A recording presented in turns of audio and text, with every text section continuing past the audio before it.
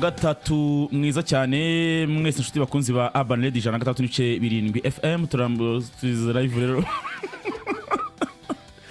twageze live rero ku channel ya YouTube birumvikana wandika ijambo Urban Radio 103.7 FM birumvikana kose abagabo bose babuseka ikibwana hanyuma rero tukaba tuje kugira ngo tuganire sports mu buryo bumwe cyangwa se ubundi birumvikana tuzagana cyane kuri UEFA Champions League rero umunsi wa gatandatu uraza kubukomeza wanarayibaye ikipe ya Liverpool yikuyimira taza no kureba rero uko biza kuba bihagaze hari hagati ikipe ya Real Madrid n'ikipe ya Manchester City witwa Alonso baramubwatira n'uyitsindwa ubyuko sohoka dusigira utwene twacu tuzaya kubarira nyuma imikino ya kane rero iraza kuba ku munsi w'ejo nakutabigarutse ariko uyu munsi uraza kuba dupredictinga turebe ibihugu bizagera muri kare cyangwa se bizaba byitwara neza hara muri Afcon amakipe yemaze kuba yitegura cyane imikino ya Women Basketball League Africa irakomeza APR Samani kiramanuka mu kibuga hanyuma kandi turaza kujya ku ngingo ivuga ngo ku munsi wo kuwa mbere twagejejeho imyanzuro n'amene ku rusange ya Ferwafa ariko hari ingingo imwe inakomeye cyane ivuga ku ikipe y'igihugu y'u Rwanda hamaze iminsi hari abakinyi banga kwitabira ubutumene bwa equipe nationale babigana muri assemblée bavuga ati rero umukinyi uzongera guhamagarwa ikipe ikamutanga ntitabire azajya ahagarika umwaka wose mu kitwa basketball hano mu Rwanda ese iri tegeko riraza kuba umuti urambye ubwo rero Ferwafa na Rwanda Premier League babonye umufatanya bikorwa uzajya utanga baro ihuriyeho n'amakipe yose biratangira rero umwaka utaha ni kampani rero mu gihugu cya Ghana iraza kuba rero itanga sponsorship y'imipira cyangwa se baro izajya ikinwa n'amakipe yose no ngo buri kipe izajya ihabwa baro zihagije ku buryo iyo baro izajya ikinwa no muri Rwanda Premier League kubera ko hari amakipe ariko aravuga ko hari amakipe afite imipira iremereye hari amakipe afite imipira ihuho n'umuyaga cyane bavuze bati rero igisubizo cyaba uko tuza kuba dufite umufatanya bikorwa utanga baro ndetse n'andi makuru tuza kuba tuganiraho yose muri rusange azabana bwana mugenzi wanjye Jado Max Saddam Mihigo bonsoir bon après-midi ndakumvira kure ariko bayide we sinzi nanjye impamvu nyumvira kure ariko ça dépendra de monsieur cadre ça dépendra de tes écouteurs ou pas oui oui je pense que c'est il a bien compris oui Jean cadre so ndazakubona ko umeze neza ariko nazamura ingo zabo umva yego meze neza nta kibazo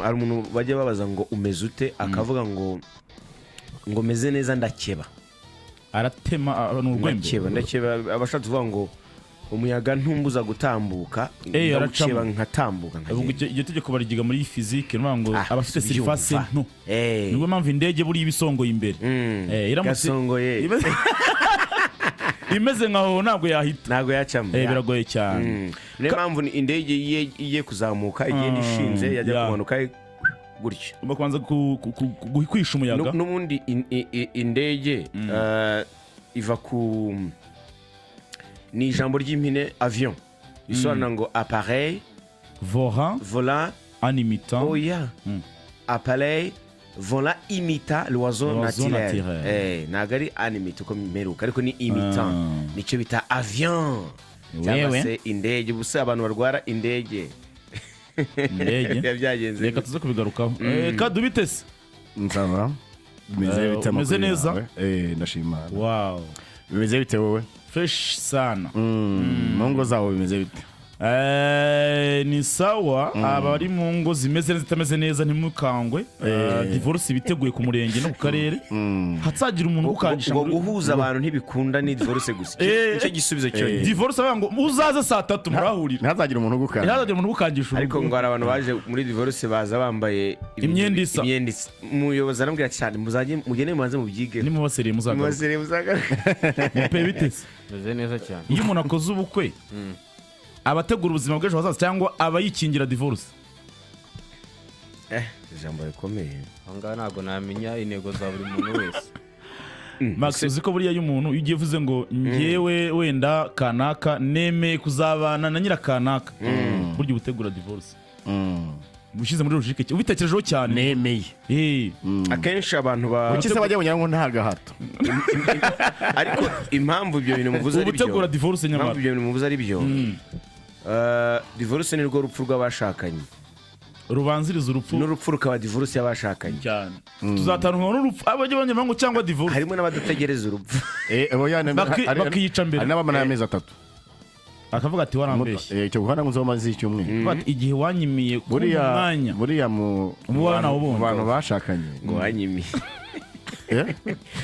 ngo wanyimiye ku mwanya hari igihe usanga waramwimaga umwanya akagira ngo bizakemuka ageze mu rugo ukawumwima cyane noneho ukajya witaye uruzindutse burya n'ujya ubona bavuga ngo kenshi mu bashakanye baserebura igihe bamaranye kuruta uko baserebura anniversaire cyane kuko iyo ubonye umwaka wihiritse baravuga ati 365 buriya minsi ni myinshi ari indirimbo ya Daniel ivuga ngo uzakerensa iminsi 365 uzambwira ati burya wayibaza uwasiwe cyangwa uwakatiwe niwe ufiringa ubwinshi bw'umwaka iyo minsi umwaka it's a big thing niyo mpamvu burya nimukajya mushwana mu kwa 10 umva bite uri ku kazi ntago ntagerayo none ndagakuru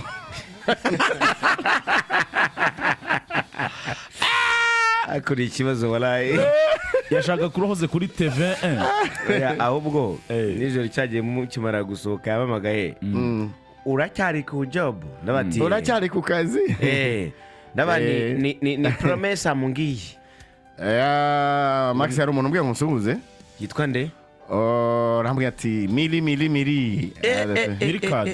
walasha miri ndamukumbuye suriza Jado Max miri semana yanyu urakumbuye mubwira ngo ni nka weekend yagiye Shamiri I miss you so much kuraho kamera niyerekere Max bwana Jagad mbabarira amasegonda make cyane uyu mukobwa yabwiye umuhungu gadi shaka tamuneri nerekere Max akantu ngo birashoboka aha imiriri ibiri ibisambo bibiri tari byahuye ubwo n'uguhambo Jaga sose ntabwo mubona nababonye banahamagara abantu ngo bazajye baga iki ntabwo ndimo ariko ese umuntu ntabwo umuzi gasogi katerebana ubundi habanje igisambo hatari gihana ubukonje abakonje ameze nk'urubura abakonje cyane ameze nk'intoki z'ingagi Sadama namupiga ati we ariko nzajurira by the way numve niba ubukonje ari ntagereranywa urumva aricyo twavugaga ija mupenzi nusezerana ujye umenya kuri gutegura divorce ubwo byaro kuko iyo mugiye gukora divorce icyo batatura ni amasezerano mwagiranye sibyo reka nsoze message nago nimo mwira Maxi ariko umuhungu yambwiye ngo umukobwa yambwiye ngo se ngo umuhungu ari kumwe n'umukobwa nubwo udashaka banza bureka nkubwira uraseka none bisekeje bitaraza nubwo nibisheke kamusekana avance ahubwo nibyo avuze byose bikeneye guseka birasekeje cyane ahubwo umuntu ashaka kwishima at the same time akababara birashoboka cyane noneho ukishima ushinyiriza none umuhungu aravuga ati birashoboka cyane ati gutese ari umukobwa umuhungu ati narabibonye cyagiye ati nsoma wa mukobwa w'inshuti ati naramusomye mbona ararakaye ati waramusomye ahita arakaye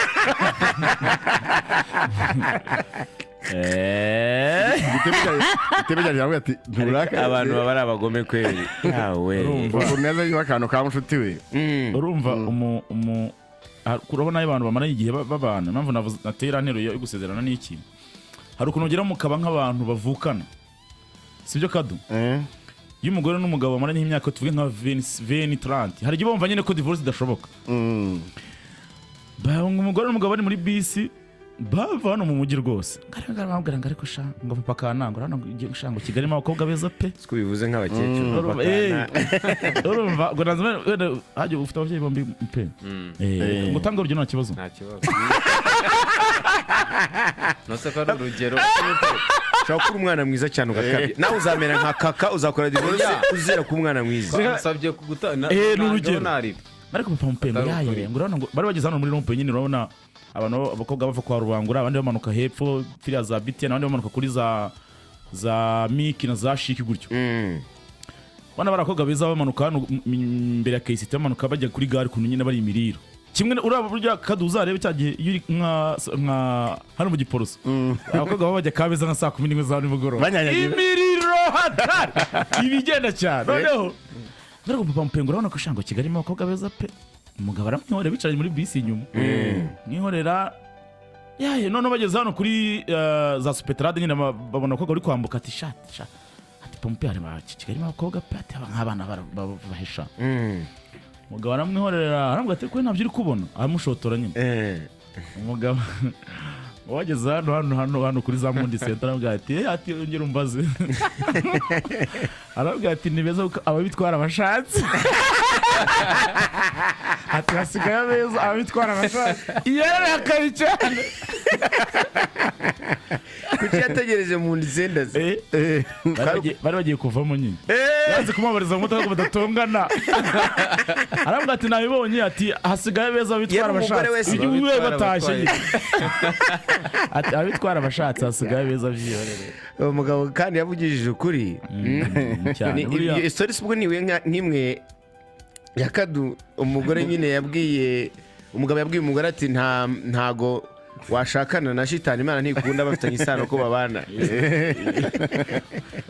bafitanye isano ya hafi kumenya se manashakanye nako kushakanye nawe nari gushakana na sitani batabotongana nyine muri salo ibintu byakomeye umugabo aramubwira ati umva sorry please mu muco nyarwanda nta muntu ushaka n'undi bafitanye isano ntago Imana ari kwemera ko bana na satani wowe yararakaye cyane ngo uvuze guki muri abakobwa bagira bafite ukuntu bimereye ashobora gutuka kuri WhatsApp gutuka ukamwihorera ngo urabona ukuntu ndiye sina ko wagira gatangira mushyashya oya nubundi ahubwo umurya sini akarakara cyane iyo umusubije ukamusubiza ibyo adashaka kumva ararakara wa murya sini nabwo akarakara urese banyirwa gute kare umukobwa yandikiye mu gitondo ngo ndiye sina ndamwe nigiye na kuri sini ngewe ati none kwandikiye ati singibi nakwandikiye ati ngeze none nabise bari bandikiye navyo nabonye kandi narabibonaga ngo ngenda nabani ngiye no guherekana nkubwira ko ibyo bintu ntigeze mbibona ati kuki ngusubije ingi kuki ngusubije ngo ntabwo ibyo bintu bishoboka namwani none ubwo ko nazo nabonye uzi kubwira uzi finally namwani watangiye uvuga neza ariko uburyo namwani uzi kwandika pe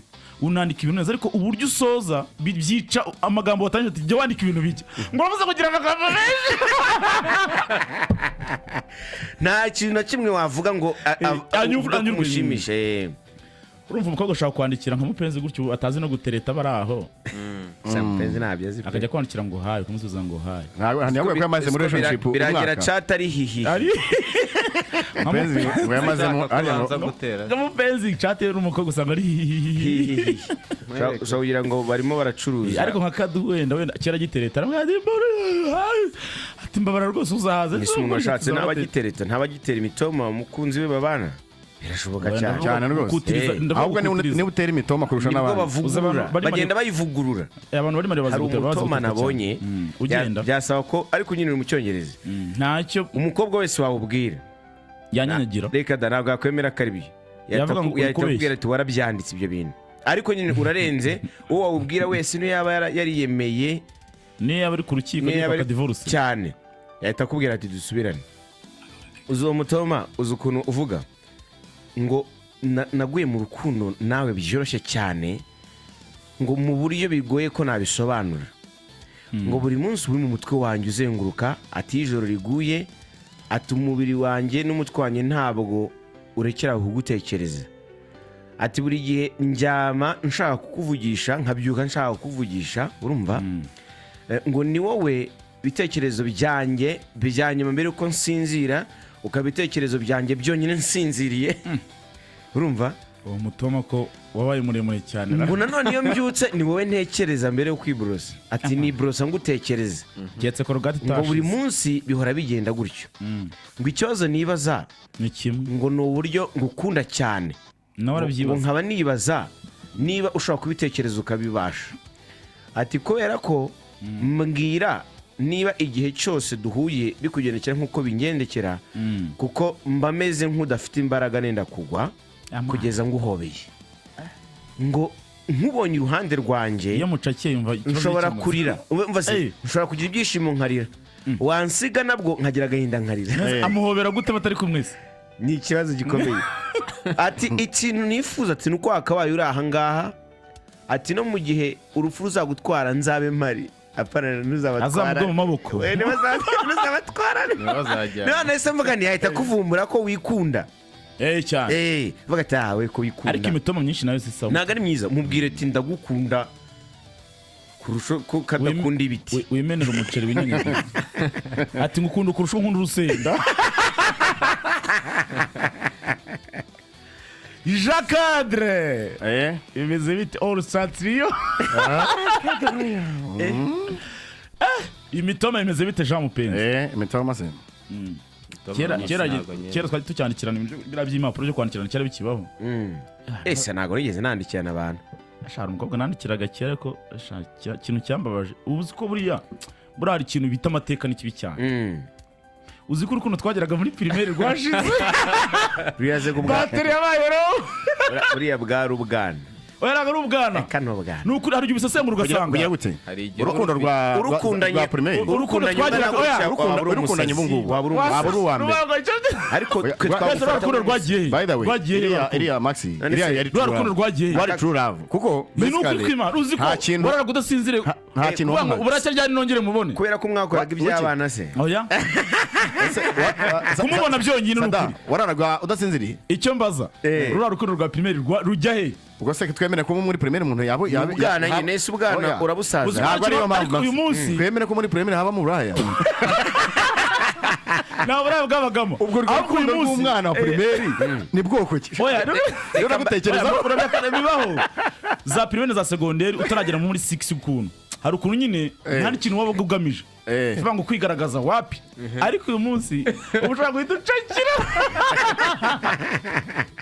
ariko uzi ikintu nekereza uzi ikintu nekereza ntagaruka ari urwo rukundo ahubwo nuko umuntu nibwo bwa mbere bagiye gukunda ataratekereza ko yagereranya abakobwa wabonye bwa mbere niba atari mwiza kuri we ababona ari mwiza mwabaga mwiga mu kigo cy'abantu 200 cyangwa icyatanu nese bose wabashaga kubabona nyine ariko bagabigana n'abantu benshi ariko ugafata mu umukobwa wakunze nawe mu wa mbere warakomeje mu wa mbere primaire wapi uzamukana nko mu wa gatanu mu wa kane mu wa gatanu kuki utegereza mu wa gatanu watangiye guca akengeregana nawe tembo yatangiye kuba umuriro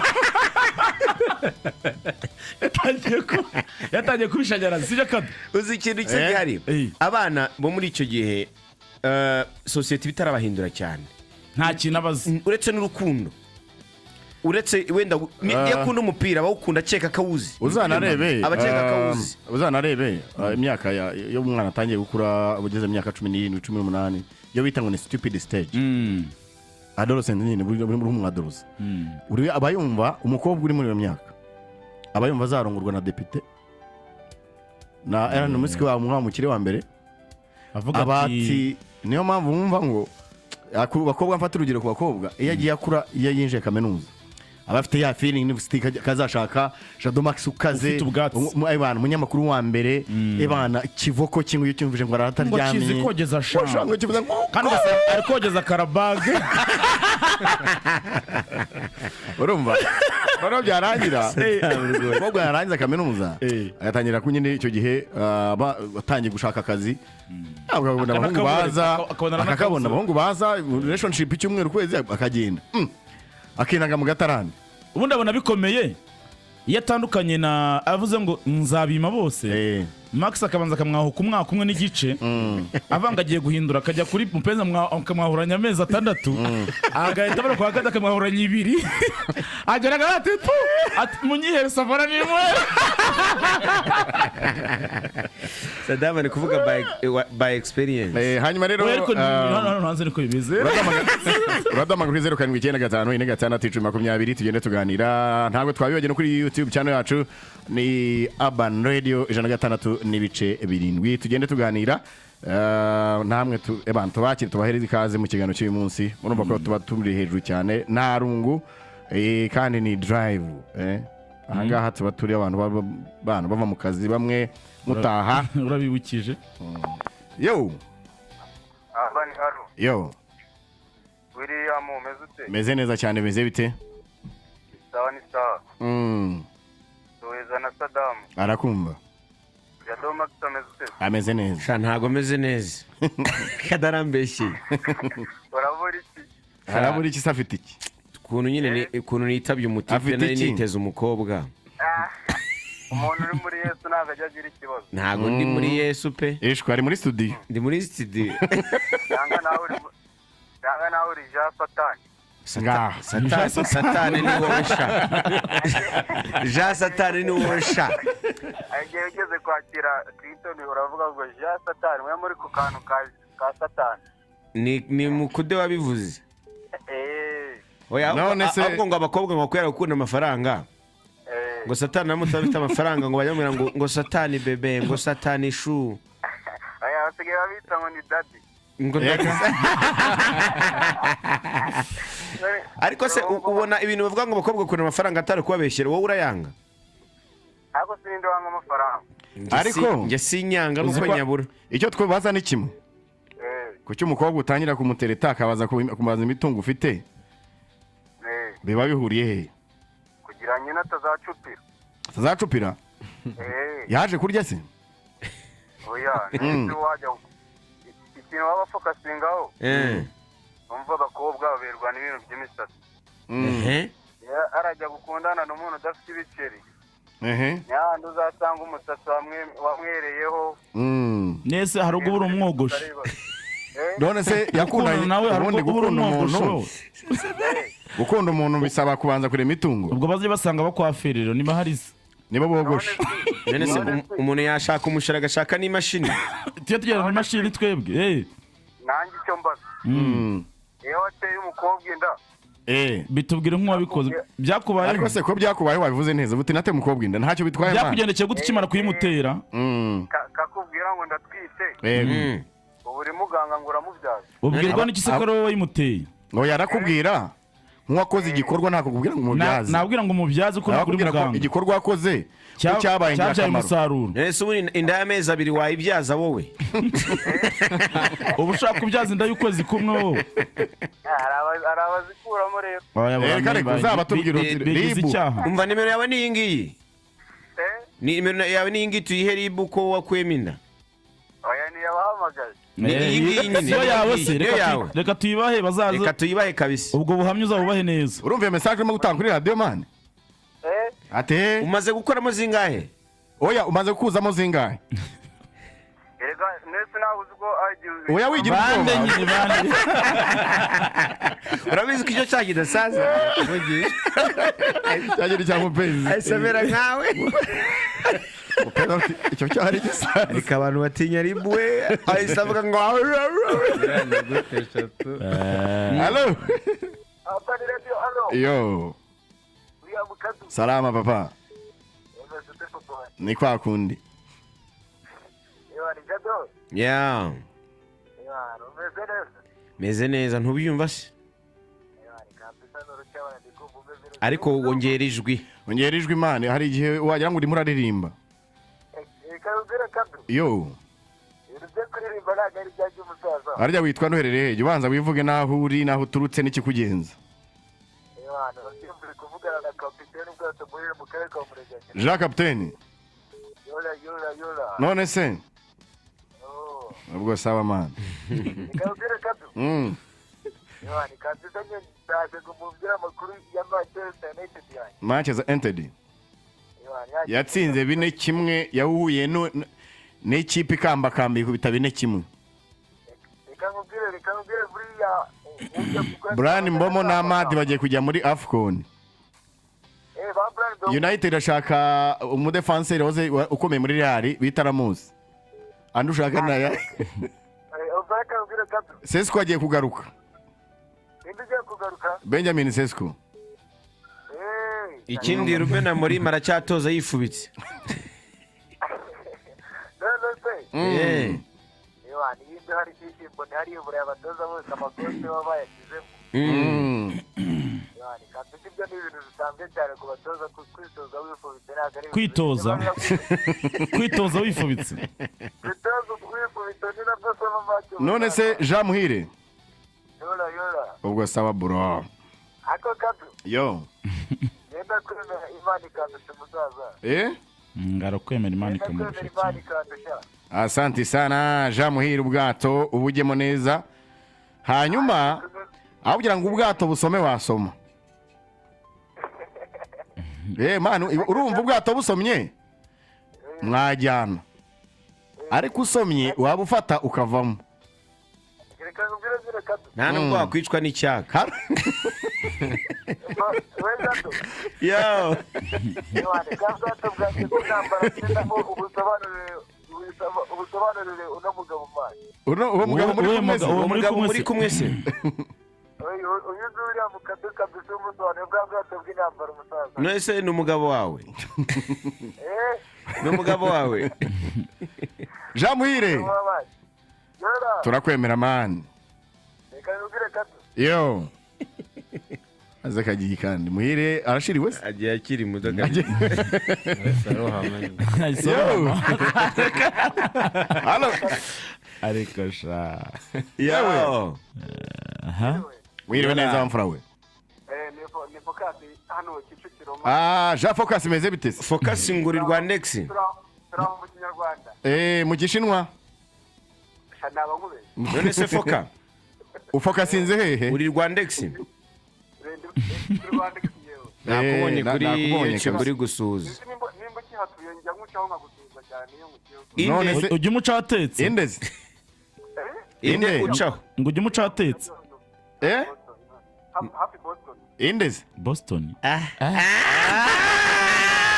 ubwo ni ngewe ariko ntago ari Shadow Max Sadamu yo wagira ngo ni wa wundi yego neza ntacyo bitwaye bara ndakwemera cyane uri umutarama none se foka ufokasinze kuki focus yawe ni iki kapati yanjye nukugira amafaranga nkagaburira abakene bakirira n'ubundi nta myaka ubugejeje angahe icyatanu wakigejeje nka bitanu jana yarabaye pe ngaho banza banza urya icyatanu usigarane 5 ugira ngo ubone imbaraga zo kongera gukorera ndi none bakeka mbahamagaye nta gatege terekamo ndetse uraburara waririye rimwe none se Jean Foka none se ubwo saba bro oya ntago ari sawa reka mvuge vuga nta kibazo vuga witonze Foka erega Shadow Max uko ashaka kumanura yala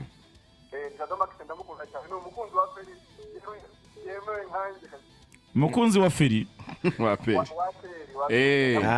okay urayikunda cyane se cyane Sadamu nawe ni umurenge ariko utari umuheza nguni nka babandi Sadamu ntago ari umurenge Sadamu yifitanye wari watangiye neza dutangiye kubyica ushoze nabi focus we yo wivugira amagambo make rwose yararyoshye foka ari biryoshye focus we fokasinga utayobagurika wari watangiye neza ariko utangiye kubyica rwose ntabwo ndi kumva ntabwo ari madamu ni Sadamu urumva se nyine nkubwire ntufite indangamuntu umva madamu nkagira indi neza ubukumbeshyira uri umunyarwanda byakumarira urunguka iki numbeshyira ibimenyetso birahari sawa nyine none se noneho ndakukundira nuko muri sere uzi no kujugunyamo cyane reka Sadamu ni uri cyane muri parike madevure zibe rwose ngo ziri kuba mubi hanyuma sawa nta kibazo komeza ubeshyire Jean Sadamu sikunanga umuntu umbeshyira buriya mu buzima bwanjye arambeshye cyane Jean Focus ihangane bro ati hano hafi ya Boston tuzamusura bara umwaka utana nyuma y'igikombe cy'isi halo oui halo salama meze neza tumeze neza wowe umeze ute yewe nawe ni sawa cyane nanjye meze ninde uherereye hehe mbabane n'imisa Kabenzi Kabe sha ntiwariye uritonze ntabwo ari Mr Kabenzi ni Kabenzi Jean Pierre ariko mani ase kumeze nk'uhanganye mwana numva uje nta morale ufite umujiha ntabwo irashira kumeze nk'umuntu abakiriya uhanganye nande aho kuzirya uyu munsi zakuri ingurube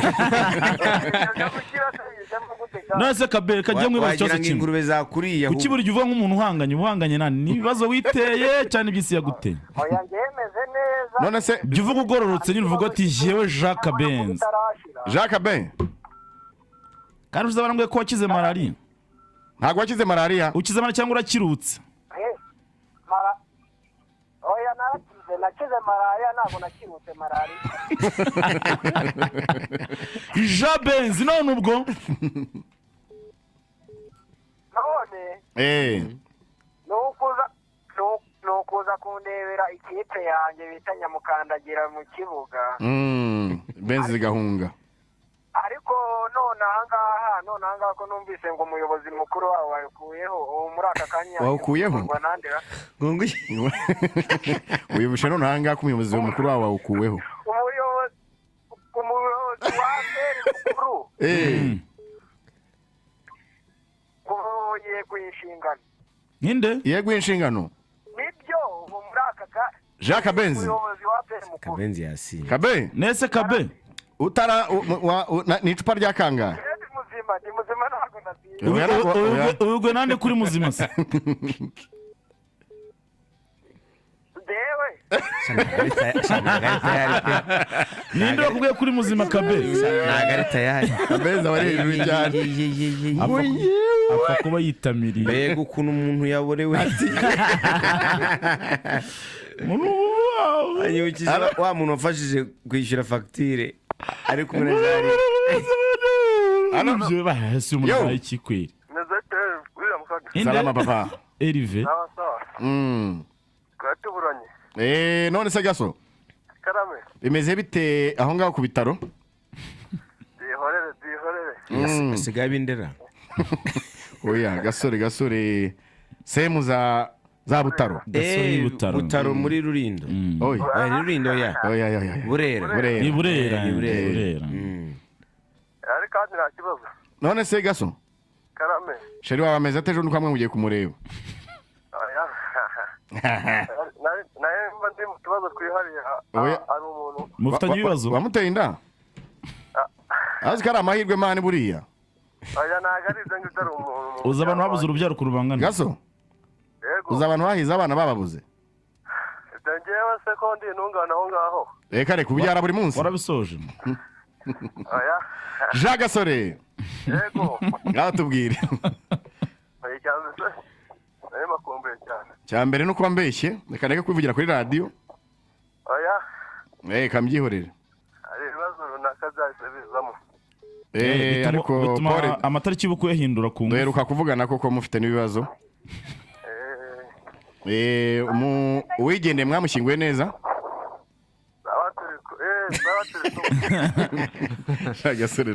Gasore rwose banza ari gahungu noneho Gasore ubundi bitekerezo bafite kuri football bari binshi cyane ferwafajyamo akayimanya nicyo kibazo ariko uyu munsi bitewe n'ukuntu iminsi maze iminsi mu bibazo ibibazo bimurimo halo yo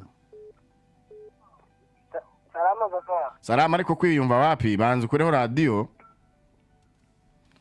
cyangwa se nkumanure ikibazo mfite si Kabenzi se ikibazo ari ukwiyumva ahubwo nuko ikugira ubu ngubu wafashe iri gukomeza igacamo nicyo gihe ikibazo mfite kandi bagufasha none se Kabe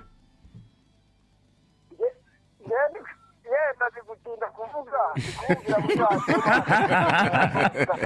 Kabenzi narakubwira izo gasiza abatobara kamera wirupa yefite ikibazo gikomeye kandi zikuba babwira mukajyande kubabera Kabe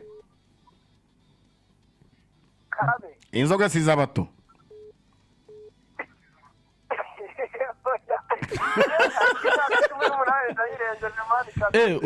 kuba ufite imyaka 18 se bivuze ko ugomba gusinda saa 10 n'igice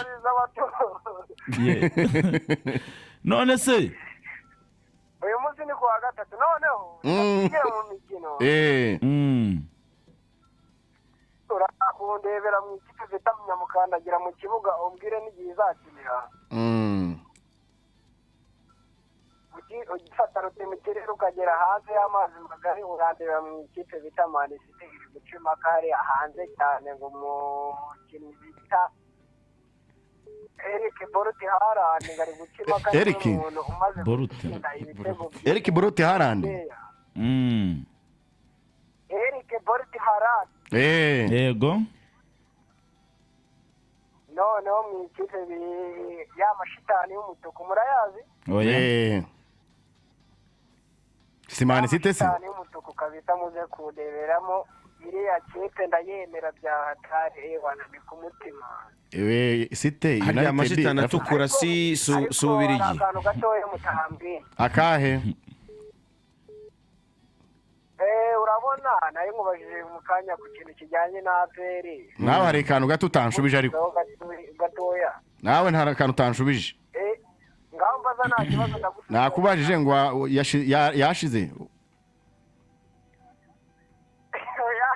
Ipenzi ntabwo ndayimara. Ntabwo mva kuyirya ndavuga kuyigurisha.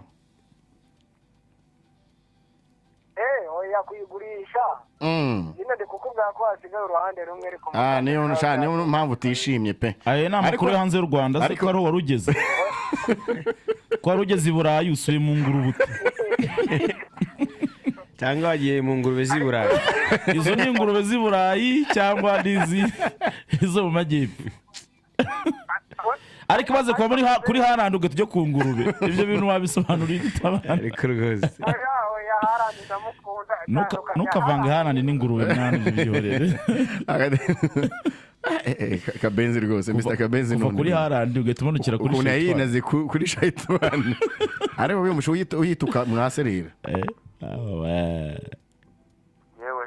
Yewe. Mizeyite papa. Salamba ba. Mukude.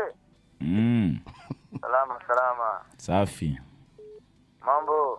Mambo sawa. Ubwo rero. Nanjye nitwa Mukude. Yego. Nuko. Ariko mba mbikuye he? Radio 10 Mukude.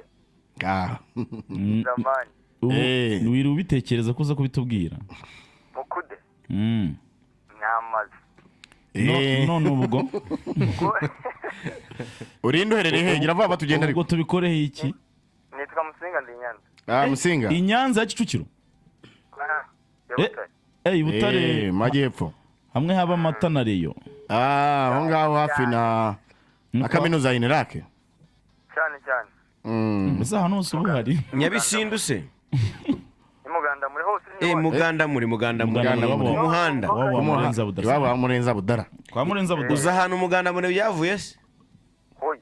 Bamwita Mugande Amuri niwe wubatse ngo bwa mbere. Yekada. Mugande Amuri. Bavuye icyarimwe bikavamo Muganda Amuri. None ubwo Kadu. Yo. Koma. Ngamaye muri Reyo. Turaguhaye bro. Amavuta. Murayamaye se moya ukubivuze se? Ese ko arakaye. Ukubivuze se? Ese Mukude. Yora. Salama bro. Sawa rero. Ubwo rero. No kuvuga ngo urayabona ba. Ntabamenye. None se Muganda murayagekara. Yirutse cyane. Ngo yitwa Jean Mukude. Mukude bose ariko Muganda muri ni Max nicyo uzi kuri wa Mukude. Allo ndaje nkivuge. Ndakumva man. Ese mutaramo. Kabenzi noneho yasi. Ese abaye iki? Kabenzi. Nabya Mr Kabenzi man kata. Niki? Ahubwo rero. Nitubaye muvuga ngo mujye mubwiriza nyama. Aho muvuga kimwe man. Aba Kabenzi Kabenzi wallahi. Ba nawe uzita Kabenzi man. Umva man. Cyangwa ni wowe Kabenzi. Umva nyine mubwire man. Umva rero. Yego man. Uretse kumanura man. Bakumanura kujyana ese. Ni Dubai muvuga. Ja Dubai. Cyane Kabenzi wahindi izina. Tubwire igitekerezo cyawe mwana ureka gutongana. None ukuvuga ngo. Uvuga ngo.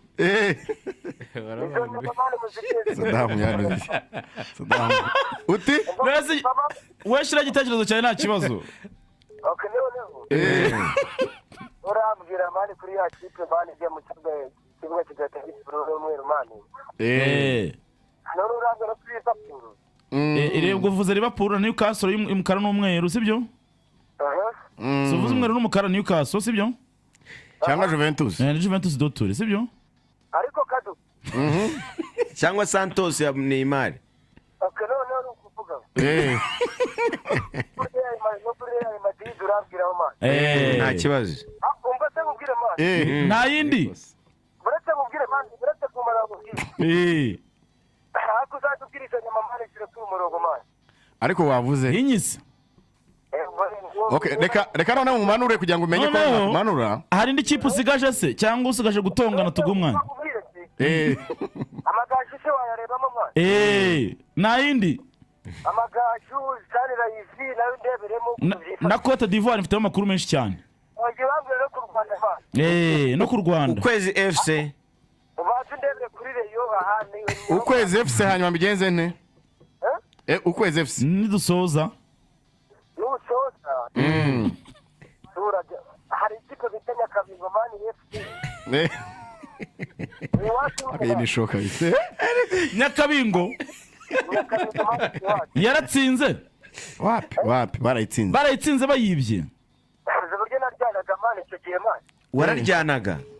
naryanaga Icyo cyayi kidasaza. 8-6 wijandika mu mashyaka wari ukinaga mu Nyakabingo.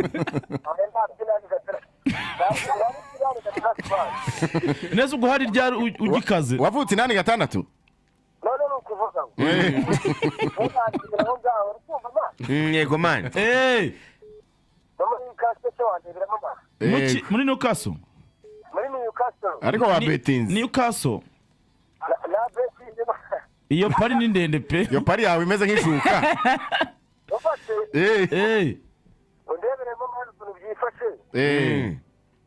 ahubwo rero oya ratu umwuka abaniga bazadukuraho umwuka wallahi. Nagaba yibuka ibyo yabajije. Ibya mbere ayisubiyemo inshuro nka 30. Nta nubwo yashakaga yatanye ivanga umukara n'umweru. Umukara n'umweru. Aro. yes papa Iyo. bari ubeze te papa Meze neza. Ari n'umwana we. okay bari uravuga rero za plaque cash power Cash power hano Kimicanga. Avuga nka Risudi. okay ariko mani tugeze kuri ibo mani numvise tukuntu kitakuriye Kuri Libu. Ugeze kuri Libu. oya mani nagariho Ntuhave n'ugeze kuri Libu turaje. Kamuhamagara muri Libu aza kurebe. nta kibazo mani ari ukuzuza navyemera ariko niba ari Genda winjiremo ni ugeramo. oya mani babari Kashipa. yambana Uracyangwa nka mbere se? oya mani ubu byariyongere ko imyaka igenda yongera Ubu tari wasinze. Unywera kwa Monica se? oya mani ngewe mani ntabwo nywera kwa Monica. Cyangwa kuri Kigali Cyangwa Sports kwa Bar. Felician. oya mani ngewe nywera hara Ati Mari. None se Mari. mari kwa Mutangana Niho ikopesha. oya mani ngewe ndishyura mani kujyana Oya mani hari akakayi kawe 46,500. okay noneho nyine mu y'imikino numvise umuntu abifanze ahita amanuka Yego rat. ubwo niba mwumvise ko ndi kaje pa mukaba mwumvise ko ndi kukimira cyangwa twakemanukira n'amakuru niyanzanye mani Yego. Sawa. okay ureba muri gasogi Yamaye nka Kuri zabana. okay no oya n'umwana wishimye kuri kumwe Muhibere. Muhibere ma. uri kumushimisha cyangwa yakwishimiye. n'umwana ngo yishimye ari kwishimira Nyina arihe rero? mani ubwo byo Kashipa nyina arihe? Kashipa nyina arihe? bari kumwe na nyina Ubwo muri batatu. Kandi ubwo ukunda nyina cyane. Kurusha umwana. Ubu muri kumusinziriza ngo muganire. mani ubakati mani mwaretse kumana weriyo kusereza mani Okay, ngaho ngwino tubwire. Itwibwire rat. karabu droije Karabu? cyane hari ahantu rero kuza kuhava ariko ibyo ko byagenda kose turayipfira karabu droije hanyuma rero kiriya gisenge baragisakara icyo bita Real Madrid hasi ku buzima kabisa kuko hari abatipe hari kiriya kimasa bita Haaland n'uwo bita Phil Foden bafite inyota yo gukubita ibitego papa Okay. Abana barabagenda cyane pe. mbere y'uko ubarura nakubwira ngo mani ewana uze kundebera no mu ikipe bita Barcelona Okay. Barise. Hanyuma bisigaye mu bimana ariko muri defense nayo gutana nta kimwe no ko Rodiga umva nkubwire cash power. ngo Rudiga ntago nkumanura birarangiye birarangiye igitekerezo ntabwo kitagisoza neza ariko asoza kugira ngo utagisoza nabi reka nkumanure uravuze ngo Barca ngo ufite ikibazo cya defense ngo nubwo Rudiga yagarutse mani noze iratsinda yego mu bwataka ariko nayirizezwa cyane Rudiga se ntiyagarutse uba yaragarutse nyine nta cyahindutse gikabije Rudiga se akiniriye kipe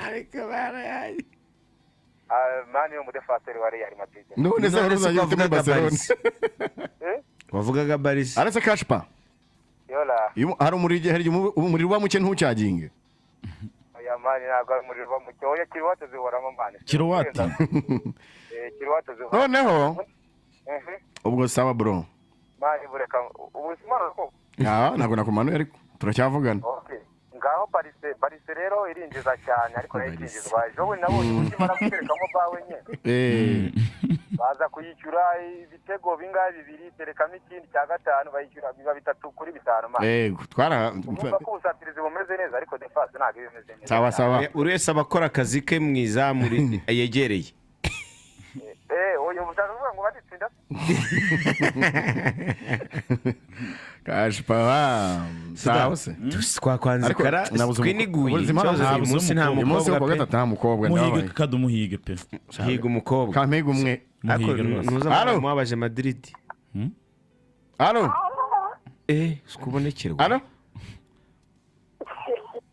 reka nagaru allo ni igitipe kigize cyo umukobwa gitaramo ndakumanura gitaramo hatarongorwa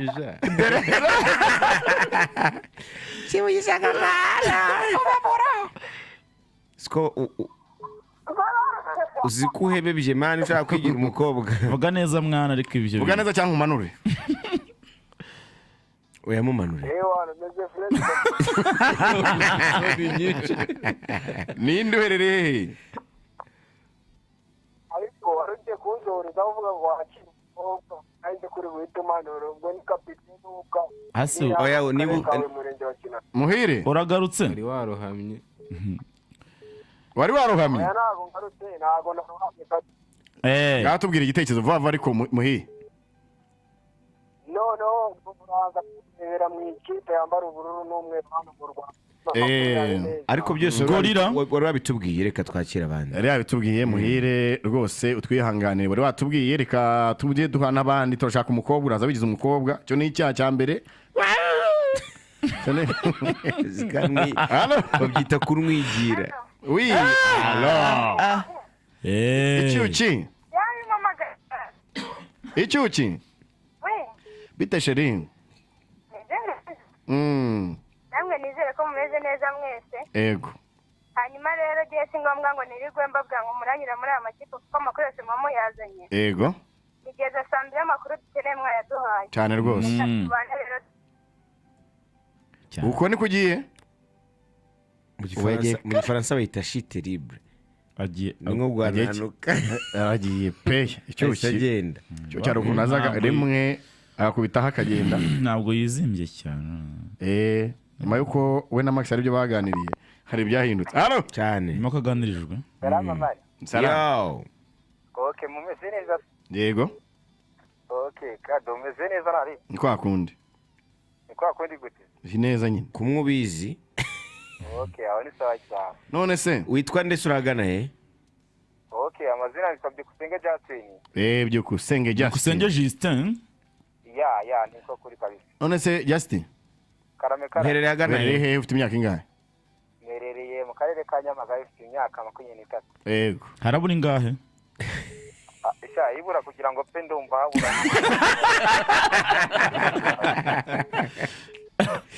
Justin gaho tubwire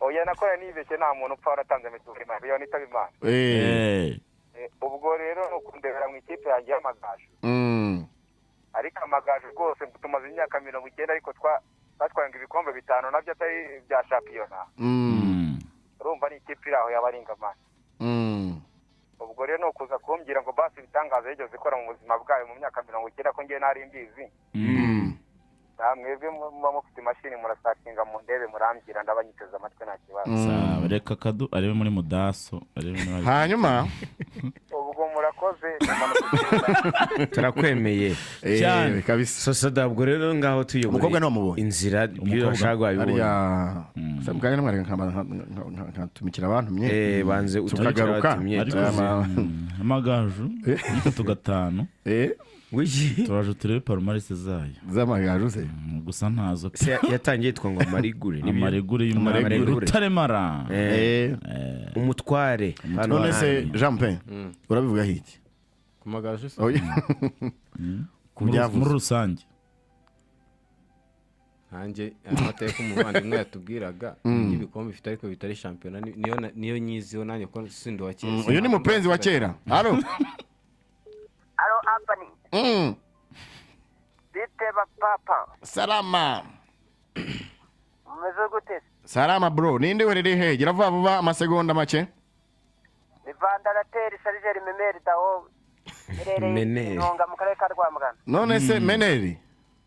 Memeri taho.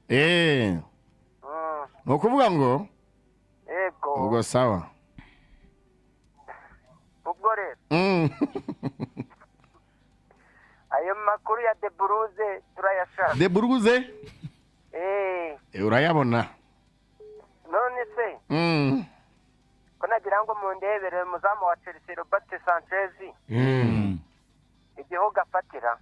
Igihugu? Turabigukorera rwose humura. Menya Espagne. Kuzarikandagiramo ko bigoranye. Wabibonye nawe ko bigoranye. Wabibonye ko bisharira. Na Kepa hara kuri benchi kandi kuri national team ashobora no kutamubanza nyuma. Hariyo nayi Simon siwe muzamu wabo. Jabana kapitani. Deo rusanganwa. Sawa bro. Sawa. Agira ngo navuga nk'umuvandimwe.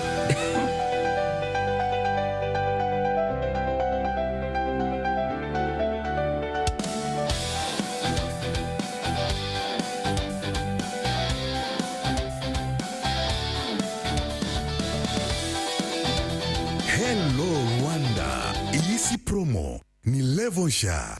Airtel yazanye combo pack 3K monthly igahindura uko ukoresha telefone yawe buri munsi. Ibi si iminota gusa, ni data yo guhangana n'isi, ni amajwi yo guhamagara buri wese, ni imishinga yawe online, ni plan zose z'urukundo. Ku mafaranga 300 gusa mu kwezi kose ubona gigabyte mutamara wakoresha buri munsi ku mirongo yose. Ubu nukwemeza abantu kuri serious. Fata phone yawe ukande akanyenyeri 255 urwego cyangwa ukoreshe my Airtel app. Hindura imikoreshereze yawe winjire muri month iri kuri level yo hejuru kuko uri kuri Airtel urayoboye. Hello Rwanda. Iyi si promo ni Levonsha. Airtel yazanye combo pack 3K monthly igahindura uko ukoresha telefone yawe buri munsi. Ibi si iminota gusa, ni data yo guhangana n'isi, ni amajwi yo guhamagara buri wese, ni imishinga yawe online, ni plan zose z'urukundo.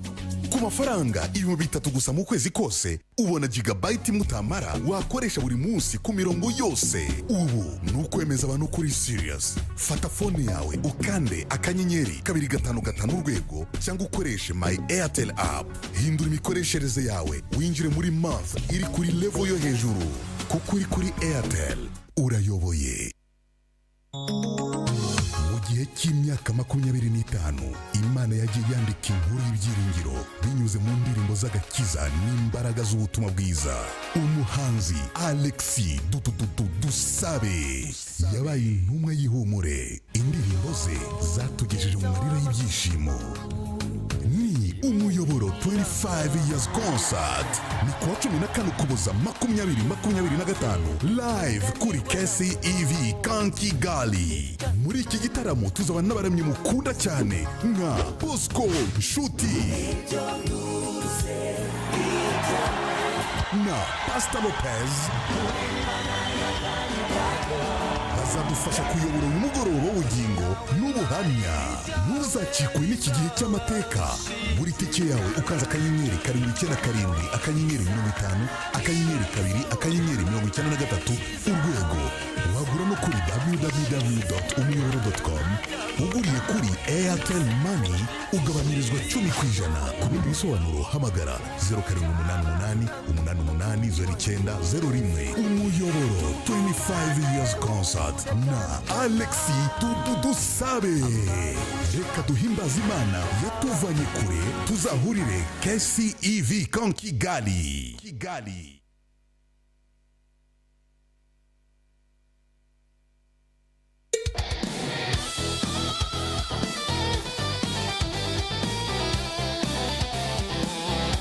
The biggest hits and biggest artists. 106.7 Urban Radio.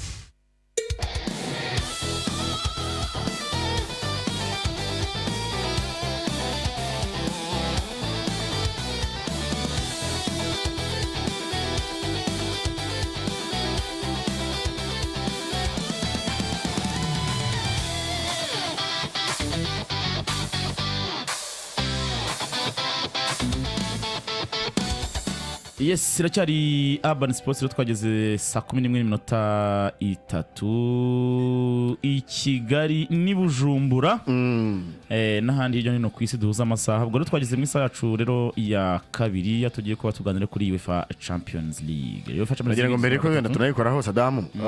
Max aturebere kuri YouTube ubutumwa buhari atunyure mu butumwa rero tugendere rimwe. Nabo tuje soreze rimwe. Ya ko turize hamwe. Yashobora ko tohereza abahamagara.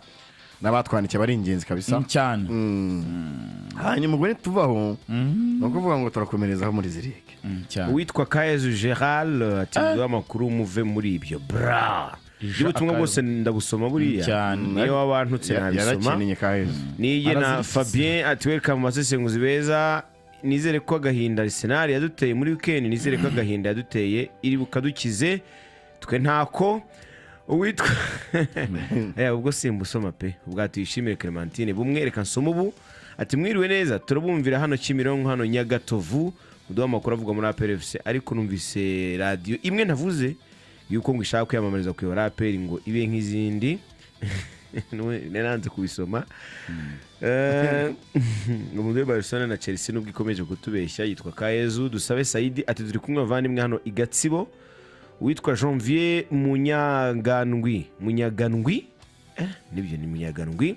Mwiriwe neza ni Janvier hano Kimihurura twabahaye ikaze turi kumwe cyane mu yaduhe kabisa zose muzigeremo izo mfana APRFC MVC Real na Inter ubwo sawa bra ni nyinshi cyane byinshi so ubutumwa ni bwinshi afana ikipe nyinshi cyane. Witwa Bimenyimana Jafeti uziri n'izina yise Jafeti Wazarendo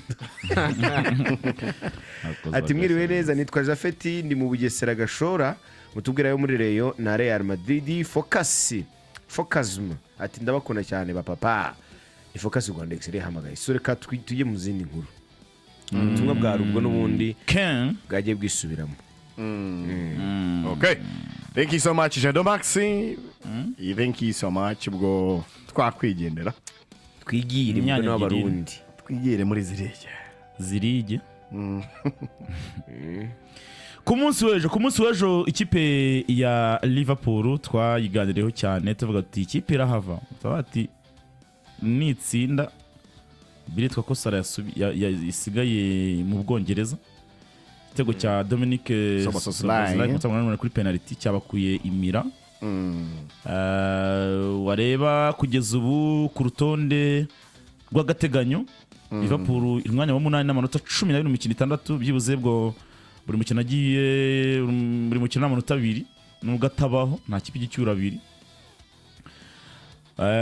Inter ni ya 5 n'amanota 12 baranganya amanota baranganya rero itarakina Atletico nirakina nta manota kandi atari menshi cyane ko bararusha rimwe Tottenham bakarusha 2 ikipe ya Dortmund bakarusha 2 ikipe ya Chelsea bakarusha 2 Man City bakarusha Sporting 2 bakarusha ikipe ya Barcelona 2 gutyo urabona ko ahantu iri ntabwo ari ahantu yakicana ngo ituze.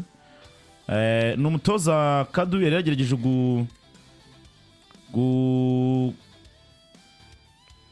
kwataka ariko ibitego n'ubundi ntabwo biri kuboneka mu bakinnyi be ya mediane yagiriwemo inama nawe ngo yari yayigaruye imwe ya Sobo Gravenberch na Makarista Hugo we ndetse na Isaac yari yabazanye ariko uwitwa Curtis Jones amukinisha mu b'imbere cyane urumva Gomez yari yaje na Robertson kabiri na gatatu urumva hari byahindutse mu gihe Axel yayindi n'izamu ryarindi tuvuga ko biza gutanga gahenge ko yabonye intsinzi hanze ku ikipe itari no ikipe yivuye final Internazionale do Milano biraza gutanga gahenge Ian Field agahenge burya Champions League ntago bakunda ngo nagahenge ahubwo kuri ku ikipe nka Liverpool niho igomba nibure kwishakamo izindi mbaraga zo guruka muri Premier League ariko yo kuva ngo ku mutoza ari cyo bitanze kubera yatsinze igitego kimwe penalty kuri amanota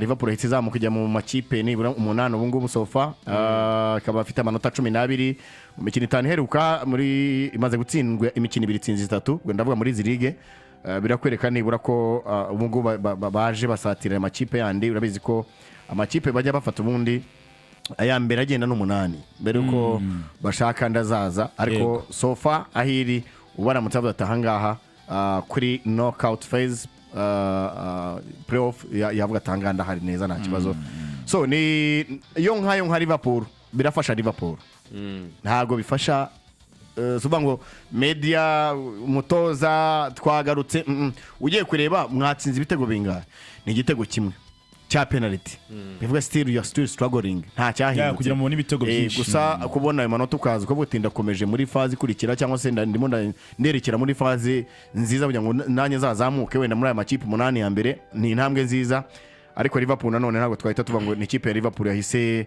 yongera iragaruka ba ikipe ikaze oya ntago ndimo sindayibona nabonye mazendeba muri weekend bazabakina harya na Brighton machi toroshye na gatoye ko navuga ngo urakina na Brighton wizere kandi kenshi aya makipe muri Champions League tuyatubona amakipe akitwa neza muri Champions League yagera muri mu rugo muri championnat local bikaba ikibazo gikomeye cyane so nibyo rero mvuga ngo kuri ikipe ya Liverpool rero kuza kubona intsinzi kuri Inter ni ikipe nziza ni ikipe abangwa ni ikipe muri iyi minsi Inter yazamuye urwego rwayo ariko still yatsinzwe ariko iguma ku mwanya wa 5 ifite amanota 12 nayo imbaze gutakaza imikino ko n'ubushize yarutsinzwe n'umukino wa kabiri itsinzwe nyuma yuko yaratsinze imikino 3 ibanza yikurikiranya nayo itsinzwe 2 yikurikiranya Inter so angano kuza kureba neza aho bipfira so ni Liverpool yaremaze gutsinda undi mukino murabyo ko itsinda ikipe ya Real ikurikije Inter ibikipe by'ibigugu tuvuga ngo bikomeye irira byisasira ariko yagaruka mu rugo bikaba ikibazo kuza kwitwara neza mu rugo so ahangaha muri championnat ntago birakunda ahangaha amanota iyi ntsinzi yabonye kuri Inter iza kuyibona muri Premier League yari kuba ari sawa 1 urabona championnat Premier League uburyo yegeranye ndavuga urutonde rw'agateganyo uburyo rwegeranye uyu munsi uratsinda match ugahita ujya amakipe ane ya mbere uratsindwa match ugahita umanuka mu makipe 10 nangahe epfiri so table rero iri tight cyane uburyo yegeranye so ntekereza ko kuri Liverpool kuba bari basize Mo Salah kuba bavuze ati tugende twirwaneho Szoboszlai batsinda iyo penalty nta cyahindutse gikomeye cyane kuri Liverpool ntekereza ko mwanabonye ndetse bikomeje kugenda kuri Mo Salah akomeje kugenda ari headlines nyinshi nkuru niwe bavuga ati abanyamisi nabageze aho bararakara bati Karaga attention wabonye uburyo bashubije jyame Karaga amakuru kuri Liverpool rero ni ikibazo gikomeye cyane intambara amagambo muri Liverpool hari ibindi bikiza tutarabona bivugwa nabonye ba Steven Gerrard uhabwa amahirwe kuzatoza ikipe in case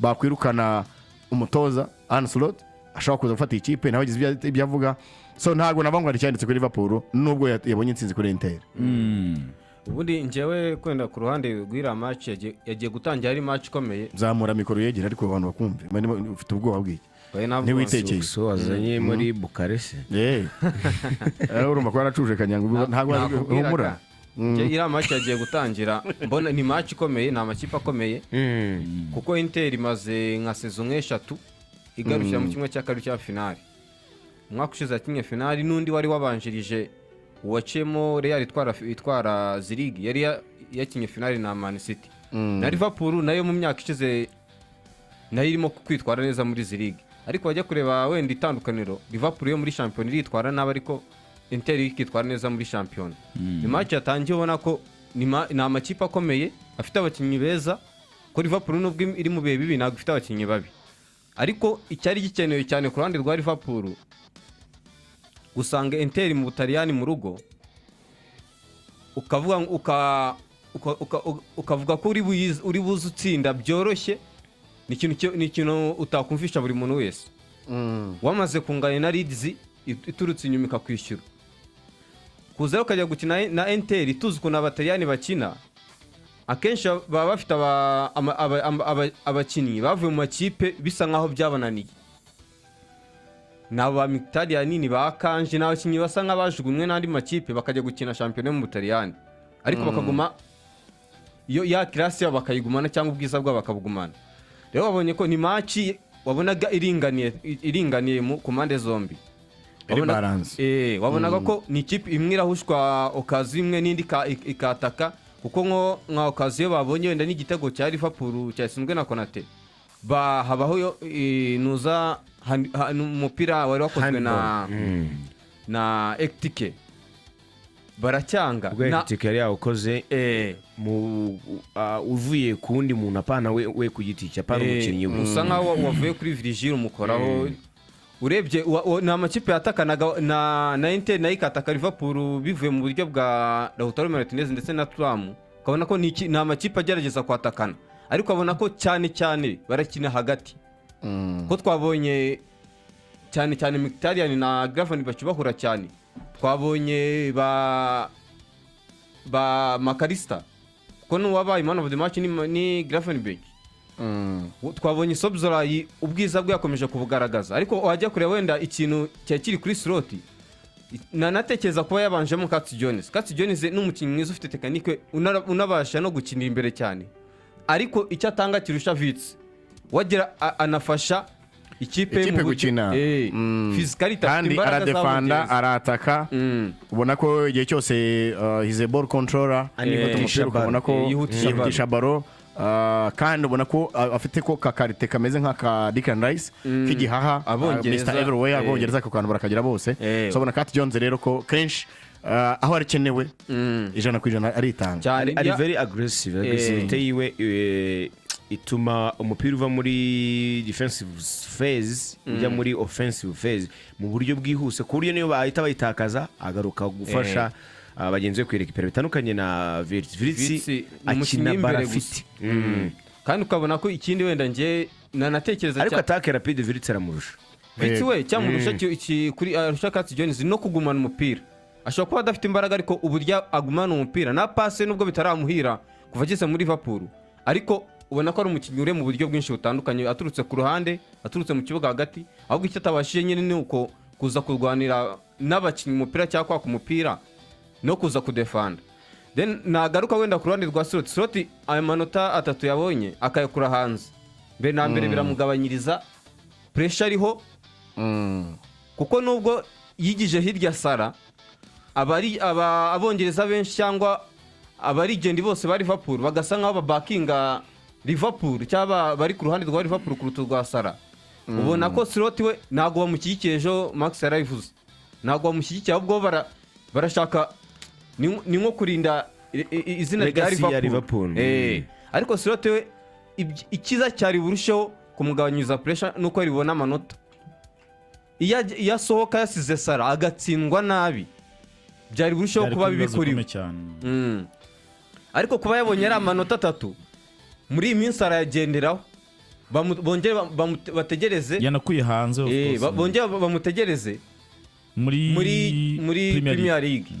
Ikindi kintu noneho gihari, bura amakipe makuru ushobora kwitwara nabi muri shampiyona niyo waba wa 10, ariko muri izi ligue utwaye izi ligue ya shampiyona barayibagirwa witwaye nabi, kuko aherutse gutwara Premier League abahaye izi ligue akaba wa 10, ndakeka ko nta muntu waza amuvuga nabi. Then Liverpool ni ikipe nziza, ntabwo ari ikipe mbi, ahubwo ikintu ibihirimo bisa nkaho harimo tushe y'umutoza twavugaga, bisa nkaho ari nk'ikibazo cy'umutoza. Ariko kuba yatsinze Inter ku makosa y'umudefenseur Bastoni wakoze amakosa ikosa ridakenewe, yakuruye umukinnyi asohoka ava muri surface barisohoka amukuraho gato kandi muri ziriga hariya njya mwana yabonye ntakuregeze iyo first half ikirangira ikosa kenshi ukoze bararipinisa ntabwo bajya by'umwihariko ku ikipe nkuru nk'izi ngizi ntabwo ikosa ukoze baregoragoza cyane wabonye hari ahantu Virgil yakoze tushe ariko abakinnyi ba Inter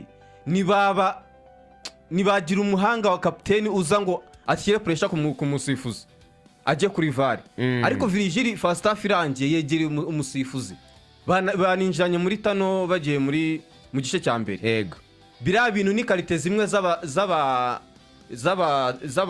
kapiteni nago kuburi kapiteni ari ukuza gusanga wambara mu bandi harimo no kuinfluence umusifuzi umukofatira ibyemezo kumukanga niba mwarabonye nk'ikosa umwinfluence ariko bigendeye kuri action yabaye unamwibutsa n'amakosa yandi asa nayo ngayo yagiye yaramakayita bayihaye yabuze kapiteni uvugisha umusifuzi habura na kapiteni uvugisha abakinnyi kuko urugero natanga ni nka Ramos ntiyajya agemera umukinnyi utari kapiteni gufesinga umusifuzi ariko Valverde abacecetse byakozwe na Courtois avuye mu izamu aza kugeza hirya abakinnyi avugana n'umusifuzi rero wabonye ko iriya kosa Vitesse yakoze Liverpool itare karami uriya musifuzi nawe yarireka ko ryari soft yasohokaga muri surface ariko kuba Bastoni we yihaye gufata umukinnyi akamukurura bigaragara kandi Vitesse we yahitsago yumvisha ko mukuru yabona ko baro yamucitse ahitago yabona ko Liverpool kuba yabonye aya manota 3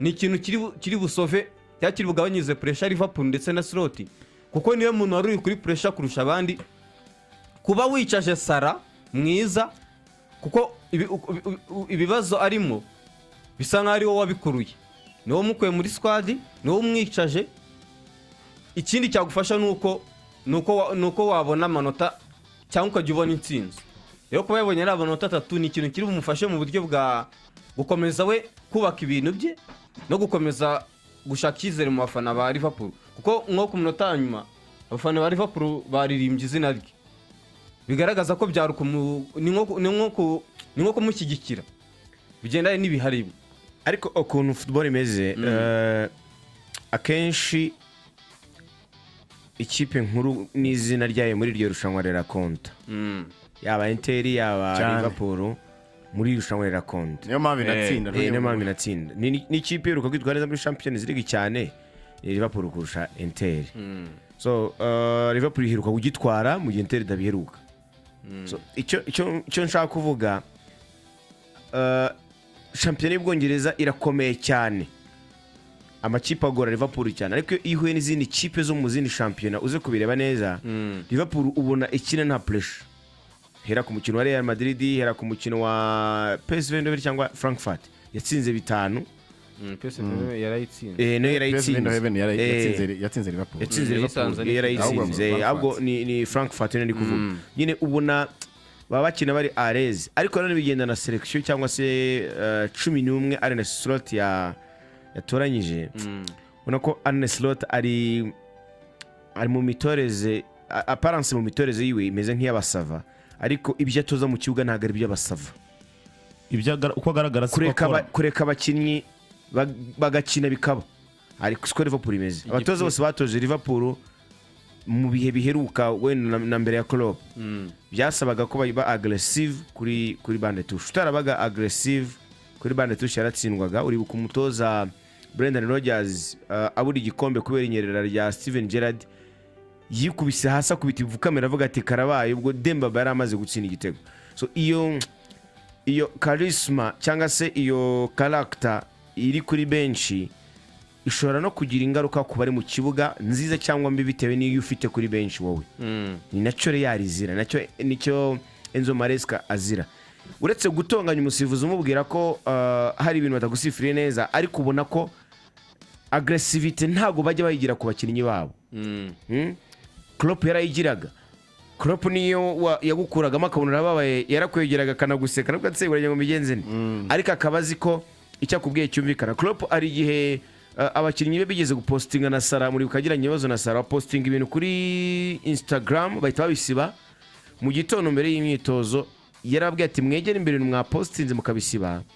mubivuge mubwira abakinnyi babyumve muvuge ikibazo mufitanye namwe cyangwa muvuge ikibazo muba mufite byose barabivuga bazinga buri kintu avuga aravuga ati na match itanzabicaza nimudakora ABCD nimudakora ibi ngibi ibyo nibyo bituma umuntu agira inyota yo gukina iyo mutabona umusaruro burya abakinnyi bose baba bangana ariko niyo mubona umusaruro ntibaba bangana iyo mutabona umusaruro abakinnyi baba bangana ariko bibazwa beza muri bo niyo mubona muamungana ariko agashimwa beza muri mwe so niyo mpamvu iyo udafite mwabeza bakora ibyiza mu ikipe akanze ikibazo kiba kiri wowe bivuze ngo abeza bagiye kuri nivi isanzwe n'abakinnyi bihambira hari abakinnyi mu ikipe babihambira hakaba n'abakinnyi bakora ibintu mu buryo biboroheye ukabona batanze umusaruro so navuga ko ariyo Tour for Liverpool yakoresheje imaintaininga kudatuma Inter itsinda mu gice cya mbere Inter igutsinze igitego mu gice cya mbere uwiyorohereje kuza gukina igice cya kabiri mu buryo bworoshye ni avantage Liverpool yakoresheje inasa neza niyo bakoresheje ku mukino w'ikipe ya Real Madrid ni ikipe ya Liverpool ngiye ntekereza ko kuza kwitwara neza gutsinda win away Max anabikomoje buriya ikipe hari ikipe ziba zifite amateka buriya Champions League ntago ari irushanwa rya buri kipe twe tubona Liverpool struggling ababyibuka za 2005 itwara Champions League ni ikipe muri championnat imeze nabi ariko igira itwara Champions League abantu bose irabatungura irongere nasubirayo niba nibuka neza finale ya 2006 na Arsenal 2007 aho ngira ngo mbere ko 2008 hajya United na Chelsea championnat y'Abongereza yase nk'iyazamuye urwego wabireba n'uburyo Liverpool numwe ugiye kuvuga amakipe akomeye muri Champions League ntabwo warenza Liverpool ingohe uko nyuma yari yariza ku mwanya wa mbere n'ibikombe byinshi haza ikipe ya Milan ikaza ku mwanya wa kabiri wa gatatu haza ikipe ya Liverpool ndetse n'ikipe ya Bayern Munchen amakipe aranga afite ibikombe bitandatu mbere ko hazaza Barcelona haza na za Ajax ibikombe bine za United bitatu za Chelsea gutyo ariko urumva niba ari makipe atatu ane afite ibikombe byinshi irushanwa bararize burya niho yumva ikipe ni abiri ifite forme iri mu bihe byiza bimeze gute ariko itazi nka Champions League wenda batanga urugero rwa Arsenal yego Arsenal ni ikipe tuvuga ngo uyu munsi imeze neza ku mugani burayi ariko impamvu Champions League struggling nuko itarayitwara it's not their things hari ibintu byabo ajya gukina nayo atarwana niyo legacy dafite Arsenal imeze nk'umuntu ufite analize hanze ya mikoro atari umunyamakuru yagera kuri mikoro akabukina avuga kubera ko atamenyereye mikoro bibaho cyane nawe baranyice confident aranyice ntibakayibutse ntibakayibutse ko nta gikombe igihe ngo ntibakayibutse ariko ntabwo tuyibutse nayo irabizi umuntu ufite inkovu se umubwiye ko yagize igisebe yakwiye kukurakara none se wavunitse amwigisha gucumbagira birizana bro umuntu ushonje hari umuntu umubwira ngo genda gake cyangwa ni intege nke zibimutera ubwo rero cyo navuga kuri Liverpool experience yayo mu irushanwa nk'iri ahangaha ni patro muri Champions League ni ikipe y'ubukombe izi neza uburyo irushanwa rikina uburyo ritwarwa ushobora kuvuga se ngo ko mbona se ngo abakinnyi barimo ari bashyashya yes ariko ntibikura ko yambaye umwenda wa Liverpool Madrid ntabwo ifite abasaza ariko Madrid ntirebo ni struggling muri championnat wabo uyu munsi ushobora kuza kuyumva na Man City zisimbuka kubera iki si tufite icyo gikombe kimwe utongera gusakuza mfite 15 attention Rodrigo uburyo akina Champions League bitandukanye na Jeremy Duku muri irushanwa rya Champions League wajya kuri Phil Foden ntago wamugeranya na Adagura batingena ibikombe mico buri munsi turabitwara nabimenyereye uzare umwana ufite iwabo ibiryo bifite imigati bafite ibiryo bamukubitira kurya aho uzare umwana ushonje iwabo nta biryo bihaba umuneke wirukankana n'imbeba rukabura gico so ahangaha rero kwi ikipe itwara ibikombe ibize buryo bikinwa ni ikipe ngira ngo twakabaye tuvuga tuti ni ikipe yo kubaha ndavuga iki ikipe ya Liverpool umuntu wese ibana agomba kuvuga ati niba tuvuze ziriga ntago bavuga amakipe atatu utaravuga muri Liverpool ibyo byonyine rero bihereza credit yo kujya gutsinda Inter wabo bihereza credit yo guhangana na Madrid kayitsinda kuki ni irushanwa wese tuzi yego yabango nta muntu uhagarika umwana ugi wabo uko waba umeze kose apfa kuba ashaka kwitahira buriya Saddam yerekera iburasirazuba ntiwamwitambika nugera gutyo ukitambika ngo uri Rwamagana araca agashora urinaga agashora haraca mwogo ariko agereyo ariko arataha nta hantu wamwitambikira bwire cyangwa buke arataha rero ukumva aramati yewe nagezeyo so ibyo rero ku ikipe ya Liverpool n'ibyo bifite ibibazo birastrugglinga ariko neza ko kuri gahunda ya Champions League ntago ari ikipe ikomeye kubera nakaba arimo kubura karimo kugenda igenda icumbagira ni ikibazo cy'umutoza ko n'urushanwa atarizi nabyo nyine birabagora uyu munsi y'abari Liverpool ifite Klopp uyu munsi tuba tuvuga ngo actually ni makipe ahabwa amahirwe gutwara kino gikombe turebye investment Liverpool yakoze tubonye abakinnyi ifite ukareba bench yayo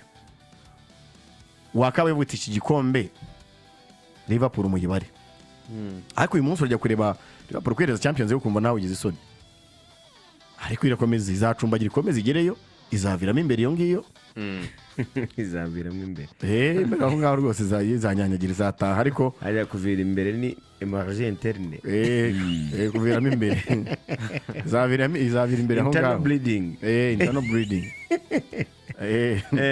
burya ni nambi burya nimbi cyane iyo umuntu anakomeretse akavina imbere amahirwe yo gukira abari 0.5 ariko nyanyagiye ukabona ari ku hanze banamenya uburyo bayabuza gukomeza kuva ariko imbere nese wayabuza bigoye bara wakomeza so ubwo rero kuri Liverpool nge ndaba ngo ni ikibazo cy'umutoza udafite experience ya Champions League n'abakinnyi nabo ntago ari umutoza ukangitse muri ziri yego ntago ayizi ntiwanamurenganya mubajije nawe ibibera ku munsi wo kuwa kabiri no kuwa gatatu ubundi yabaga yasibye cyangwa yibereye mu ishuri ntago ari ibintu bimureba cyane so ugasanga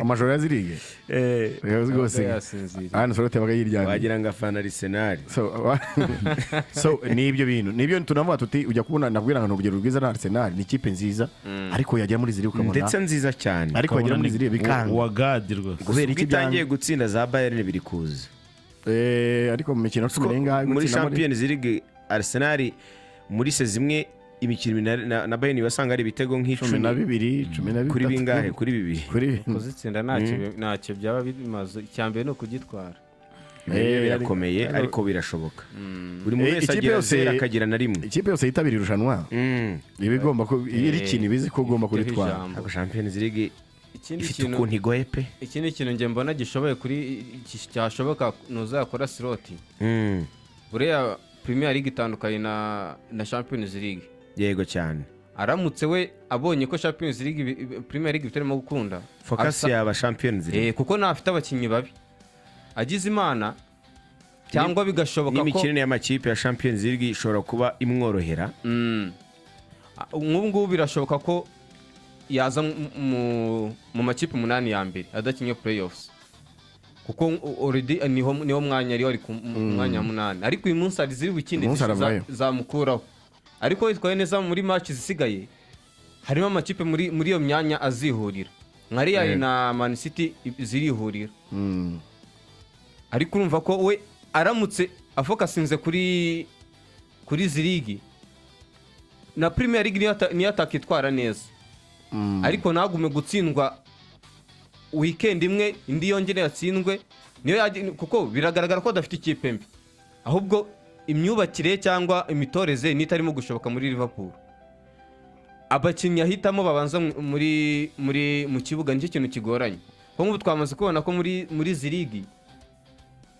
kuba yafashe Castellanos akamushyira mu kibuga hari ikintu byamuhaye kandi muri Premier League najya yemera kumushyiramo base ngo akoremo makarista kubona ko anarambiza ku bakinnyi bakina nabi nubwo Liverpool yatsinze njya mwabonye amakosa menshi yakoreye mu mutima wa defense yakozwe n'abadefenseri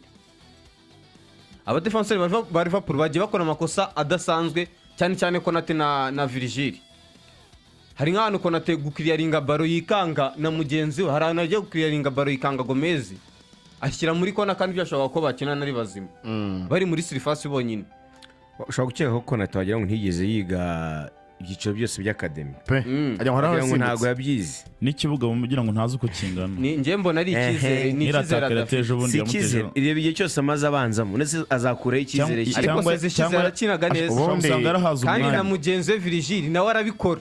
uwakinaga neza ari Virgile ahubwo agakavaringa ayo makosa. ariko Virgile nyine a dropping form. Virgile nawe ameze mvuga ngo ngize imana match yanjye tugataha. ntekereza nawe ko twabonye na sezo yakinaga neza Virgile yabaga afite Umunyakameruni Matip abantu ntabwo bigezamo agaciro buriya mwiza. nanjye nicyo kintu na sticking aho mvuga ngo Virgile agirwa nawe nta mudefenseur rega wigira uko waba uri umuhanga kose ukenera undi mudefenseur mwuzuzanye. Virgile akiri muri Southampton hari umunya Portugal twa Jose Fonte niwe wamuyoboraga ni nawe wari ukaze by the Jose Fonte kuko bendaga no gukina kimwe ahubwo nuzakamurusha Virgile wenda reka ntabwo yamurushaga nuko Jose Fonte yari mukuru nyine amakipe ntahita amushaka Virgile akiyangaje rero ubona ko nje amakosa y'abakinnyi Liverpool nubwo yatsinze ntabwo ari nziza yakwavuga ngo byaranye. Regane urabyumva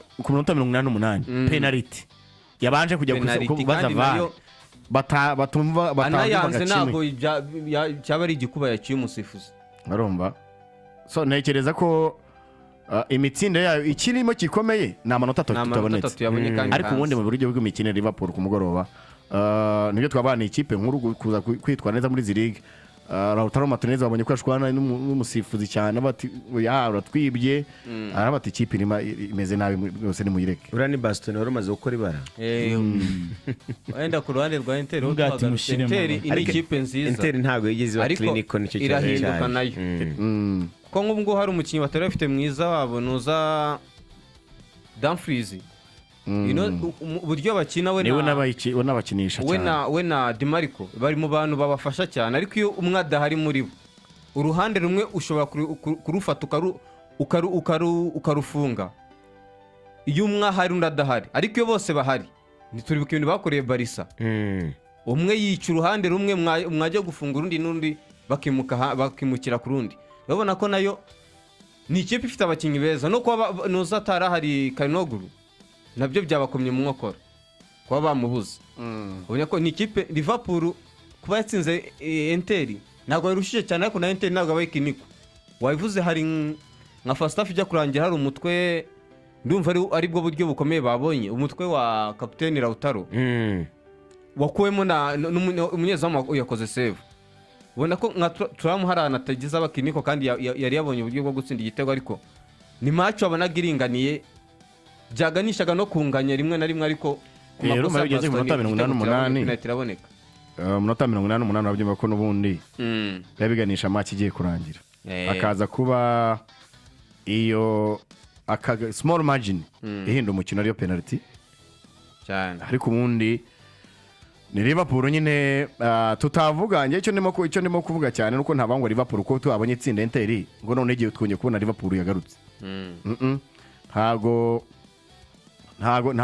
Ancelotti tarabona abakinnyi be mvuga ngo kuvuga ngo turebe Liverpool nyayo iryana erega ikipe ishobora gutsindwa igatsindwa match ukavuga uti nubwo itsinzwe match nta kibazo ariko ikipe irakina pe ariko hari igihe unakina wanatwara amanota 3 nawe ukayatwara uzitinda yibye utahangaha ni imana ni ya football utamenye uko imera ariko nkundi ku ikipe nje mvuga itarakumveka igikene mutoza gukora byinshi cyane ngo tumubone Ancelotti aracyafite akazi mu ikipe ya Liverpool gakomeye cyane kuko nibikomeza bityo mwabonye ko Liverpool ntago ari ikipe ikunda kuvugwamo inkuru zo kwirukana ntago ari inkuru ya kipe uzabona inkuru zo ngo nagende bamwe ni ikipe ihangana cyane baraceceka ahubwo bikaba ase bihanganye imyaka 30 ubwo urababwira ko ikipe batakwihangana none hari iki niki cyabakanga sezikiri hagati urumva gusa navuga ko na na Liverpool yari mu bihe byiza kuba Inter yayisibura haka akana kana iguru yabuze hakiri kare cyane ni naho Dumfries kabiri yizamuka ko ndetse na mu defense ya Cherby baburiye rimwe hakiri kare navuga ko biri mu byafashije Liverpool by'umwihariko nyine niko football imeze niko football imeze iyo imvune z'abakinnyi beza bawe zibonetse kare nyine umusaruro mwiza uhita ugabanuka uko akane kana no guhamya ko iyo aza kuba arimo twakwa tuvuga ibindi mediane ikipe ya Liverpool yari guhura n'ibibazo bikomeye cyane ya strugglingaga so iyo na avantage nyine bayikoresheje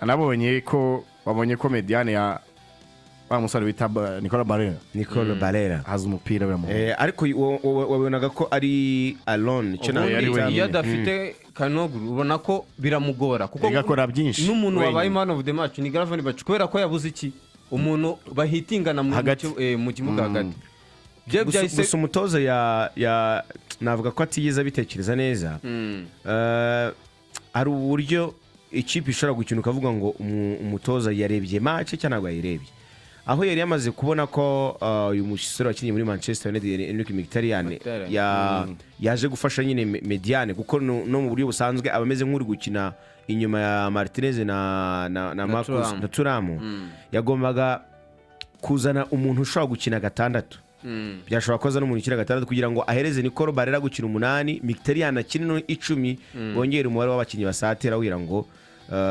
bazane n'ubundi bugarira so navuga ko ari umutoza yiciye tactique yiwe no mari nyine azi ko aza gukora gestion y'umukino namunanira cyane ko buriye y'umuntu gutsinda ku minota 88 wagerageje home advantage ntabwo ugeze bayibyaza umusaruro nta nubwo Marcus Thuram yigeze aba clinical nawe ari mu bantu batigeze bafasha ikipe ku mugoroba kuko tumuzi ni umukinnyi mpamya ko umufaransa Ibrahima Konate azi nawe aramuzi urese azundi ariko wakagira ibyago muri uko kumenyana yakabaye Ibrahima Konate no Marino wagize avantage yo kubaza ahubwo Marcus Thuram so navuga ko icyo kiri mu byatumye ikipe ititwara neza mu buryo bumwe cyangwa ubundi iyo ni ikipe ya Liverpool rero ubwo no gutangira muri weekend nakubwira ngo muri weekend rero hari gahunda yindi urumva ko muri weekend bazaba bacakirana n'ikipe ya Brighton so byinshi cyane nukuza kurebuka tukaba tuti niki cyakorwa niki bagiye guhindura ku ikipe nk'iyi ngiyi imwe mu makipe akomeye afite abakinnyi beza ariko umusaruro wakomeje kuba umusaruro nkene wa Liverpool bikomeje kugenda byanga zirige avuga ngo zirige igira ibyayo ntabwo twakumva ko Liverpool agarutse kubera atsinze Inter ku mugoroba nabo bakinnyi baburaga max tukomoreje n'ibyayo kantu gatoya gahindura rezeta uko waziteganyaga na penalty wabonye kavuti soma nawe nako atagize umwe mu zamu babonye nyuma ko ikipe yari irekuye Onana agiye muri Manchester United baramuzana ariko yarabafashije nawe cyane nibo bantu basimbuje mu izamu neza cyane ku buryo bavuga ngo nta n'ikibazo bakwiye kugira ariko bagira ibibazo akenshi bitewe na approche y'umukino iyo bagerageje gukina umukino defanda ntabwo Inter igitsinda kandi kiretse yakikubanje nibwo bishoboka ariko iyo itarakibona iri mu makipe agorwa cyane kuko nubwo mu matsindwe kimwe iba yatewe shot on target nyinshi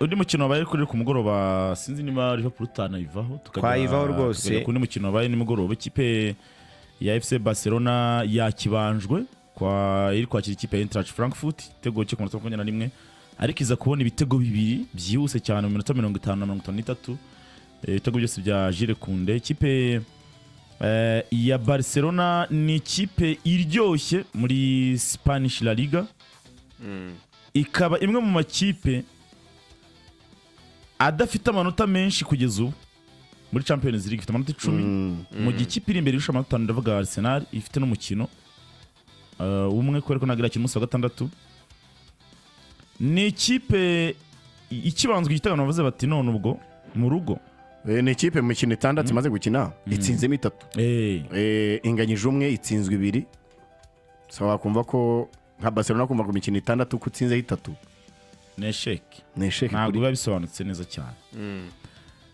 ni ikipe rero ku mugoroba yari yahaye icyizere Robert Lewandowski hagati mu kibuga Frankie de Jong ntiyararimo yari afite Pedri na Garcia muri systeme ya 4-2-1-3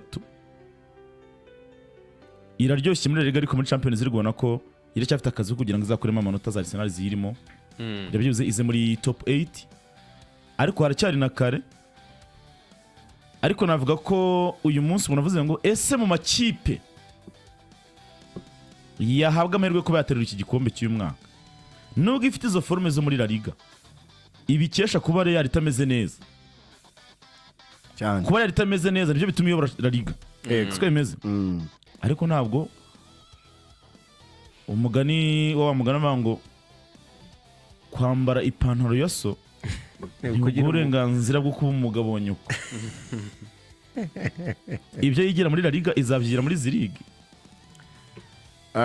FC Barcelona nibyo nari nkubwiye iri ku mwanya wa 14 ubu ngubu imikino 6 imaze gukina imaze gutsinda imikino 3 inganyije umwe itsinzwe 2 itsinze ibitego 14 bayitsinze 11 ubu izigamye ibitego 3 urumva ko ifite defense irimo kuva cyane uko ugiye kumva gutsinza ibitego 12 ugaba gutsinda 11 urumva ibitego 3 zigamye warabimariye ariko uhita ubona ikibazo cy'ubwugarizi imikino 5 iheruka Barcelona muri Champions League rero tuvuga imaze gutsinda imikino 2 inganyije umwe itsinzwe 2 nesheke ndavuga 5 iheruka mu mikino 6 imaze gukina so urumva ko harimo esheke ikomeye cyane kuko ni Barcelona ifite ubusatirize bwiza cyo kubona ukabona ibitegera bitsinda yego ariko nayo irinjizwa mu bintu Barcelona idafite muri iyi sezo ni ikintu cyitwa defense kandi biragoye kugira ngo uzatware igikombe nta defense ufite biragoye pe kuko nuhura n'ikipe ishobora kudefanda ntuitsinda ariko bakugeraho ukagutsinda icyo gihe nge uzasanga urimo gustrugglinga cyane ni match rero neza ko batsinze nibyo ariko ntabwo irakomveka kwa kwahiri n'uyu munsi wa none ntabwo ari ku mikino 6 izindi zakina imikino 5 zitarakina uyu munsi ana makipe ashobora gukina gatsinda ugasanga Barcelona tuyibonye yasubiye mu makipe 18 iri yongiyo kipe nka za Newcastle ntizirakina Man City ntizirakina makipe nka za Liverpool ntizirakina kipe nka za Napoli ntizirakina za Juventus so ayo na makipe ubona ko za Real twavugaga ntizirakina Paris Saint-Germain ntirakina ayo makipe Arsenal ntirakina Arsenal nubwo niyo nyine ifite akariko dikeza cyane imikino 5 iheruka yose yarayitsinze nta Arsenal niyo imikino 5 imaze gukina imaze kwitsinda yose ntawe iranganya ntawe iratsindwa imaze gutsinda ibitego 14 yinjizwa igitego kimwe izigamye 13 nibyo nakwereka ikijyanye n'ikintu cyitwa defense kipe n'ibitsinze ibitego 14 yinjizwa kimwe tansiyo kipe niyo guhereza credit muri Arsenal ariko ibitego itsinze inganya n'ibyo ikipe ya Barcelona imaze gutsinda bose ni 12 ariko Barcelona yinjijwe 11 Arsenal yinjijwe 1 iyo ni message ikomeye kuri Barcelona ngwera n'uyu munsi ishaka kurara ivuyeyo iza Dortmund n'izitsinda zifite amanota 10 iza Man City n'itsinda yajya 13 za Spurs twarazibonye ejo zirijajara itsinda so bisa nkaho ku ikipe FC Barcelona nikomeze muri La Liga yitware neza ariko ubushize ntekereza ko yandwara nta hirage igifite iriya defense abantu bari ba Barcelona buryo ikina na defense yayo uraribuka buti Patro kapiteni niba atazama akaza asimbuye ugasanga no muzamu strugglinga mediane yabo akaba ariho bacungira cyane kubakira muri mediane ndetse na attaque kuko bafite attaque nziza ushobora gutsinda ibitego byinshi nareba ni watsinaga nandi Eintracht Frankfurt ntago ari akipe ikomeye yanayibanje igitego byaje kurangira 2-1 cyane ariko Barcelona yagerageje ikora impinduka nyinshi kugira ngo irebe ko yacyura amanota 3 yacyura ariko Paul Kubasi Jire Kude rundi Barde ku rundi ruhande na Marte ujya kubona Gerard Marte kuza kuba ari muri defense akina na Kubasi ubona ko ni Barcelona struggling Jire Kude kuna kuzamuka ndetse na Ariandro Barde nakunda kuzamuka cyane bana ba wing backs bazamuka so ugasanga ariko kuzamuka kwabo kemera ko umutima defense woroshye cyane bari bagaruye Johan Galicia mu izamu ariko ugasanga kenshi akazi karakorwa na Pedri hagati iyo atari kumwe na De Jong bari kumwe na Eric Galicia bari barwana kumugorana nibo bari bahari. Fermin Lopez yaraherekeje Lewandowski uruhande rumwe Rafinha wagarutse ni amahirwe kuri Barcelona ugarura Rafinha urundi ni Lamine Yamal.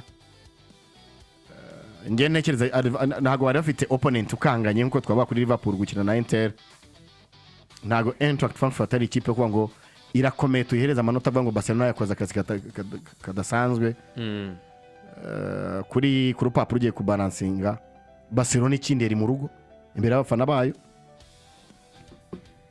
Ibitego by'umudefenseri birongera kwereka indi message byombi ni bya Jirekunde niho batsindiye ukibaza se iyi kipe itsindirwa na ni ibitego byagiyemo binakurikiranye yaje 3 rwose 3 kuko Rashford yatanze umupira avuyemo igitego cya mbere mu minota 50 Lamine Yamal atanga indi ku minota 53 ubona ibitego bari bayibanje so naho ngaho ariko ukajya kubona nayo muri zirige ntago ari ikipe bivuga ngo warirayengaho ngo izatwara Champions League kuko wenda kwirushanwa rigenda niba mara kwicayura mwatashye aberekezo Nyakariro bagiye na Nyagasambu cyo gihe nibwo tuzare Kabuga azagasheke iyo ngiyo nibiyo birangiye hari ni ka groupe kaje tuzataye kureba ariko aha ngaha biracyari rusange kuza gutsinda Eintracht Frankfurt nta nkuru yarigoye ahubwo yari kuba inkuru yo botsindirwa mu rugo na Eintracht Frankfurt uretse kwice cyambere cyarangiye Eintracht Frankfurt shora gutsindira ibitego 3 nawe yabuze kwa experience ni experience kwa ariko nanone umutozo wa Barca nawe ari binagera mu ruhare tozo wa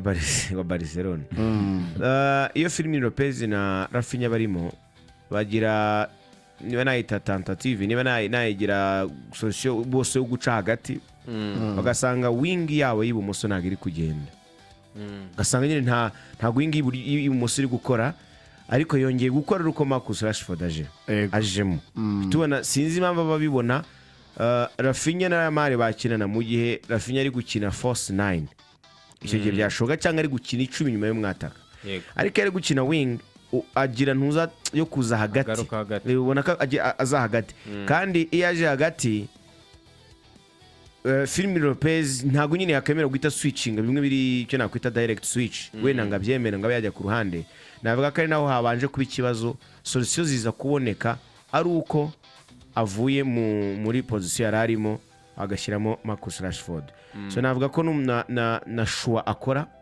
zitamufasha ni nako byagenze Marcus Rashford ajya mu mukino wa Chelsea yahise yindura imikinire sinzi niba ari uko wenda aharaye abashya ariko Marcus Rashford amanota yagize mu Champions League mu bikira yagize ni Marcus Rashford wayamuhaye so akwiye kuba yabiha agaciro akibuka ko Rashford ari umukinnyi wakinnye no mikino mbere ya benshi bari muri Barcelona ndetse Lewandowski kandi murabizi ko Barcelona yamaze igihe itari gukina imikino ya Champions League aminiti twara neza muri Champions League so buriye mwe cyangwa ubundi no umutoza nawe Hans Flick wagira ngo nawe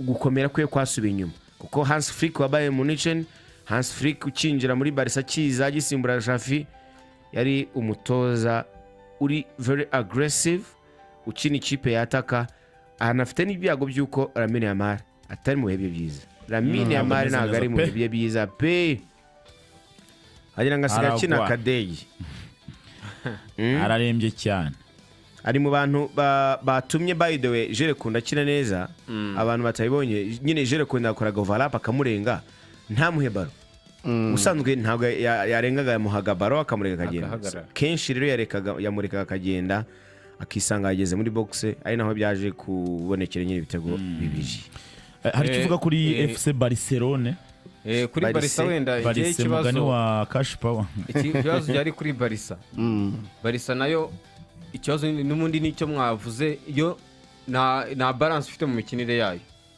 ni Barca ugiye kureba abakinyi ifite bafite defensive skills nago barenga batatu ni Kunde ni Kubarisi na Galisi kari Galisi bamukinisha gatatu ubundi ari umudefenseur Jed Martin wakinaga muri defense ni numero 3 yego bya bindi ibyo Max yavuga ngo kuba Rafinha kinira muri Mediani bituma Barida kina ira couloir yose azamuka buri kanya. Kwa kuzamuka kwa buri kanya bituma asiga hariya asiga espace hariya. Wajya kure muri Mediani n'igitego wabatsinze baturutse muri Mediani. Mediani yasamye gutya na nimero 6 bari bafite. Iyo hatari umukinnyi ufasha Pedri kwimya adversaire umupira ubona ko Barca niho hantu hita itsindirwa. Barca iba yanorgonotse hagati yaho yo ujya kora Pedri yayivuyemo cyangwa se ukabona ko muri gihugu imikino ya Barcelona burahinduka iyo Pedri avuyemo urayibona ukabona ko yabuze igisubizo kuko defense yabo ntabwo niyo defense mbi uyu munsi ugiye kureba muri Champions League ikipe ifite defense mbi ni FC Barcelona. Ikipe itsinda ibitego 12 bakayitinda 11 zigamye ibitego bitatu bitabikwereka uburyo ikipe no muri rimo gusikagora cyane rwose. Ikindi kandi amakipe yose yarayimenye kuko Barca ni ikipe kuibanza igitego byoroha ahubwo yo igatabarwa na attaque yayo nzima. Na n'igihe usanga badiyonge baje aho gaposesiyo kayifasha ariko irinjizwa. Nimba mwibuka match bakinye na Newcastle yo Godon ndetse na Elanga iyo baba Kiniko baba baratsinze match ya Newcastle baba baratsinze kare. Wajya kureba kuri match twabonye yindi ya Chelsea bisa nkaho ibitego bitatu byari biki byagomba no gutsinda ibitego birenze bitatu ko hari ibitego byinshi bagiye bahushwa. Wajya kureba rero Barca muri Champions League ntabwo atwara zirigi utsinda bagutsinda bitatu cyangwa winjiza bitatu naho kwinjizwa bitatu bagushyiramo bitatu ntago byashoboka. Ahubwo zirigi utsinda kimwe ukakiryama wayitwara kuko ni turun cyane ibigiye gitoya kandi nanone uva kuri adversaire umwe ujya kundi imikino myinshi bahuza ni ibiri cyane ni utegura imikino 90 byakanga ukanategura extra time.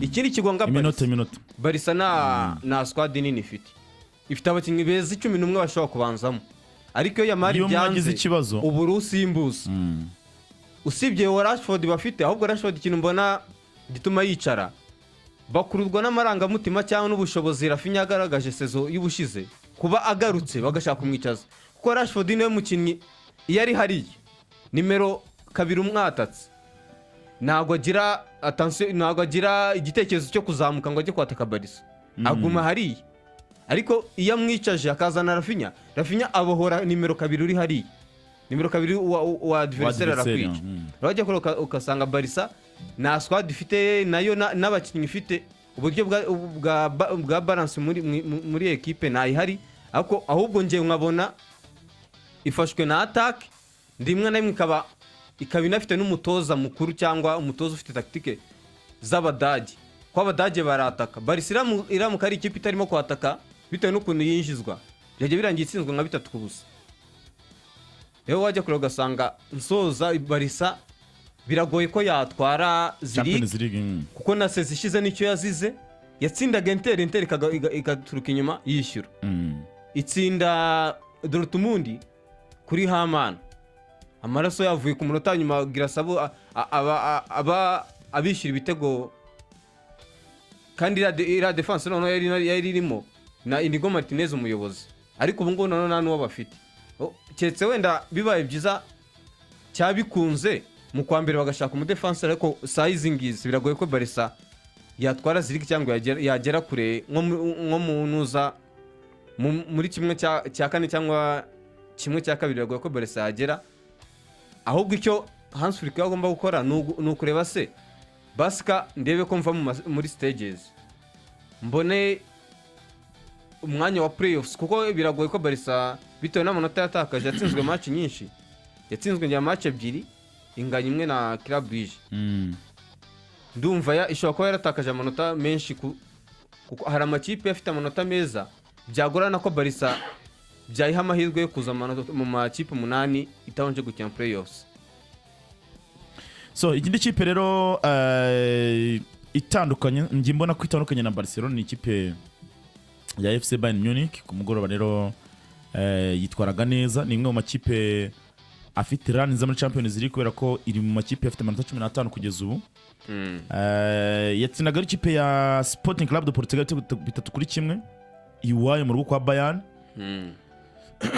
iyi Bayani ndetse na Maxi cyo kimwe na Mupenzi za Barcelona batubona ko zitari ara hotel yo ko umuntu yazihamira gutwara igikombe cya Champions League. Ikintu mbona iyi Bayani ntishobora kuzigaragaza. Bayani ifite nuko abantu batari nta kintu ibura na bya bibazo bya defenseur ifite nubwo badakaza ariko bafite aggressivity, bafite inyota. Ubona ko Vincent Kompany abadefenseur biwe yabatoje gukina styles.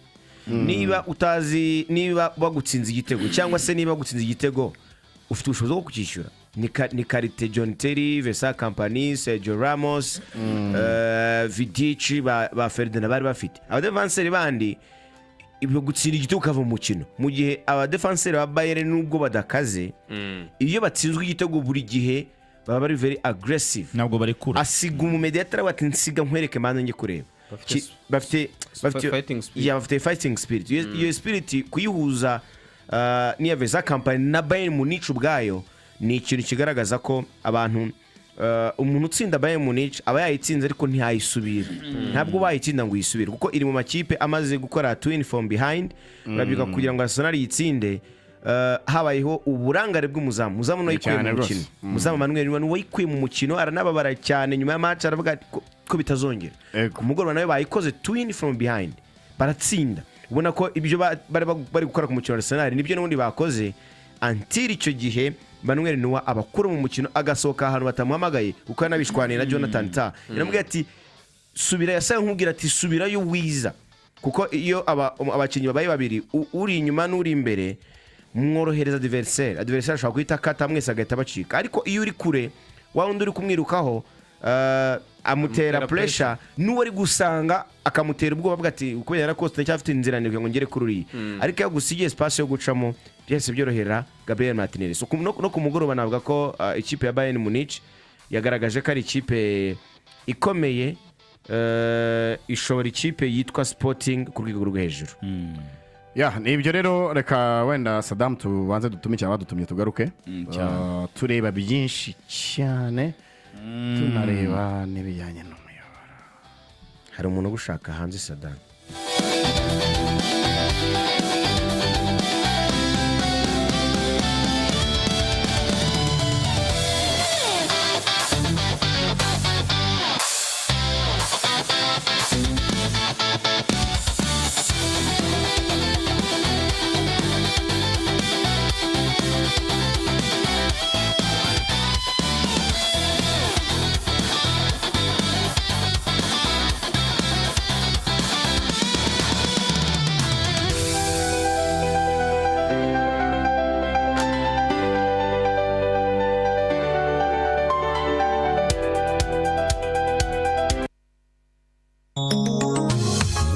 Imyaka 25 Imana yagiye yandika inkuru y'ibyiringiro binyuze mu ndirimbo z'agakiza n'imbaraga z'ubutumwa bwiza. Umuhanzi Alexis Dusabe yabaye intumwa y'ihumure. Indirimbo ze zatugejeje mu marira y'ibyishimo. Ni umuyoboro 25 years concert ni kuwa 14 Ukuboza 2025 live kuri KCEV Kigali. Muri iki gitaramo tuzaba n'abaramyi mukunda cyane nka Bosco Nshuti na Pastor Lopez. Bazadufasha kuyobora umugoroba w'ubugingo n'ubuhamya. Ntuzakikwe n'iki gihe cy'amateka. Buri tike yawe ukaza akanyenyeri 797 akanyenyeri 50 akanyenyeri 2 akanyenyeri 93 urwego. Wagura no kuri www.umuyoboro.com. Uguriye kuri Airtel Money ugabanyirizwa 10%. Ku bindi bisobanuro hamagara 0788 880901. Umuyoboro 25 years concert na Alexis Dusabe. Reka duhimbaze Imana yatuvanye kure, tuzahurire KCEV Kigali.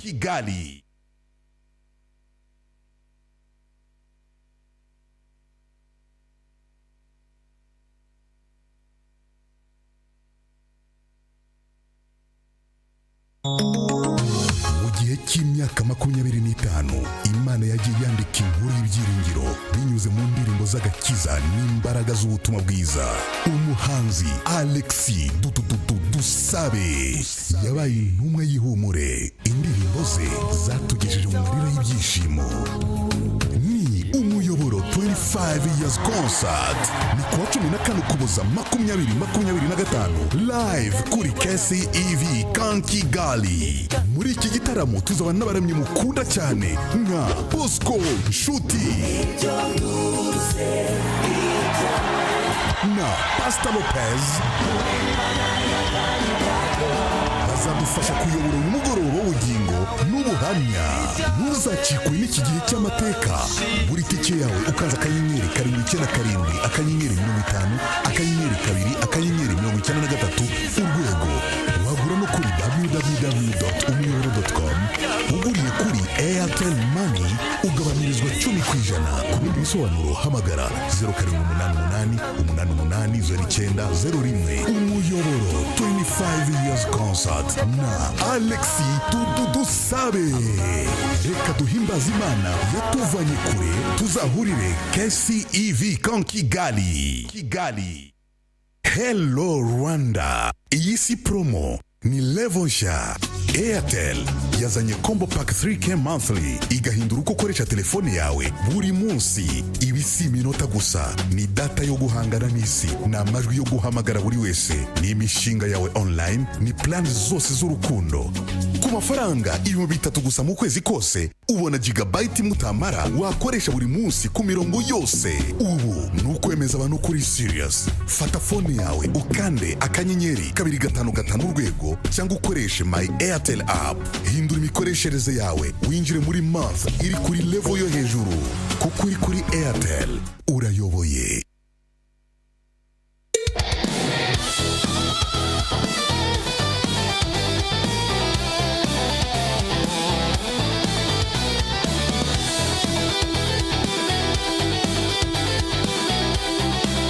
Yes, iracyari rero Urban Sports kuri Urban Radio 103.7 Happy Mood Hit Music kabisa. Kwa rero tukiri mu kiganiro n'ubundi Urban Sports cyuyu wa gatatu. Twari ku ikipe ya FC Bayern Munich iri gutanga imenyetso ko yakomeje kubisunika iba unbeaten, nyuma yaho biza kwanga. Ikipe isigaye iri unbeaten na Arsenal nubwo ifite umukino mu kanya gato cyane. Ariko turi ku ikipe ya Bayern Munich tukiganira tuvuga tuti iyi kipe mukanya tumaze mupenzi aravuze ati jewe nderimina Barca nta bushobozi ifite bwo kuzatwara Champions League kubera ko nyine ni nziza iwayo muri Espagne, atariko ku ruhando mpuzamahanga ntabwo abo ihanganye nabo igikombe boroshye cyane par rapport nayo. Ikipe ya Bayern mupenzi uyu munsi Max aravuga ati nta kintu ibura na kimwe. Iyo squad irayifite, iyo spirit irayifite, nta mwuka mubi yirimo. Baheruka ngira ngo saga z'imyuka mubi hakirimo Sadio Mane, nibwo mperuka bafite kafuyaje iteye ubwoba. Uyu munsi ni ikipe ituje iratengamaye. Umuntu ayikarifiye ku gikombe. Mbere na mbere ni ikipe nziza, iri imwe mu makipe meza mu Burayi. Tugiye kuri amakipe ari complete ubu ngubu yo na Arsenal ni izambere. Makipe yuzuye afite byose. Giye kureba nditandukana hano riri. Shaka nko kubarira mwizamu noza Bayern ifite umuyobozi muri secteur yose. Mwizamu ari hagije New no muyobozi.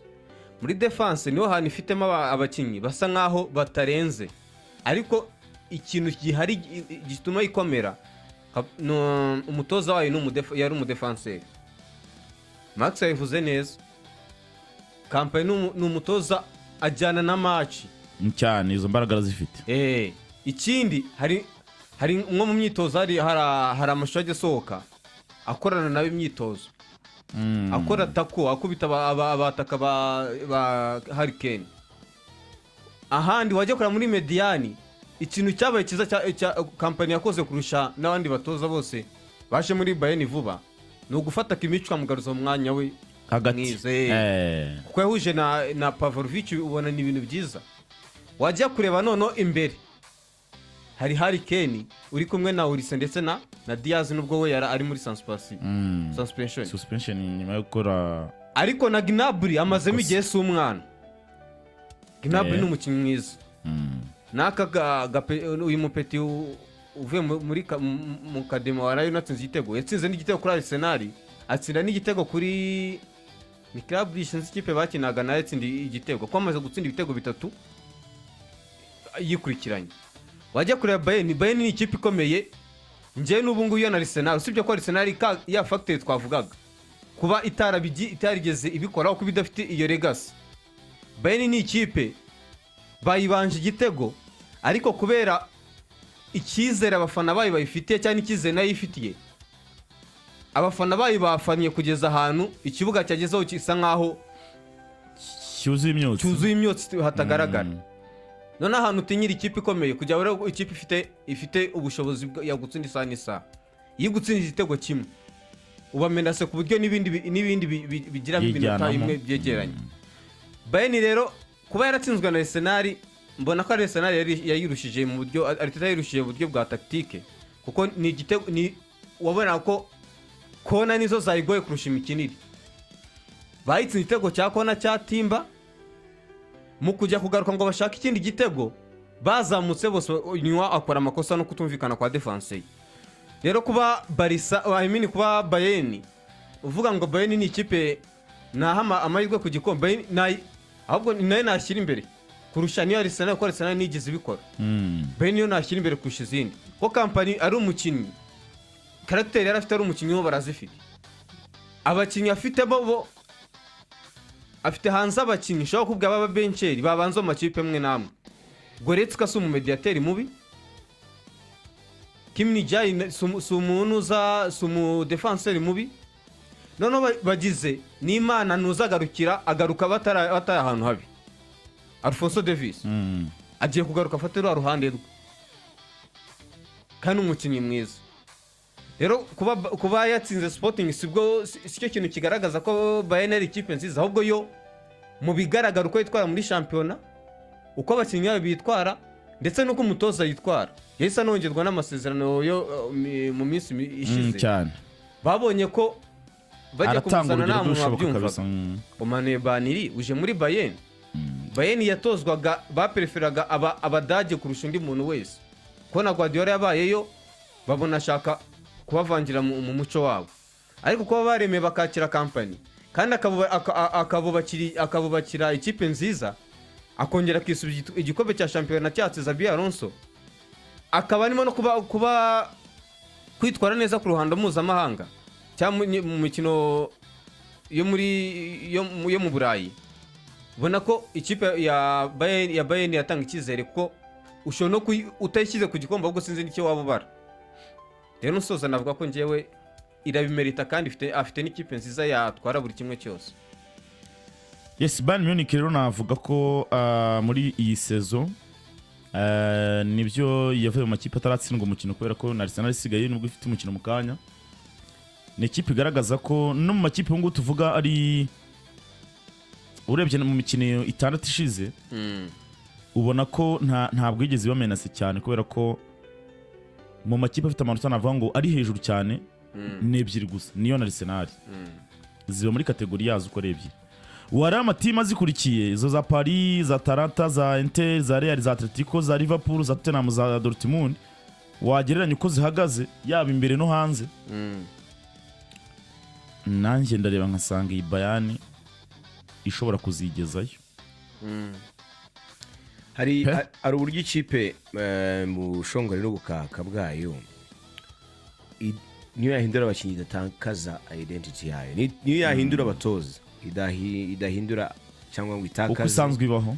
Ni ikipe itsinda ibitego byinshi buri umuntu wayitsinze byinshi aba ari umuntu wayishoboye cyane ariko nanone nayo ni ikipe byagorana ko wasubiramo umukino ngo wongere uyitsinde nkurikije ukuntu imeze muri aka kanya. Abantu banitege ko ni no journée yonyine sibyo cyane journée ebyiri Luis Diaz den akagaruka cyane n'indi journée nimwe izabibura gusa den Luis Diaz akagaruka. So icyo bishatse kuvuga kuri Vincent Kompany iyo komeza kugira unbeaten kuri we ukuntu nge mbibona mu mikino iyo yari kwirara kuko ibintu yakinye kuri Sporting ni ibintu bigaragaza ko intsinzwe Arsenal yahakuye isomo rikomeye cyane yahakuye isomo no mu misimburize uhita ubibona ko hari ikintu yungutse nacyo mpera mvuga ko ari ikipe abantu bagomba kwitega kandi ifite avantage, ifite imibare, ifite imikinire n'abakinnyi na statistique ziyemerera ko yatwara iyi shampiyona igikombe. ikintu bakundiye wenda nakongera bakundiye kampani abadage bakunda umuntu utsinda kandi agatsinda cyane, atsinda n'ibitego byinshi, afite inyota yo gutsinda niyo abonye ibitego bibiri kuko na kampani ko ateye atsinda ibitego yakurushije kandi akanagutsinda n'ibitego byinshi. So iyi ni imikino rero yabaye ku munsi w'ejo, ni ikipe ya Cagliari yatsinzwe n'ikipe ya Olympiacos Piraeus ibitego kimwe ku busa. Ikipe ya Atalanta yatsinze ikipe ya Chelsea ibitego 2-1. Abantu bati iyi Chelsea ibyayo biraza kugenda gute? Joao Pedro yabatsinze igitego gifungura ariko baza kubyishyurwa byose baranatsindwa. Chelsea nayo tuyikure mu murongo bazatwara igikombe cyangwa Kaisedo. Sinigeze nyishyiramo. James yarahari, Fernandes ahari. Sinigeze nyishyiramo. Shuti ya Max Gittens yarahari. Urakoze guhitera kuri Gittens. The only player of Chelsea uzabona mu kibuga ukizera ko utaraza gutsinda match byoroshye ni babiri. Okay, bamaze kuba batatu. Ni Jamie Gittens, Joao Pedro na Tosin. Ndasobanura impamvu. Mu mikinire y'aba bakinnyi bombi bari very soft. Bari ubona batari tayari mu mutwe, nyine ubona badahari.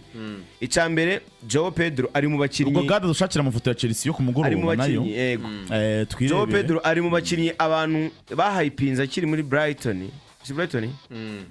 Ariko abantu ntabwo bazi neza ko atari nimero 9 yakinaga inyuma ya rimwe na rimwe yari Ferguson na Welbeck. Ya Danny Welbeck. Ariko icyari gihari, Danny Welbeck yari umukinnyi umukorera. Ndikuba nta travail nyinshi Joao Pedro yakoraga, yakundaga gutsinda imipira iri inyuma ya surface gatoyi. Ntabwo yari umuntu wereminaga abantu batatu wene ngo atsinde oya.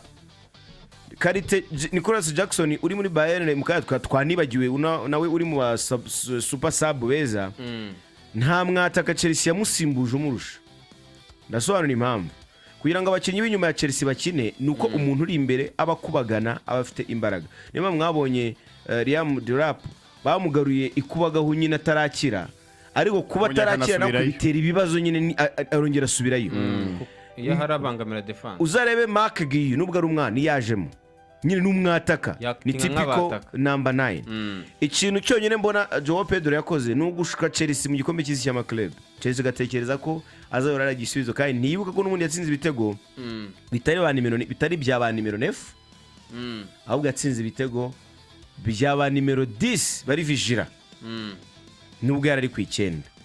Ikindi cya kabiri, igihe cyose Jamie Gittens bari mu kibuga akinisha nabi Marc Cucurella. Kontrere Chelsea ifite umukinnyi uzi gukinisha Marc Cucurella kakanya wavuye muri Manchester United witwa Garnacho. Garnacho afite inyota yo gukina, Estava afite inyota yo gukina, ariko umutoza urahindagura ikipe cyane. Ni mugoroba match niyabyuka neza yarangiye Estava adakinnye, kandi Estavao na Pedro Neto bagaragaye nk'abakinnyi umukino wose barimo bari very dangerous. Rero asigaye abatandukanya kandi iyo bari kumwe mu kibuga bakina neza.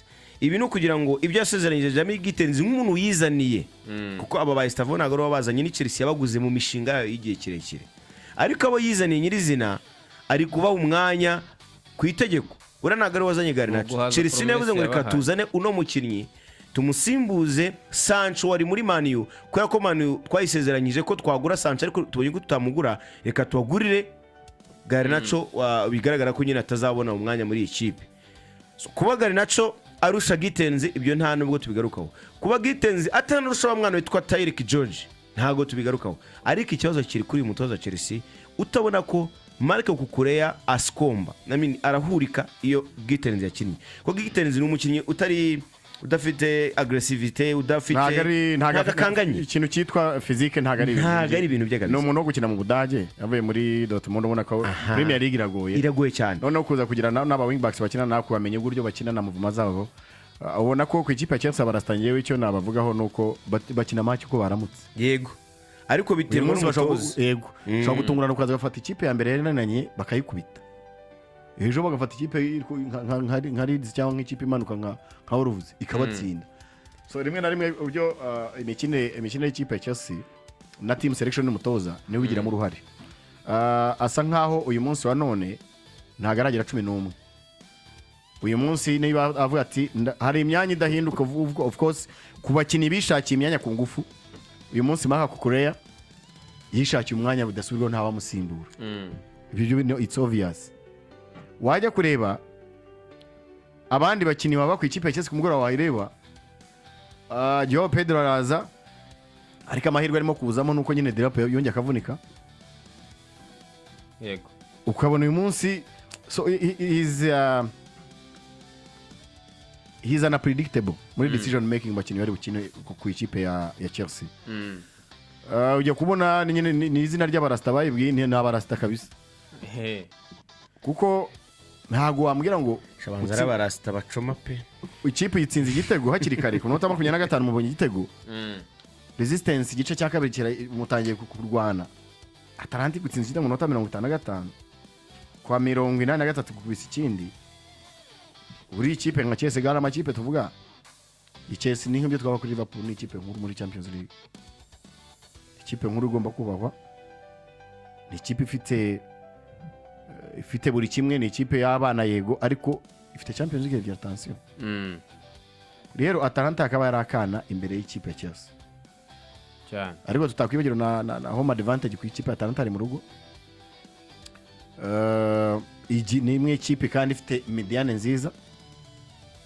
Ifitemo umusore w'umunyabrazil bita Ederson. Na Mark Drummond Holland bakinana babahanga cyane.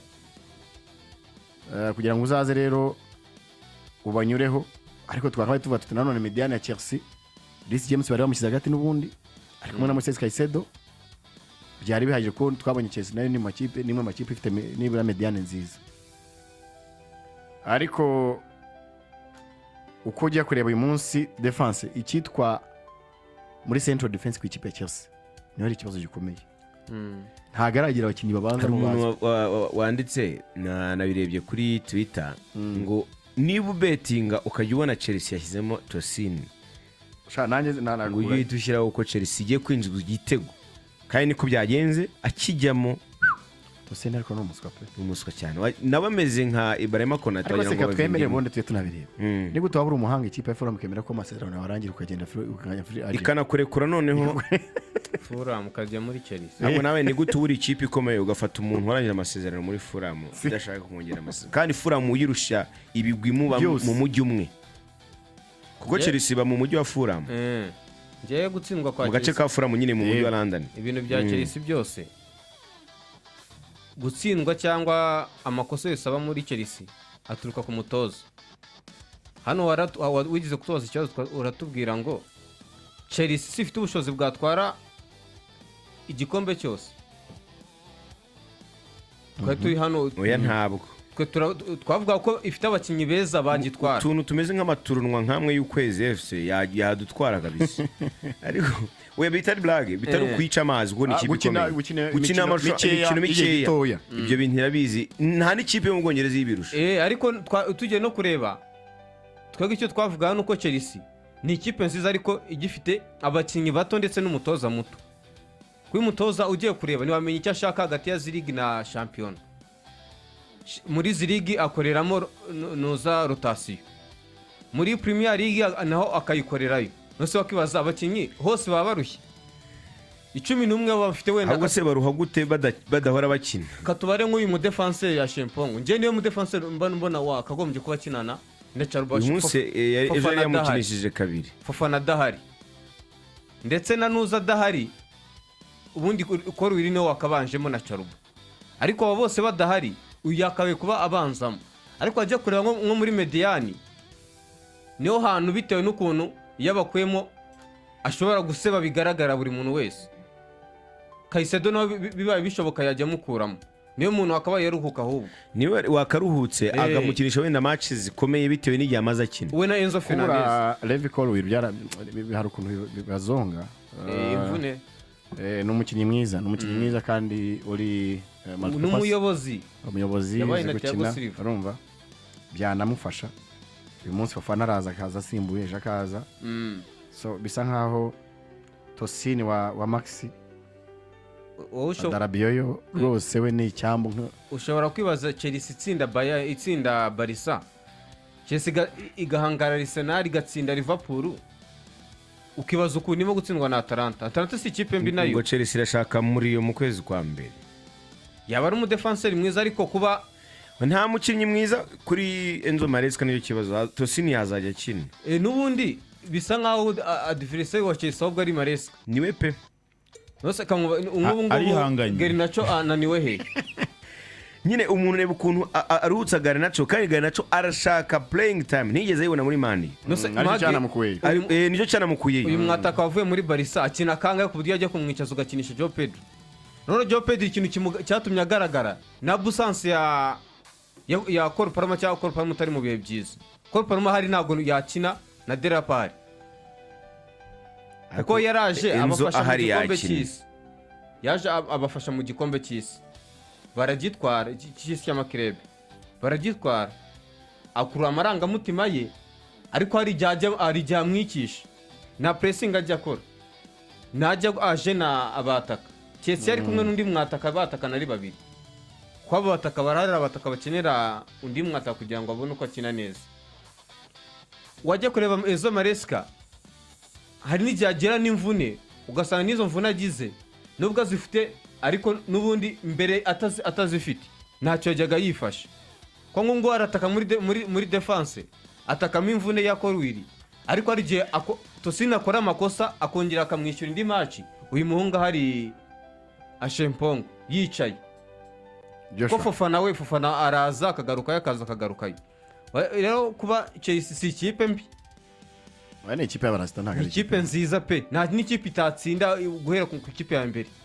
nta kipe itatsinda Enzo Maresca yashyizemo 11 ba Chelsea beza ariko ikibazo gihari we nkawe nabaza ariko twe nk'abantu bari umupira abo agomba kubanzamo turabazi ko nka Mediane Cole Palmer hari na Enzo Fernandez ndetse na Caicedo no bakabaye kuba bayikinamo hari n'igihe ajya akora amakosa nko kusinzi nka match ngira ngo ya Sunderland yicaje ngo araruhutse yicaza Reece James na Mari Gusto bose ba nimero 2 wawe bose urabicaza uhakinisha Charuba umutima defense atinisha Tosina Derby aranamutanga kuri iyo match nubwo aronjya mu mwanya aramutanga match Chelsea imaze kwitwara nabi kuri nyuma ya Barca zose na nyuma ya Arsenal ni Tosini uzitanga ariko ntabwo nje nashinza Tosini ahabwa ikibuga n'umutoza ahubwo na Tosini kwamushimira se ko azitanga se ko ari ubushobozi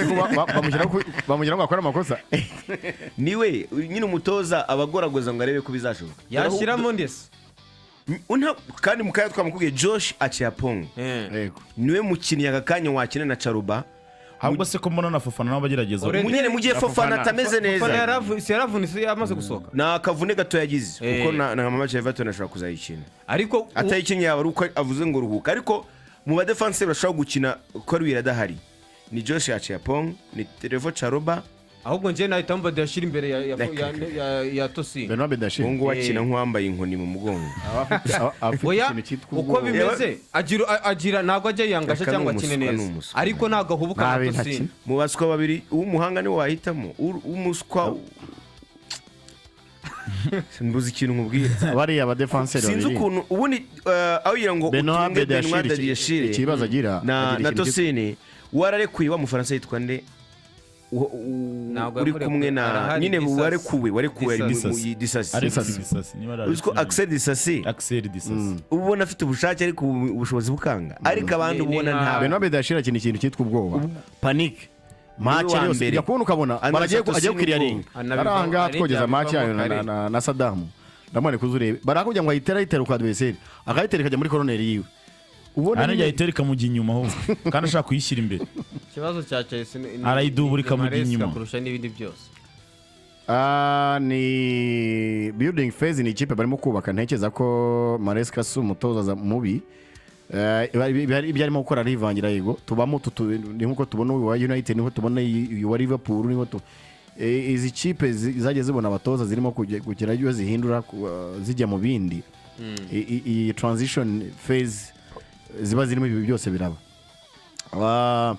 kutagira 11 bahoraho ku ikipe nka Chelsea ejo ni Garnacho ejo ni Pedro Neto ejo ni Estavao Willian ihora muri ibyo ngibyo bisa nk'ari atarafatisha ngo avuga abakinnyi banjye naba ngaba aribyo bikunda no kugora amakipe kenshi kudahozaho kuko ya chemistry tuba tuvuga kwa kumvana rimwe biragora kuko uyu munsi ukinanye n'uyu ejo ukinanye n'uriya utangiye kumenyera muvuma za mugenzi wawe bazanye undi kenshi bikunda kugora abakinnyi ndakinana nandi mutima defense nyananye n'uyu ejo nkinanye n'uriya nawe hari igihe musubiza inyuma nawe wenyine ntumenya n'igitego aho giturutse so kuri Chelsea rero nge ntekereza ko ari ibyo bintu bazongera kujya nabo basa nk'aho Liverpool ahantu hamwe bibanze cyane gura abakinnyi b'imbere cyane kurusha ab'inyuma no kuza kugira ibibazo by'imvune byabakomye mu nkoko ariko ku ikipe ya Chelsea ubundi ni ikipe y'abajene ni ikipe y'abakinnyi batari babi ariko bato mu myaka mu bintu bishobora kuyikoma mu nkokora nabyo birimo experience matters cyane so ntekereza ko aha izahava ariko nibyo namubwiye wahura na Chelsea yaramutse neza ari wese Chelsea yamugarika ikindi byo Max yavuga ni ikipe ishobora kuba yakina akantu kagufiya mini tournament kara abakina icyumweru kimwe papa gurane dukomeze aho Chelsea nimbi cyane ariko bino bintu bya race biragoye niba mubona ikina n'ikipe zikomeye nkaho wajya ngo ni finale biri gukina ariko yahura ni bagira match bategura nizireshya nanjye ikagayika ukagira ngo ahubwo yaragitwaye igikombe ntigishaka gutsinda gusa mu bushobozi nyine bw'abakinnyi batoya niko bigenda ariko ntago buri abakinnyi batoya ari defo hari n'igihe biba karite Barcelona yatwaye shampiyona ikoresha abakinnyi batoya abarimo bakuru uretse Rwando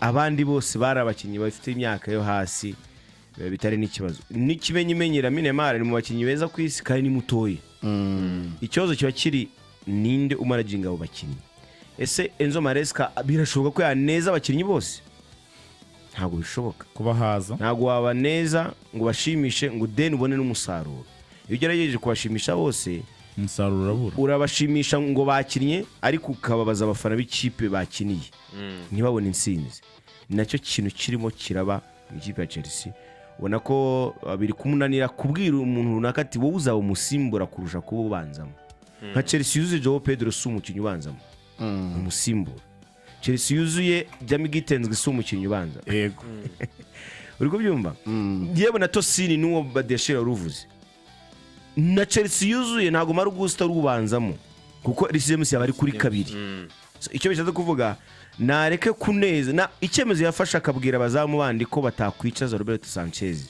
nagifata no kuyindi myanya avuga ati wowe uzakina no kwirukana ka yavunitse arotating bitewe n'umukino bitewe n'irushanwa bitewe n'imvune Champions League ari umukino ari irushanwa uruhutse bakiniramo ni irushanwa abakinnyi bawe beza bakina kugira ngo batsinde kuko umukinnyi mwiza udakira Champions League wamwicaje ngo gutegura Everton ni umukinnyi yabaye Everton na adversaire ukomeye kurusha Atalanta kandi nabwo azaruhutsa abandi kandi azayitsindwa kandi Everton yanagutsinda azayitsindwa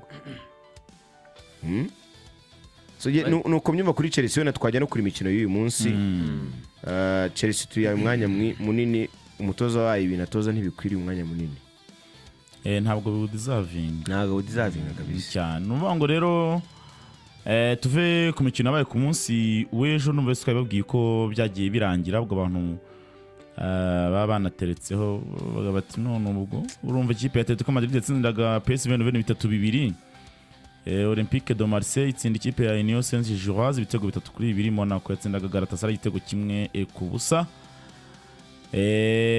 ndi mukino ni yo ikipe ya Tottenham Hotspur yatsindaga Slavia Prague ibitego 3-0 uyu munsi rero umukino utatindaho cyane n'umukino w'ikipe ya Villarreal ndetse n'ikipe ya Copenhagen FC Copenhagen urabura iminota mike cyane gutangire ikipe ya Karabag FK irakina ikipe ya Ajax saa 9:45 Leverkusen saa yine hakiri ikipe ya Newcastle umupenzi arayikunda cyane bagiye kwa Bayer Leverkusen Bruno Guimaraes barabagenda cyane ariko hari match y'umunsi, match of the day. Mbere ko tujya ku ikipe ya Arsenal hari umukino w'ikipe ya Real Madrid n'ikipe ya Manchester City uyu munsi niwo mukino ngira ngo abantu bose bategereje kuza kureba uraburyoshye ushyushye komeye. Amakipe yombi uyu munsi Man City n'itsinda Real irayiticaho ku rutonde 12-10 yitsinze direct kuko ubu ngubu Madrid iri ku mwanya wa gatandatu ifite mu mikino imaze gukina ni ikipe ya Madrid imikino 5 iheruka imaze gutsinda imikino ine itsinzwe umwe yatsinzwe n'ikipe ya Liverpool itsinze ibitego 12 yinjijwe 5 zigamye ibitego 7 n'amanota 12 hanyuma bagiye guhana ikipe ya City rero City nayo iri ku mwanya 12 n'amanota yayo 10 imikino 5 imaze gukina itsinze 3 inganyije umwe itsinzwe umwe itsinze ibitego 10 yinjijwe 5 izigamye 5 makipe yose ku kijyanye na defense baramira bose cyane barinjizwa ari Madrid irinjizwa ari ikipe ya Man City nayo irinjizwa so ni match tugiye kureba ariko ntekereza ko kuri Madrid nibyiri mu rugo defense ko yaragari Rudiger umukinnyi mukuru Carles uruhande rumwe rundi Valverde usigaye bakinisha kuri kabiri kabona ko gushakira umwanya ngira ngo adagura cyane cyane na Tchouameni Dan Ceballos umusore wahoze ari muri Arsenal Jude Bellingham Vinicius Junior Rodrigo nahise bashobora no kuza kubanza cyangwa se Constantino akaza gukina no match yaramaze iminsi adakinishwa ni City nayo ifite abakinnyi babonye ko banibura batangiye kugaruka mu bihe byiza ugiye kureba current form ya Phil Foden ameze neza Erling Braut Haaland nubwo atatsinze muri Premier League ariko is one of the best attackers Jeremy Doku uko yaramutse nuko Bernardo Silva twabonye tujyana n'indi azarahari Nico Gonzalez yasigariyeho neza cyane Cascante nabonye na Shiki uyu munsi muri Premier League yarameze neza ejo twaramu yatanga assist nyinshi so ariko Gravedior umutima wa defense na Ruben Diaz nono ku ruhande rumwe ni mu gasore bita Nico Oleile niyo City ntekereza na Donnarumma ndetse na Thibaut twabazamu barebare beza ikipe zose zifite abazamu beza ariko baramira kubera ikirere kubera defense mbi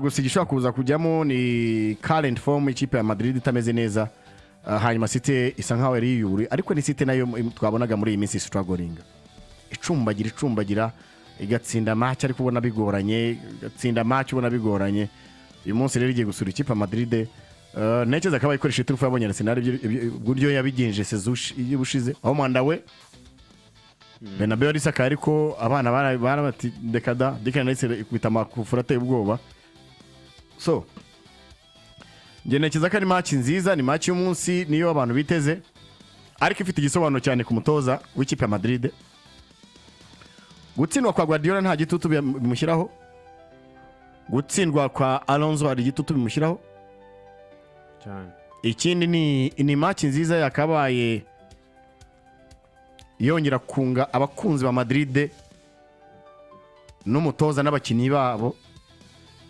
dore ko batitwaye neza muri La Liga batsinzwe ibitego 2-0 iyi ni wake up call bakaje kwitwara neza ku mugora kore ko batsinde no match baramuka batayitsinze ni ibibazo bikomeye kwa Alonso kuko n'ubundi batangiye kugera bamugira amajanja batwitwicira ikipe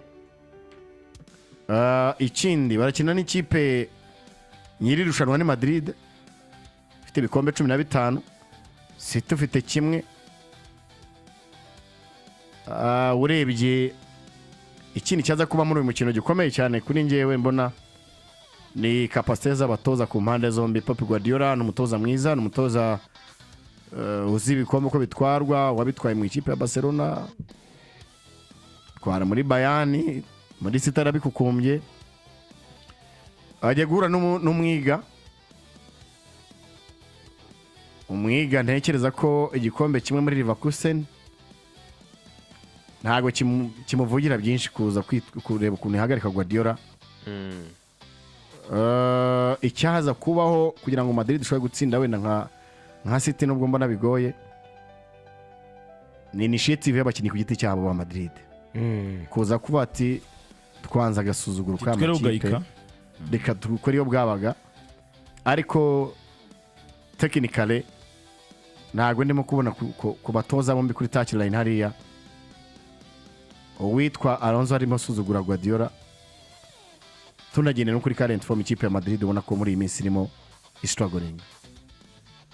Ukurikije ukuntu football imeze avantage bitwe n'aya makipe yombi ariko dukurikije ishanga turimo Real Madrid ifite amahirwe ariko ukuntu Guardiola muri iyi minsi arimo arakina ubona ko nyine upgrade imitoreze yiwe bimugira umutoza mwiza ku isi kubona umutoza mwiza kurusha Xabi Alonso approche y'umukino nk'uyu nguyu abirusha Xabi Alonso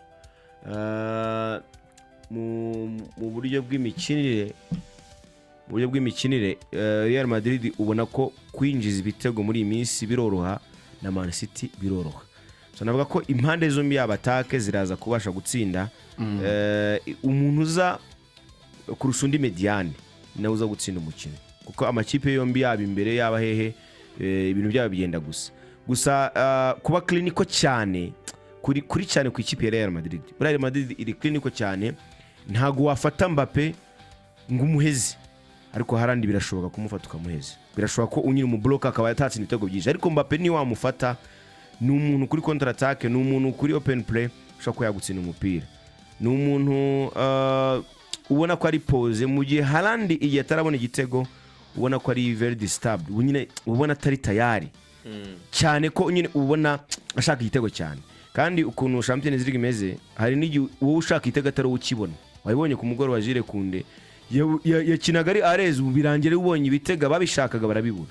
so ni nacyo mpamya wenda Man City za kuba ya profita ku makosa Real Madrid ikunda gukora n'imvune Man City mu makipe uko zikosa imbere yayo iragutsinda Real Madrid nayo mu makipe uko zikosa imbere yayo iragutsinda izo kipe zombi biri balance uza gukora 11 babanzamo beza araza gutsinda uyu mukino cyangwa se uza kokora bagahuza na tactique yakoze araza kubasha gutsinda uyu mukino. Byaragaragaye ko ikipe ya Real Madrid igiye wayitanze kujya mu mukino kwitsinda biroroshye cyane ya ni n'ikindi wenda twaza kurya ku kibazo cy'imvune cyugarije ikipe ya Madrid kuko uyu munsi umusore bakuye mu ikipe ya Liverpool Alexander Arnold ari hanze hafi amezi abiri Dan Carvajal mu defense umuyobozi ari hanze igize ikibazo cy'ivi Alexander Arnold ikibazo cy'ikibero Eder Militao ni ikibero nawe agize ikibazo cy'imvune no mu defense central Dan Carvajal abandi bose butungana aba defense Alexander Arnold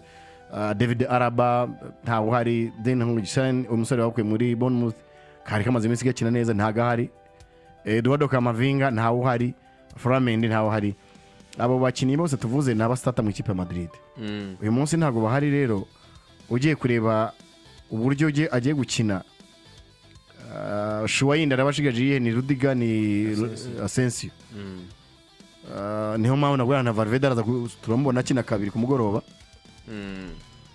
ubwo bisabe ko Mediane ya Tchouaméni ndetse na Dan Ceballos yaba ariza kuba ingenzi kureba ku buryo bakwitwara neza gusa nanone City niyo nakubwiye ngo nayo yari imaze iminsi yinjizwa cyane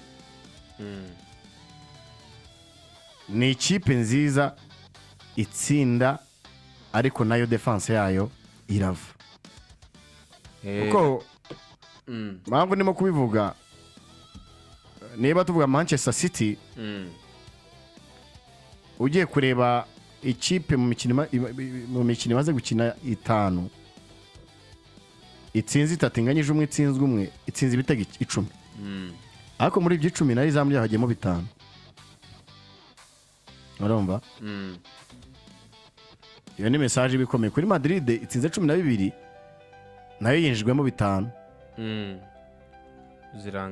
ziranganya nuko Madrid zigamye 7 indi kazigama 5 n'amanota imwe ifite 12 indi ifite 10 icyo nicyo ntekereza gishobora kuza kugorana ariko position nziza cyane City iri muri position nziza gutsinda match y'umunsi iramutse itayitsinze haba ari ukwirangaraho kwa Man City kwaba ari we cup call ya Madrid irimo gutakaza muri weekend ariko ubundi mu by'ukuri ugiye kureba abakinnyi babanzamo ku mpande zombi waba uti ikipe nka City iba ifite upper hand.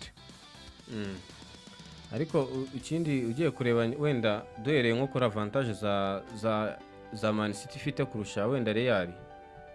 Mbere na mbere ifite avantage z'imvune za Real. Amakipe make wabona asiganya abakisiyari babiri kandi nabo batari abastata uko Asensio si umustata. Wenda wavuga Rudiga ko Rudiga ahuye na City kenshi gashoboka amaze igihe kinini mu mvune. Kuko Rudiga mu badefenseur nabonye badasaba ibintu byinshi bihambaye ariko bazi gufata Haaland arimo bahuye kenshi. Aya ni amakipe tumaze kubona nka Champions League nk'imyaka amaseason nk'atanu ashize buri mwaka barahura. Kandi Real ugiye kureba muri iyo mikino myinshi birangira iyo bati itsinze kuko ariko ho baba bakina home and away. Ariko hano none ko Real gusa sezishize barahuye muri playoffs. Real itsindira City wayo 3-2. Ije noza Santiago Bernabeu itsinda Man City 3-1. Wajya kureba mu mibare wenda ikintu bivuga ni match bire ko niyo tuyireba ni match n'abatoza babize z'abakinnyi babo ahubwo itandukano riba kubatoza uburyo bamanaging umukino n'uburyo nabo bahitamo kujya bakina. Real ku ahantu mbona yagize ikibazo kiruta n'ibindi byose yego muri defense imvune zirara ariko nono buraka Mavinga si umudefenseur mwiza cyane ariko n'umudefenseur tactical cyane. Iyo Xabi Alonso agira Kamavinga muri mediani ya City ifite mediani yego harimo Bernardo Silva umazemo igihe harimo uyu w'umunyargentina asigariyeho Rodri ko na match baheruka gukina na Real Nico Gonzalez na sezishizira izo match yarazikina ariko umukinnyi bita Ceballos akina iyo match ni nayo wabishe ariko biragoye ko Ceballos yagukina iminota 90 agwa iminota 70 myiza ye ahandi ukiyirwariza.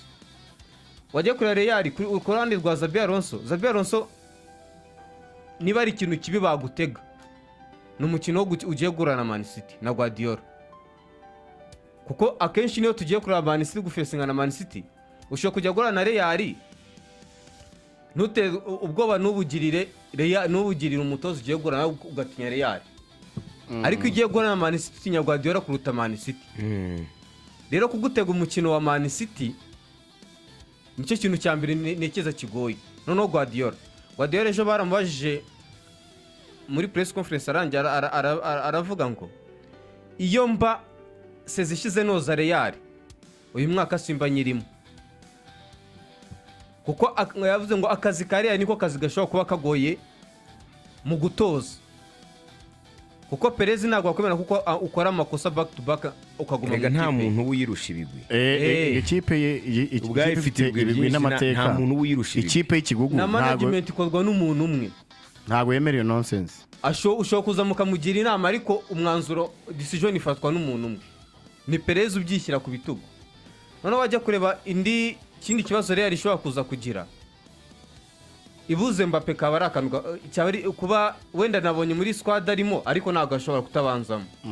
Kandi Mbappe reba igihe amaze muri Real niwe mukinnyi ufite ibitego byinshi muri Real amaze gutsinda Man City ibitego byinshi niwe unafite n'ibitego byinshi muri Champions League so far. Undi mukinnyi nekeza ko bitewe wenda Mbappe atabonetse bitewe n'ukuntu amaze kubonera na City n'ukuntu yizi Rodrigo Gozi mbona yabanza muri kiriya kibuga nuza dahari Mbappe kuko ni agatanga umusaruro ni permita kujya gukinisha umukinnyi bita aridagura finito oya ashaka no nadagura gukina ariko none muri option ya nyayo umuntu twara Rodrigo n'umuntu ukwiriye ikintu nje wenda mvuga Rodrigo ari clinical Rodrigo twavugaga wenda kuri Vitsi I mean aridagura twavuga kuri Vitsi n'abakinnyi bateye kimwe bazi umupira ariko fighting spirit ashobora kuba arusha umupira karimano Tara ashobora kuba yirusha Jude Bellingham ariko Bellingham ntabwo yakwemera ko umutwara baro iyo bato muyijyamo ariko Ridagora yagufasha wenda kwimana umupira ariko City ni muremure n'umuntu utsinda izo duel biragoye ko City wayima baro n'igihe cyose Real yakinnye na City Real icungira ku makosa cyangwa se management y'umutoza ko Ancelotti nigize arusha City mu gihe cyose nabonye bakinana ahubwo we managing iyo imikinire ya City ko City bura ni ikipe iyo Guardiola ageze kuri stage cyangwa mu minota yo gushaka igitego bakina high line defense Diaz akisanka umurongo wa nyuma ndetse na Gravdiol noneho ikintu Man City yo noneho uruhande ifitemo disadvantage na nimero 6 agifite yo kuza guhagarika izo counter attack z'abakinnyi bihuta nka ba Mbappe umukinnyi bihuta nka Vini ko twigize kubibona Vini akoze isoni uyu uherutse gusezera umupira noza ne umunya Brazil cyangwa muri Man City Fernandinho yarasebye cyane yari biragoye ko udafite nimero 6 uzi gukina nozaye ku makipe akina high defense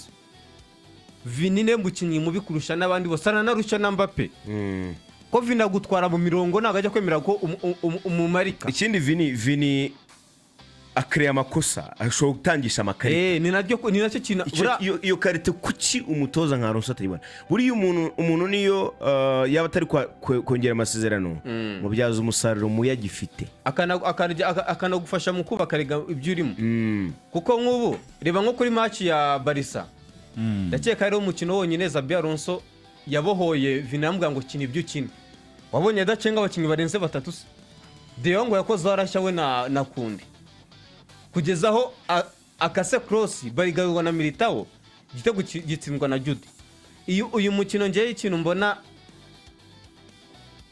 ikintu cyaza ikinyuranyo cyaza kuba muri uyu mukino wa Real na iri bwakiremo Man City ni ikinyuranyo cy'abatoza ikinyuranyo cy'abatoza ndetse n'abakinnyi beza bakuru bivuze abakinnyi beza bakuru no Haaland ku ruhande rwa Man City ni Foden n'umudefenseur Diaz ndetse na Bernardo Silva then ku ruhande rwa Real ni Vini ni Mbappe ni ba Jude Bellingham ndetse na Rudiger ko ntago nujya kuvuga abakinnyi bakuru umukinnyi mukuru aterura umutoya niyo wa mutoya bafite tala ariko birangiye byitwa umukuru kuko nk'uburyo tuvuge babanje Mastantono ntago ni ubwa mbere agiye gurana na Man City ariko Mbappe afesinze Man City igihe kinini no kuva ari muri Paris Saint-Germain Mbappe ntago izi match izo yabagiye gukina izo siyo match ikomeye yabagiye gukina ariko agiye kura ku ruhande rwa Real iyi match ni match iringana siravuga ngo ndamahirwe uyu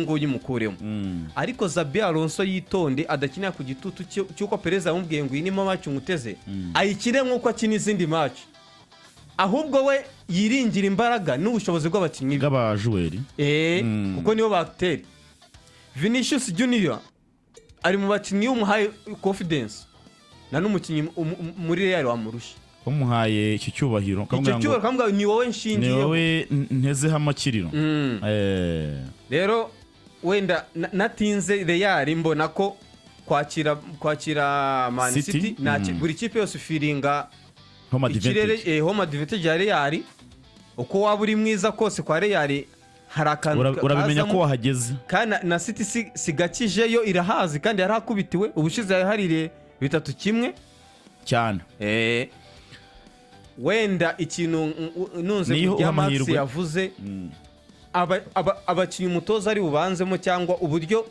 ari bwari nyikipe ye buri mutoza ku ruhande zose yaba Guardiola ndetse na Xabi Alonso nicyo kiriwe ikinyuranye kuko amakipe yose afite abakinnyi beza abi uruhande rwa City ndetse n'uruhande rwa Real so mu mikino rero 14 ro kuguza amakipe yombi Real yatsinzemo 5 City tsindamo 4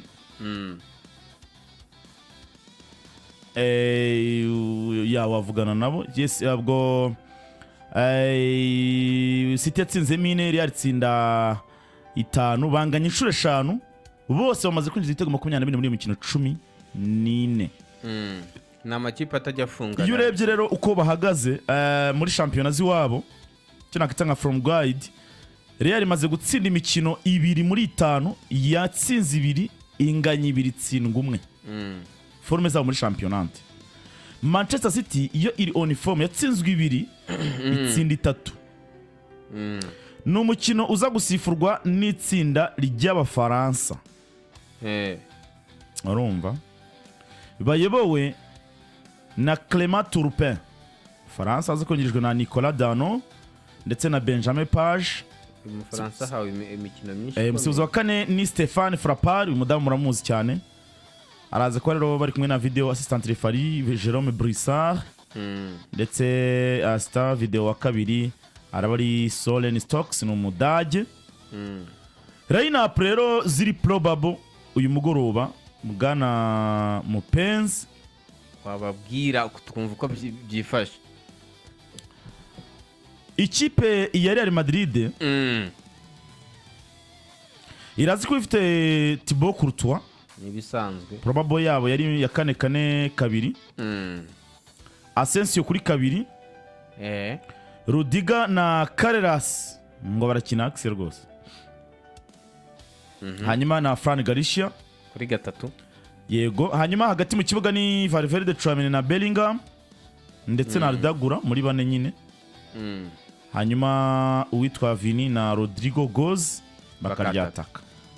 Uzi ku ruhande rwanjye aho wenda tukiri kuri Real na droppinga Fran Garcia Karera yasakajya ku ruhande rw'ubumoso.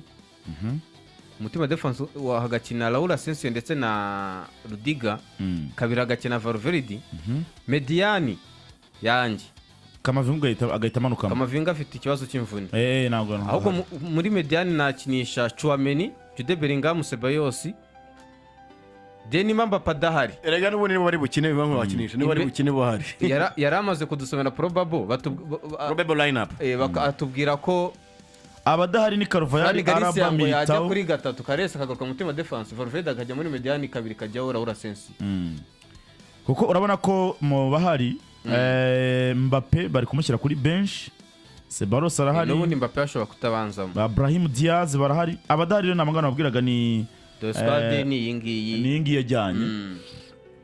Hanyuma ikipe ya Manchester City mwizamu bafite Donnarumma.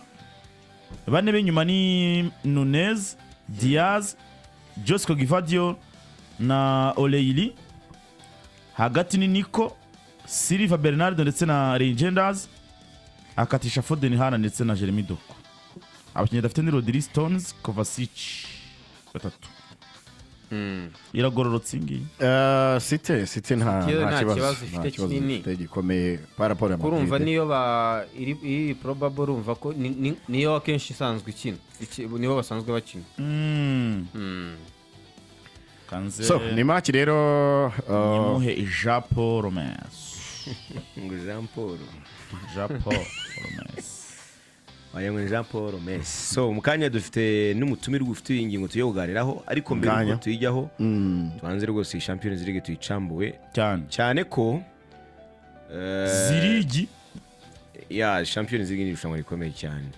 Tsosore meza kipe. Niyo mpamvu ujya kumva na korali y'abagatulika ikomeye iyiririmba yisubiramo kwera kizi k'abantu bayikunda cyane. Nubwo bibabaza abafana bamwe na bamwe cyane cyane abayakipe. Ariko ni irushanwa rikomeye cyane. Ikipe ya Benfica irakina na Napoli, ikipe ya Club Brugge na Arsenal ni beaten.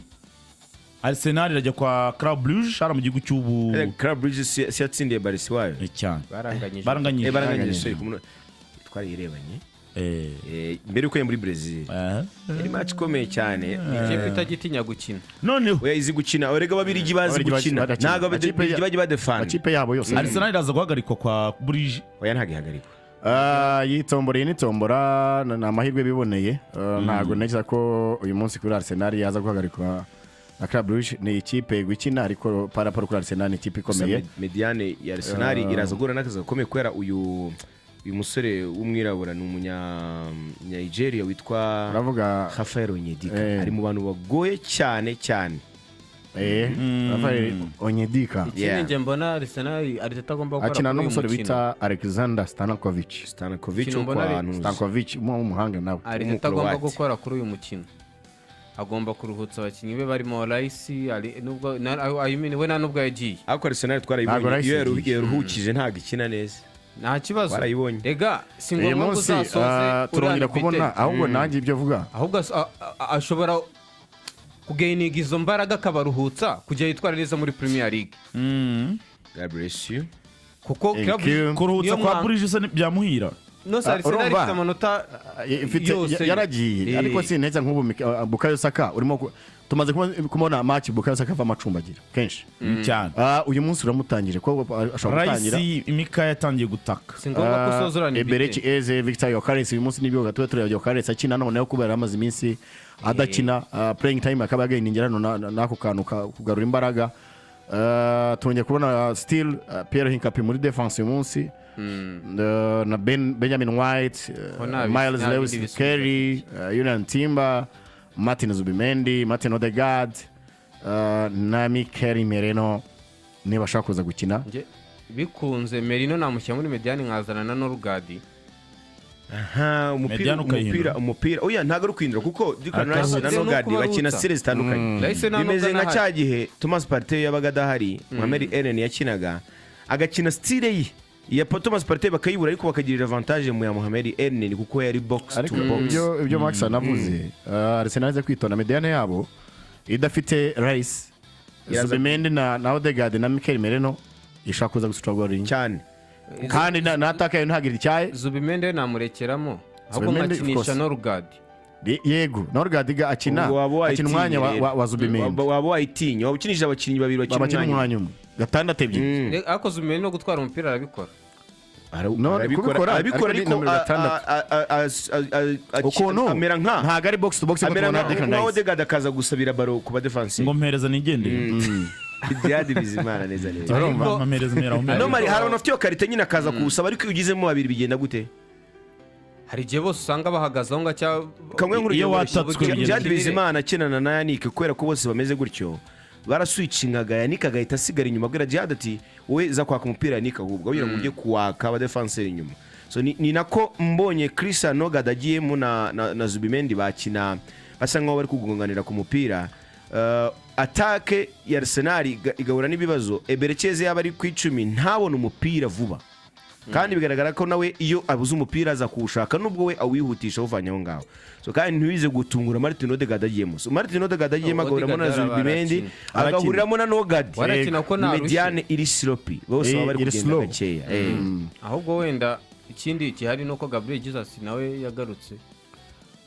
Gabriel Jesus yaragarutse yego ariko bana nubundi nago yari ari muri squad ya ikina Champions League yego so ikindi uretse ntago Arsenal kubakinnyi ifite umunsi twaba tubangugiye gukina akabruje ngo uvuge ngo byacitse kandi afite amanota meza nje simbona kandi yabonye kuko ikipe Arsenal nimwe mu izamu rya Arsenal amaze kwinjira igitego kimwe imaze gutsinda ibitego 14 itsinzwe kimwe reka dufate aga pause gato twamamaze tuze tuyara kuzini ngingo tugarukiye mu kanya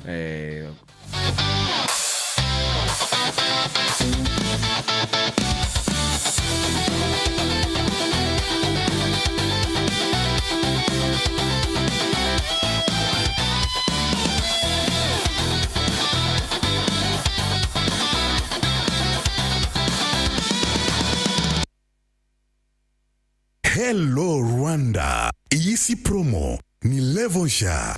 Airtel yazanye combo pack 3K monthly igahindura uko ukoresha telefone yawe buri munsi. Ibi si iminota gusa, ni data yo guhangana n'isi, ni amajwi yo guhamagara buri wese, ni imishinga yawe online, ni plan zose z'urukundo.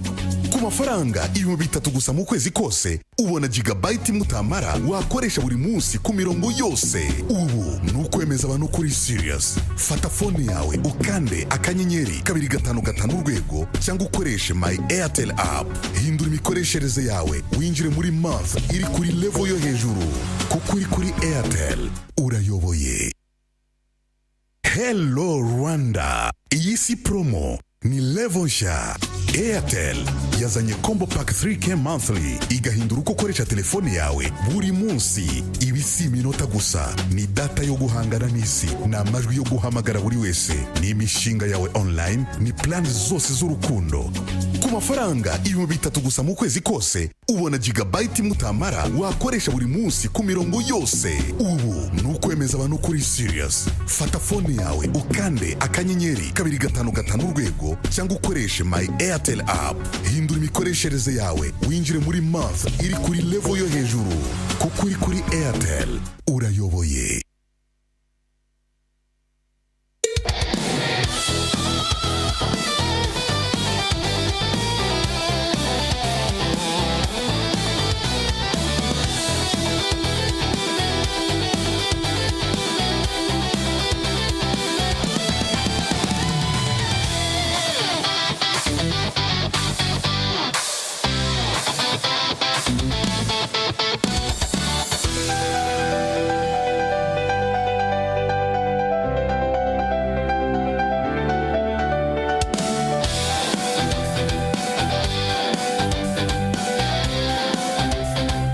Okay, leo ku isaha y'isa 1:2 turacyari mu kiganiro Urban Sports kuri Urban Radio 106 n'ibice 7. Turacyakomeza kujya ku isaha y'isa 2, ubwo isaha yacu nyuma rero murabizi ko tuba twahageze tumeze neza cyane, ariko dufite umutumirwa ubwo twababwiye in the studio we have our visitor today. How are you, gentlemen? Thank you very much. Come closer to the mic. People, they want to hear from you. My name is William. I'm a journalist. I'm with my friends, my workmate as well. Shadow Max is there, and actually Mukude, Migo Saddam, and my brother, as we told you before, is called Innocent. Mupenzek A Love. So, would you mind if you introduce yourself? That's an interesting name. Okay. Anyway, my name is Joseph Nachi, the founder and CEO of Josifa Limited, a sports-based company from Norway. And registered also as a company in Rwanda here. And our focus is sports development across the board, from education to activity to exercise, as well as developing high performance athletes. Okay. As well as the grassroots mass participation. Okay, you're most welcome, Oga. Thank you very much. Okay. When was the first time you became the CEO? The first time, I would say that was like 3 years ago. I became the CEO of the company. But now there are board of directors who facilitates our strategies and every other thing. And we also have partnership with the Dream Team Football Academy here, as well as seeking out a partnership with higher institutions and like University of Rwanda in terms of the educational side, as well as we've done some voluntary works as well. Okay. So where did you get actually the interest of starting this, actually investing in sports? You say it's high time, at least Africa. Globally, we should also look at the sports and they should invest in sports. Okay, I would say sports have always been part of me, football specific. Okay. Been a young man from Nigeria by origin, and as you know, most Nigerians play football. Okay. And given that I was pretty young in school, we played football, but I wasn't the best of it. But when tragedy befell my family, football was my way out in terms of, you could say, it provided me an outlet to my outrage. It also provided me mentors and people I could look up to as well. And my first international travel, it was because of football as well. Okay. So football kind of exposed me to the world, just as the world exposed itself through football to me. So far, how far as the project, you started the project, actually have an idea, you wanted to be a footballer, you stopped from there, but at the end of the day, you're still in sports because you're also still there, regardless you're not playing? I'm still in sports because now I'm a UEFA coach.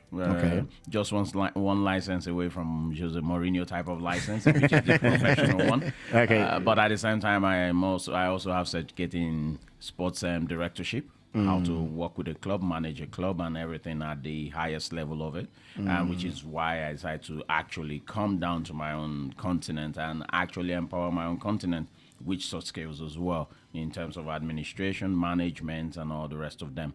How to build up a process and infrastructure from start to finish and produce the best of talent, not just athletes, including the managers, including the lawyers, including everything that an institution of sports need Okay. to be at the global level, not at the regional level, but the global level.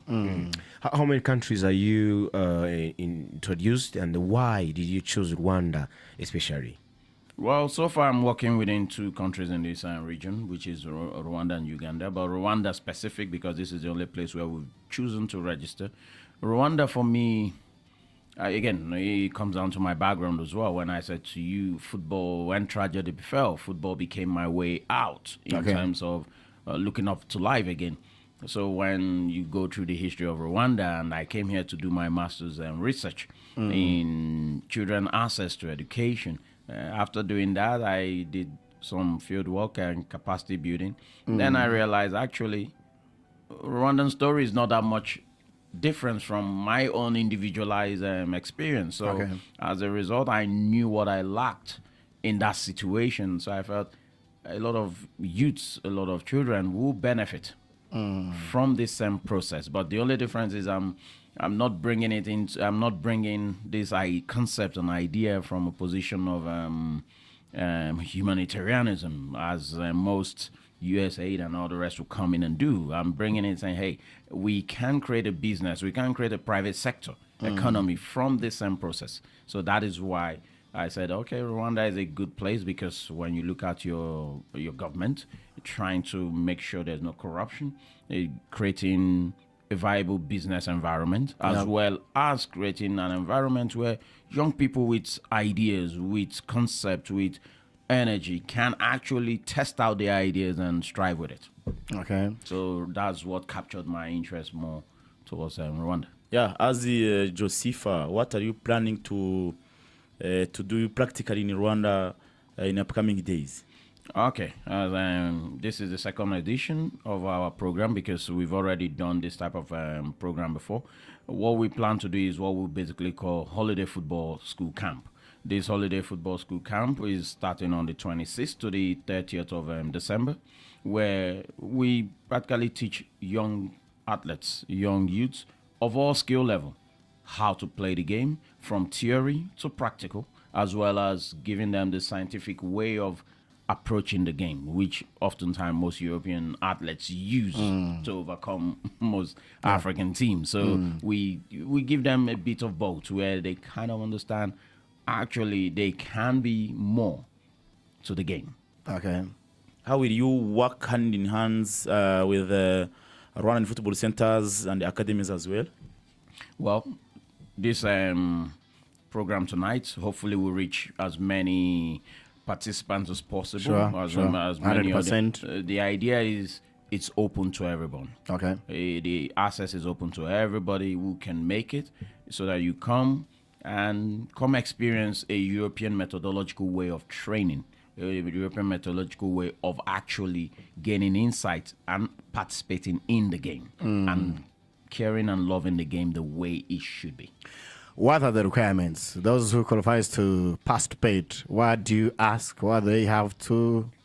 Like we said, it's all skill level. All they just need to do is subscribe to the links, which they will go on our website and see, as well as they can go on Dream Team social media page and just click on the link and register.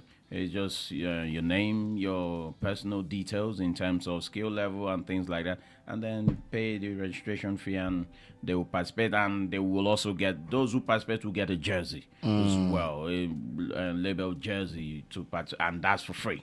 Okay. They don't have to pay for that, it's free. And then they get to actually have lunch as well, because we're also building a team culture. Let them understand what it means, as I said, how we do things in Europe to get players to the top level. Then they, just to give them a glimpse of what it looks like and what the process entails for those who then decide, hey, we would like to go beyond just the school. But this school is just to give them a taste. And also for parents who might want to, who are still working during the holiday, the school gives them opportunity to keep their children active rather than sitting on the computer and just playing. This also provide outlet for them, for their children to just be active, enjoying the game, learning the game, making friends, building networks, and socializing with every other person. Okay. I would talk about how would you cope with gender balance in this project? Well, right now we have female coaches as well, because one thing that actually brought me specific into Rwandan football is developing female football. Okay. It's female sports, because I'm passionate about it. Coming from Norway, where gender equality is a very big thing for us. So it's very important for us that, in fact, our program, even on the registration form, we ask the same question. We want to see as many girls participate as possible. That's why we open it to the masses, so that a lot of female athletes come in, because we have a lot of female coaches as well. Okay. You just mentioned that you share the same historical background with Rwanda. How? What happened to you? Okay. Take, for example, you guys, you have the genocide that occurred. Okay. And that kind of left a lot of what I would call a lot of youth orphaned. Yeah. But yours was on a mass scale. Now, when I look at my own background as a young man, I was, 10 years old when I lost my dad. Okay. And this was the only person I lived with. I never grew up with my mom. Okay. So relatives were there, but I didn't know them like that. It's just me and my dad. So imagine this man now passed. Education stopped. Everything stopped. Everything stopped. So nobody else was willing to help you. Despite the fact he did all that. So you can imagine the delusionment, everything. And I could see my cousins, my friends play around, do things, and but I dare not do the same thing, because I could be homeless the next minute if I attempt the same thing. So you can imagine what that environment kind of breed, where you've lost sense everything. of You're alone. You're alone. So but right now you're not alone. Exactly. So in this sense, you can say, and I'm sure you may have a lot of young people as well who, yes, they may live with parents, but what if the parents can't help them achieve your dream? Yeah, sure. Things like these same things happen. So it doesn't have to be you losing someone. It's just an environment where they might be there, but they're not helpful. Thank you. So, and it's just a case of they might just turn up in this type of event and just hear someone say, hey, touch this ball like this, do it like this. No, rather than shouting at them, hey, you must, no, just encouraging.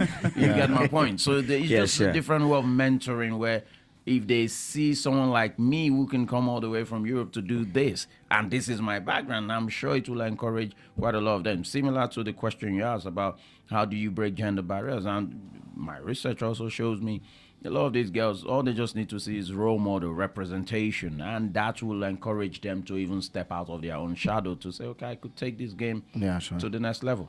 You told us you work with Dream Team Academy. We know them well. In Rwanda, we have many football centers as well as many football academies, if I can say. Why did you choose to work with Dream Team Football Academy? Well, Dream Team Football Academy, from what I know of them, and haven't spoken to the executive board of it and partnered with them in other arena, I chose them on the basis that we share the same philosophy to mass participate in sports, but at the same time slowly create the educational pathway where we can develop talent, not just in the game, but talent who can manage the game and administer the game in a way that is not what we currently see today. And as you know, global sports these days is all about collaboration, not alone. So you need each other. We need each other. Yeah, sure. They have the local expertise. We come with the global westernized expertise, and with both, we can achieve more rather than doing it individually. Okay, you've talked about capacity building. You talked about coaches, both sides, ladies and gentlemen. So, what do you normally give after the trainings? Do you normally help them to get certificates, or it's just giving them knowledge and there you go? Of course, they will get the certificate of participation. Okay. Those coaches will get, because as you know, when it comes to enforcement, it's still the federation that must do that. But we are also working with the federations in what we deliver, because the federation can only deliver what CAF offers. But why we will come with the modern, later science and the data that backs up those science, and because we come with broad field. So when we're looking at an athlete, for example, we're looking at, say, how mentally they are prepared for competition, how mentally their environment prepares them, and what we can twist and turn to get them to that peak side of things, or how we can support them to mentor them into something different without crushing them. Okay. You get my point. So, but normally the federation's type of courses will not go into all those depth, because that's not what they are designed. Federation courses or CAF courses are designed purely get this, get a job. So let me just summarize in Rwanda, so some people who doesn't understand English so can get something from what you said. Turi kumwe n'umuyobozi akaba ndetse n'uwashinze umuryango wo gukina umupira w'amaguru cyangwa se ufasha abana bato gukina umupira w'amaguru. Yatubwiye ko umuryango witwa Josifa, impamvu yatubwiye ko yashinze uyu muryango by'umwihariko akawuzana mu Rwanda no muri Uganda, by'umwihariko mu Rwanda nuko ngo ahuje amateka n'u Rwanda. Tumubajije kuko ahuje amateka n'u Rwanda ni gute nyine yahuje, yavuze ati u Rwanda rwagize abana benshi b'imfubyi bikomotse kuri jenoside yakorewe abatutsi mu 1994. Nawe kuri we akaba yaravukiye mu buzima bukomeye, akorana na papa we gusa ku myaka 10, aza kwitaba Imana kubera urupfu rwe. Ubuzima bwe bwahise buhagarara, agira ibibazo bikomeye, amashuri arahagarara, ubufasha burabura, kandi nta nabo yarafite bahuriye ku maraso cyangwa bavandimwe we baba bishwa be n'abandi. Nta kintu nyine cya hafi bamufashaga. Yibwiraga ko uko abibona abaturanyi biwe abafitanye isano bari gukina, akabona ko nta kintu yabasha gukora, akabura icumbi ndetse rimwe na rimwe akarara no mu muhanda. Ibyo rero byatumye abaho ubuzima bwo guhangayika, atakaza icyizere ndetse no kumva ko nta kintu gifatika yari afite, akanumva ko ari wenyine ku isi. Aravuga ati arabizi ko hari abantu bagize amateka nk'ayo mu Rwanda. Nyuma rero nibwaje gutekereza, avuga ati amaze kubona abamufasha, aravuga ati ko nabaje kujya muri Norvège nkaza kubona ubuzima, nkiga, nkabona impamyabushobozi zikomeye. Ndavuga nti reka abana baba bameze nkanjye n'ababa bafite ababyeyi ariko batishoboye mbafashe, shyigikire urubyiruko rw'u Rwanda. Ngwarabizi neza ko hari abana benshi abafite ababyeyi n'abatabafite, kugira ngo abafashe kugera ku nzozi zabo, cyane ko we atigeze agera ku nzozi yari afite kubera nyine ubuzima yabayemo. Avuga ko afite ndetse na gahunda izabera mu Rwanda, yanahereyeho no gufatanya na Dream Team Academy kubera ko yo yasanze yaratangiye uwo mushinga. Aravuga ko agomba kuba intumbero ni zimwe ndetse n'ikitegererezo bafite cyaba cyiza kuri icyo kintu. Aravuga ati iyo abana babonye umuntu nkawe uvuye ku mugabane w'Uburayi kuza kubashyikira kandi afite amateka agoranye, bibereka ko byose bishoboka n'ubuzima bubi ushobora kuvamo icyizere mu buryo bumwe. Anavuga ko n'abakobwa bashobora kubona umwanya wo kuba baza muri siporo. Mu bushakashatsi bwe yakoze bwerekanye ko rimwe na rimwe icyo bakeneye ari urugero babera icyitegererezo, ko iyo babonye umuntu ababera icyerekezo, ababera urugero, bituma batinyuka bakaba mu bwigunge bwabo, cyane ko yaba umuhungu yaba umukobwa, aba bose bashobora kuba bakina bagahindura ubuzima ndetse bakaba batera imbere, inzozi zabo bakazikabya. Ikindi yagarutseho ni activité bagomba gukora hano mu Rwanda muri uku kwezi. Avuga ko ku bantu bakeneye kwiyandikisha bagomba guca kuri platforms za Dream Team, nabo ashaka kuza kuduha contact ze ku buryo bamwe yatangiye no kuvugana nabo, of course bafite amasantre n'amakademi. Avuga ko rero iyo activité n'ubundi umuntu ukeneye kwiyandikisha registration cyangwa se subscribing no kujya guca ko waca kuri platforms za Dream Team Football Academy, yaba Twitter, Instagram na Facebook, yose baba bariho no kuri X cyangwa se Twitter, ukaba nyine wasobanuza hanyuma kana ukaza muri iyo activity. Yavuze ko imyenda bazakoresha ni for free, niyibone nyine zaba ari mwibara rimwe, ni y'ubuntu. Ndetse yanavuze ko afite abantu bazamufasha bamenyereye u Rwanda ku buryo buri wese wabashije kwishyura, cyane ko ngo ntabwo hazamo kwishyura amafaranga menshi, cyane ko ikimuzanye ni ugufasha abantu gukabya inzozi zabo. Sinzi niba twajya mu kindi cyiciro cyo kubaza. Nibyo ngira ngo twakomeza gana nawe nyuma, hanyuma ubwo n'abari ku murongo wa telefone byinshi Max arakoze cyane ndetse na Mukude kugira ngo basobanure murabimenye. Nawe ushobora kuba ufite umwana hanze aho ngaho, ushobora ku mwana wawe nawe abana bagiye mu biruhuko, kugira ngo yakomoje ko kenshi abana birirwa ku makompiyuta na za televiziyo mu rugo, ati nawe rero mubyeyi ushobora kuba aya mahirwe yabonye umwana wawe ntabwo akagunye kuri televiziyo muri bino biruhuko. Yavuze ko activité ni 26 to 30. So ku myaka 6 kugeza kuri 18, 6 years to 18 years. The event will start on 26 up to 30th. 4 days. To start on Boxing Day. Yeah. Start Boxing Day. Okay. I think end of the year. Okay. Okay. Oh, okay. That's good. Ati Remera Amahoro.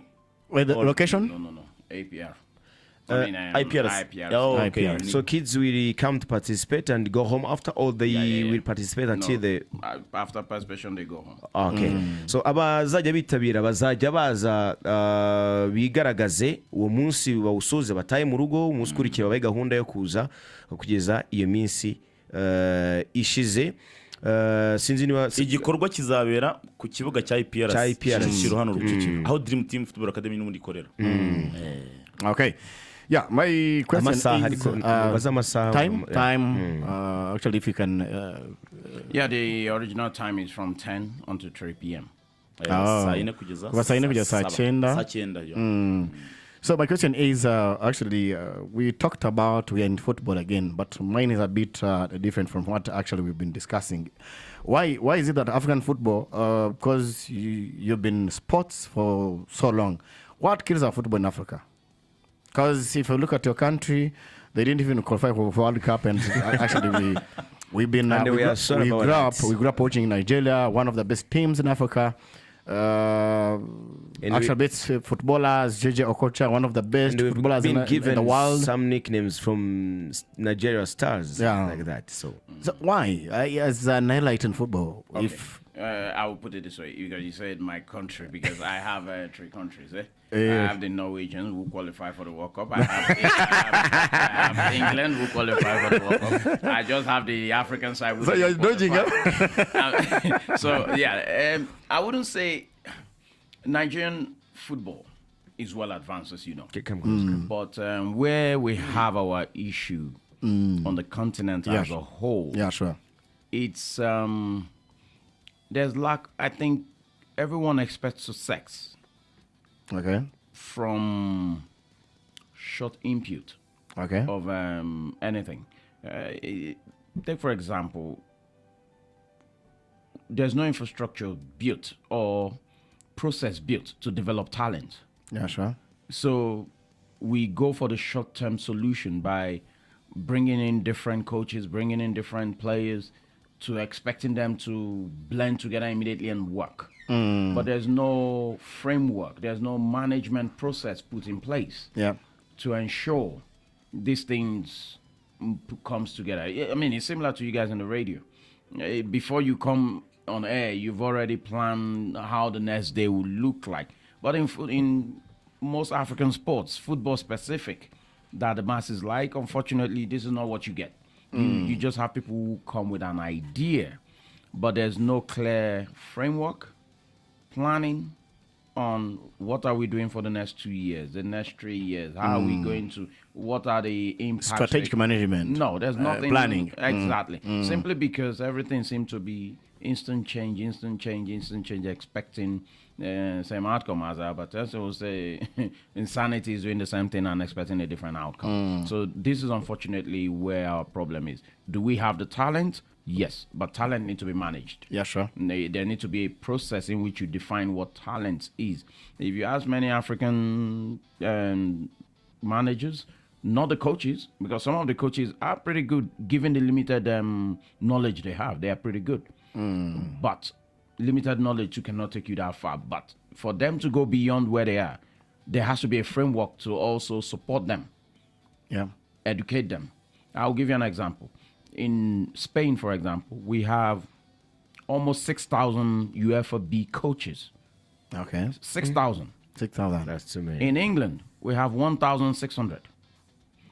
Now, if you then ask yourself how many CAF D or even CAF C license exist here, I'm sure you now get the answer. Problem. Yeah. So if you look at Spain with 6,000, so you can imagine how many kids get professionalized coaching from grassroots. From grassroots, indeed. And we're not even talking of the parents who are volunteers who get the grassroots coaching education, who also volunteer to coach. Yeah.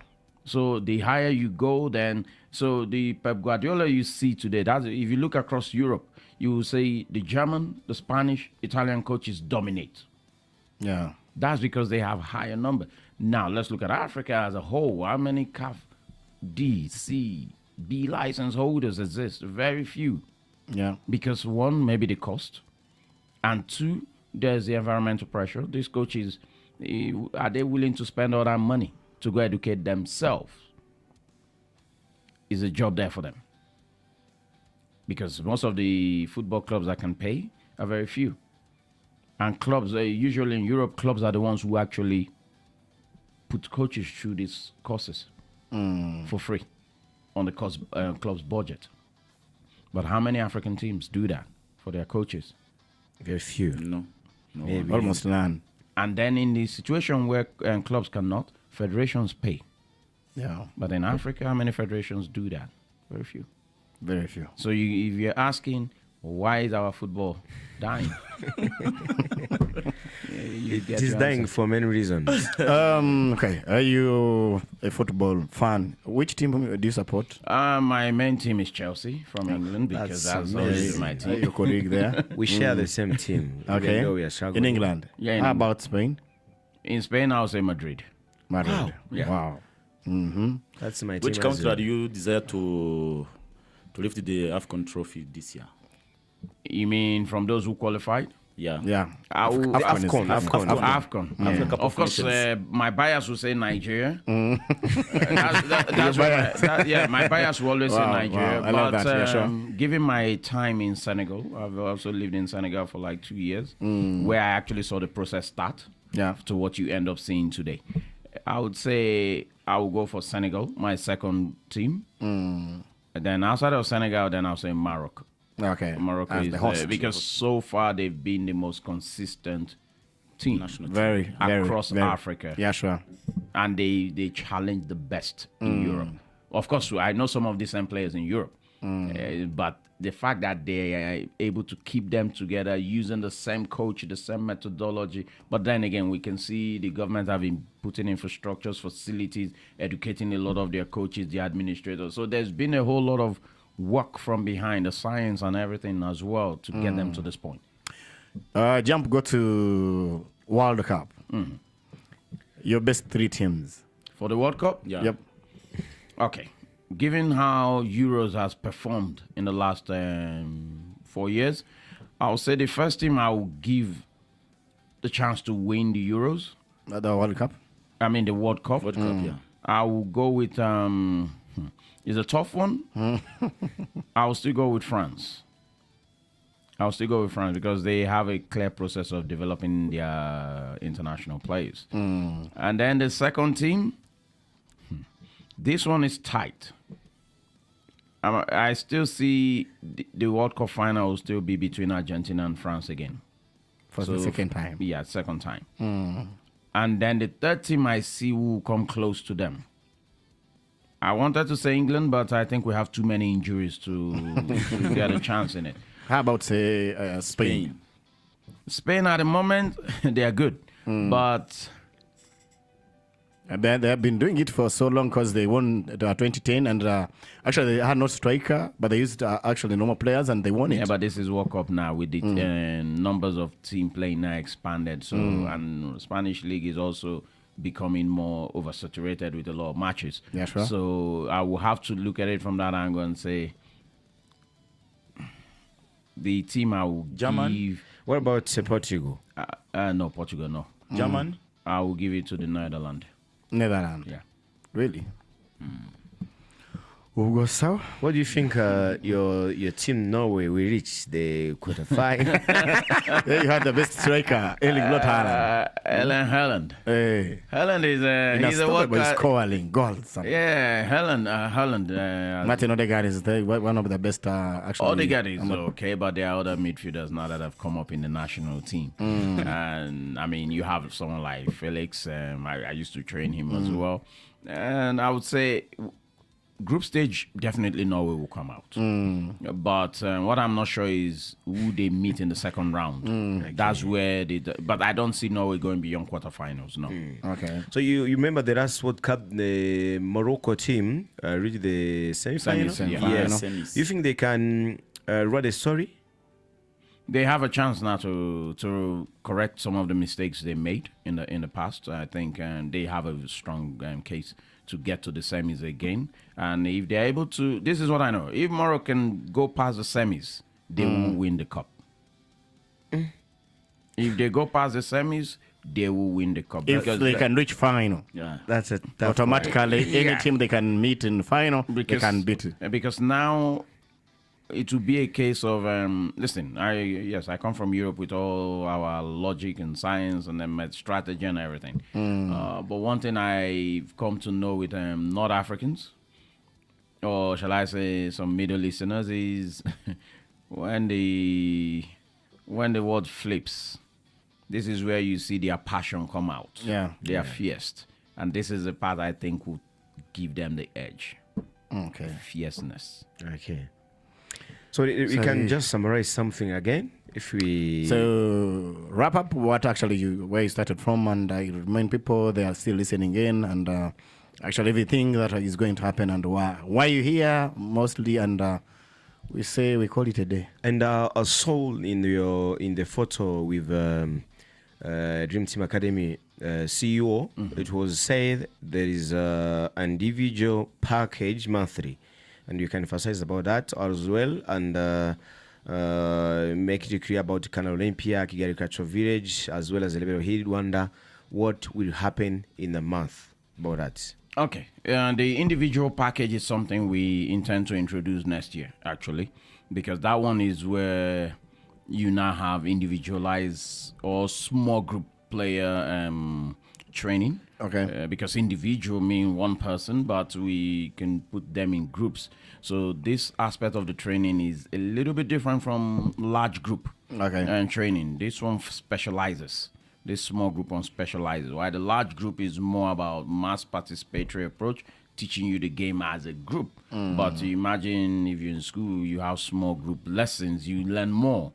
You go in depth with it. So that's what this individualized one. But this one now we go with the specials players or athletes way of playing, and then slowly bring them up to speed. But this time there's also other technology we use in terms of follow-up as well, where the coaches follow up, mentors follow up, and then we follow basically we're building the player's profile for international football. Okay.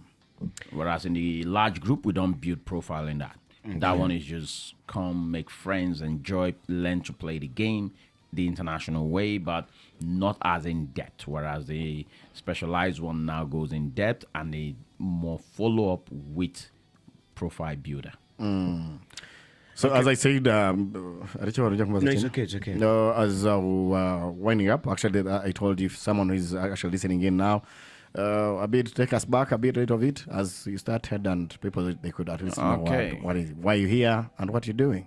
Okay, again, my name is Joseph Nachi, and the CEO of Josepha in partnership with the Dream Team Football Academy. We're about to start up our football holiday camp, because this is during the holiday time, from the 26th of December to the 30th of December, where it's open to everyone, both male and female, from the ages of 8 to 18. And this will be at the IPRC football field here in Chichichiro. As well as here you get a lot of coaches, you get a lot of touches of the ball, and you get free jersey as well when you register through the link and come and participate. And you get to eat light lunch as well. The kids will have light lunch to go with it, as well as for for parents who need a place to put their kids during that period when they are so busy, hey, that's opportunity for your kid not only to be put there but also to be active, learning the game, playing the game, building new friendship, building new network, making friends, and being happy, being active. Okay. So, Max, nwadusubiramo tukunashorejeho nabundi n'abatwumva kugira ngo tumurekure. Na summarizinga muri makeya ngarutse gato ku byo yari yavuze mbere ariko nkanabivuza n'ibindi nkabivuga mu magambo makeya.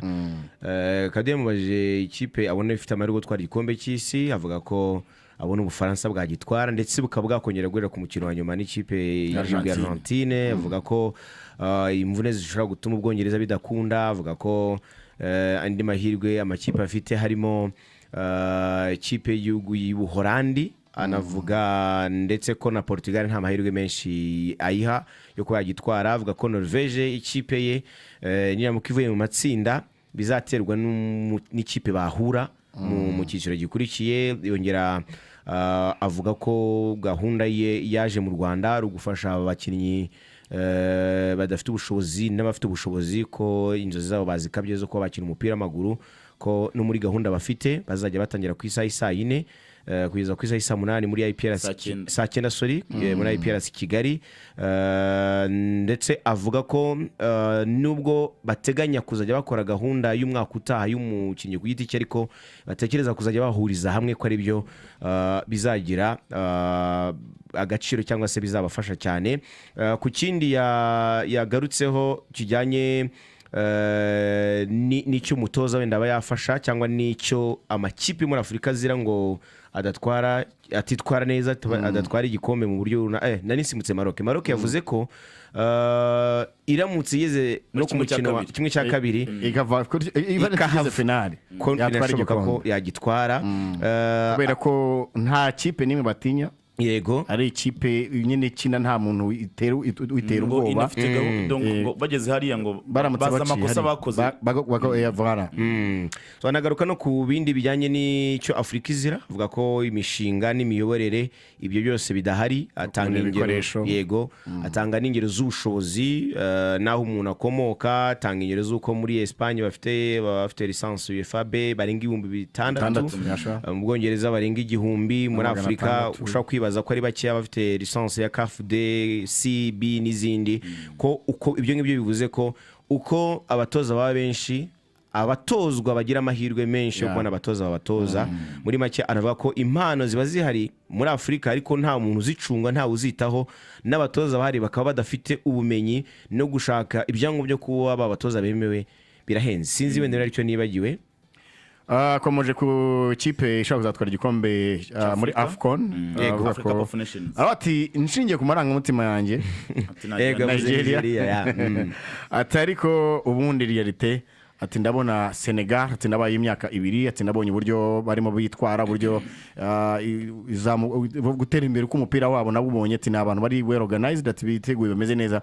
Ati ndabona Senegal, ati kandi nkabona n'ikipe y'igihugu ya Maroc, ati nk'ikipe izakirushanwa, ati neshobora kubona amahirwe kuzatwara icyo gikombe. Ariko yahereye kuri Nigeria, at my best statement I would go for Nigeria. Ariko Nigeria ni kwikunda ko ari igihugu cye, yani bugiye bati amarangamutima yanjye nkora kuri Nigeria. Ariko ubundi so nibyo akomojeho n'ikindi kintu yagarutse wenda twibagiwe Saddam akunda kuvuga. Yavuze ngo federation n'amakipe nta mishinga y'igihe kirekire bagira. Avuga ijambo rikomeye cyane, aravuga ngo dukora ibintu bimwe buri gihe tukitega ibisubizo bishya, nyuma tukavuga ko football yacu iri gupfa. So sinzi niba yavuze ati hari igihe usanga ahandi Burayi club ishobora gushyiraho gahunda yo guhugura abatoza bakabona izo license, atariko muri Afurika ni federation nabwo bikaba bihenze, nabwo bake ariko bikaba binahenze mu gihe amakipe y'Uburayi anishurira abo bantu bakigira ubuntu. So is there any contacts maybe from your secretary, from your or from any office, so platforms, even though they can be able to reach your the dream team Facebook, Instagram as well, so someone can have a talent and don't have a smartphone but has to call Maybe like Yeah. So is there any contact I think on the flyer should be Okay. there. Oh. Promesse shyiraho I yanuza. think I on think flyers flyer? there are only bank accounts. There's Momo code. codes like that. If there is a number, we can even share Contact number. to people so they can have Access. Yeah. you know, what you can call direct access to. Yeah, let me just. Okay. So turi kumubaza niba hari nimero abantu badafite smartphone ushobora kujya ku mbuga nkoranyambaga za Dream Za Team Dream, yeah. ukaba wamuhamagara direct nawe kugira amahirwe nta kutagira telefoni ya smart nta kujya kubuza amahirwe kuko nka mupenzi nayagira kandi ajya duhamagara ja mupenzi Abagenda cyane. Sariana reba rero dushakira nomero mu kanya gato Abantu bajya bahamagaraho. dushobora kwihereza Ijamupe. bwana promesse akaba yayishyiraho hariya abantu bakayireba icyo wenda twabwira abantu ni ukuri na momo code irahari ariko iyo nimero iraza kubafasha kurushaho. Ushobora no kujya kuri social media za Dream Teams igihe ufite access buriya ushaka inkaryama nkazo cyane ko kubona umuntu nk'uyu nguyu aza mu Rwanda ari ikintu cyiza nka Dream Team Academy ibitomboye. Ashobora kuba hari academy zo mu Rwanda zagusize uri kurira cyane rwose Josepha Elite Football Progression ikaba yagufasha mu buryo bw'igihe kirekire. Nge na Kadu na Mukude iyo duhura na Josepha mbere muri za 80 so ko tuba tutari abanyamakuru. You know what he's saying, Joseph? He's saying actually we would if you had met you before we could be now good footballers because we used to play football. But again, we are saying the truth. We missed that chance. Yeah, sure. What? You're looking at him and you look at me. Look at this. You want to say, no signs of big ballers. Don't judge this book by my by cover. its cover. Joseph, you don't see any talent here. We are talented. No, actually, there is talent here, but I would say sports journalist talent is what I can see here. Yeah, this time. But I'm sure when you're younger, because that's also what we now do in Europe. We've been doing that in Europe for the last 40 years, to be fair.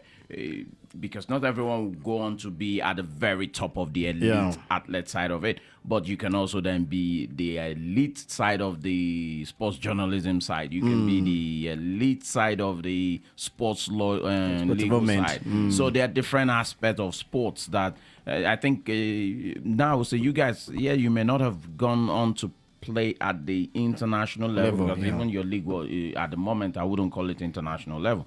However, you are providing a very important nuanced platform in terms of how you now analyze and interpret the game. Yeah.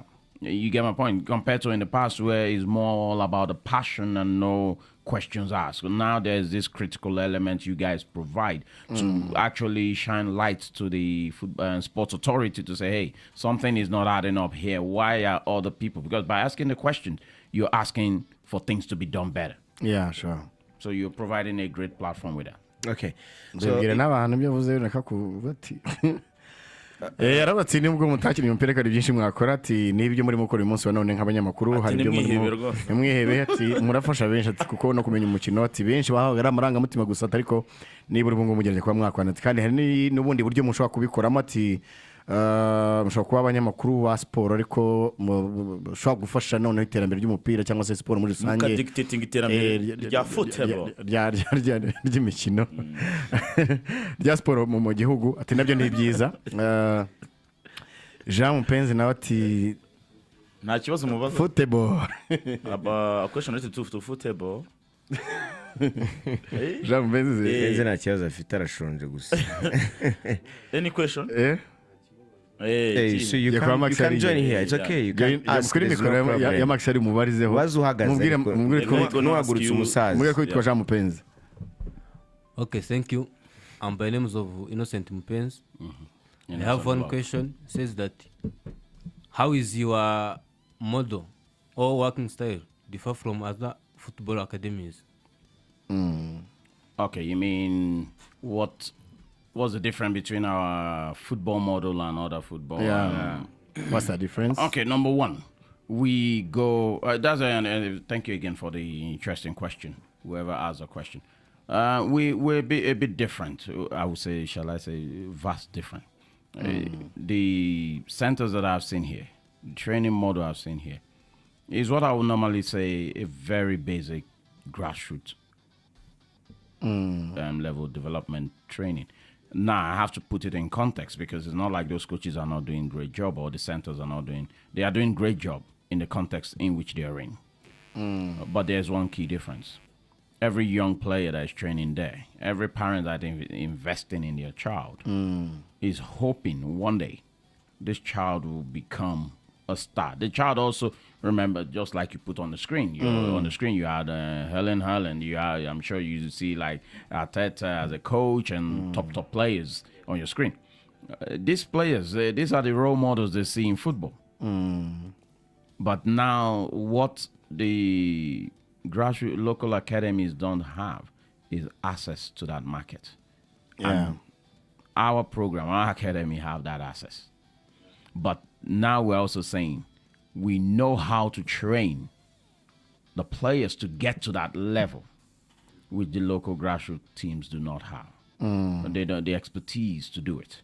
At least me and I can easily tell you, in Norwegian national team today, I have 2 players in that same national team squad. Then in the Elite Series, which is Norwegian top league, I have 4 players who play in that league. Then in Jordan national team, Jordan, the Middle Eastern country, I have their main striker, Said. I used to train. Okay. You get my point? So when you look across the board, you could say, and then I also have a current Ghanaian player, Boateng, Jerry Boateng. Used to be my defender. So when it comes to training players for international football, I know what it takes. The organization know, and we have the expertise to develop it to that point.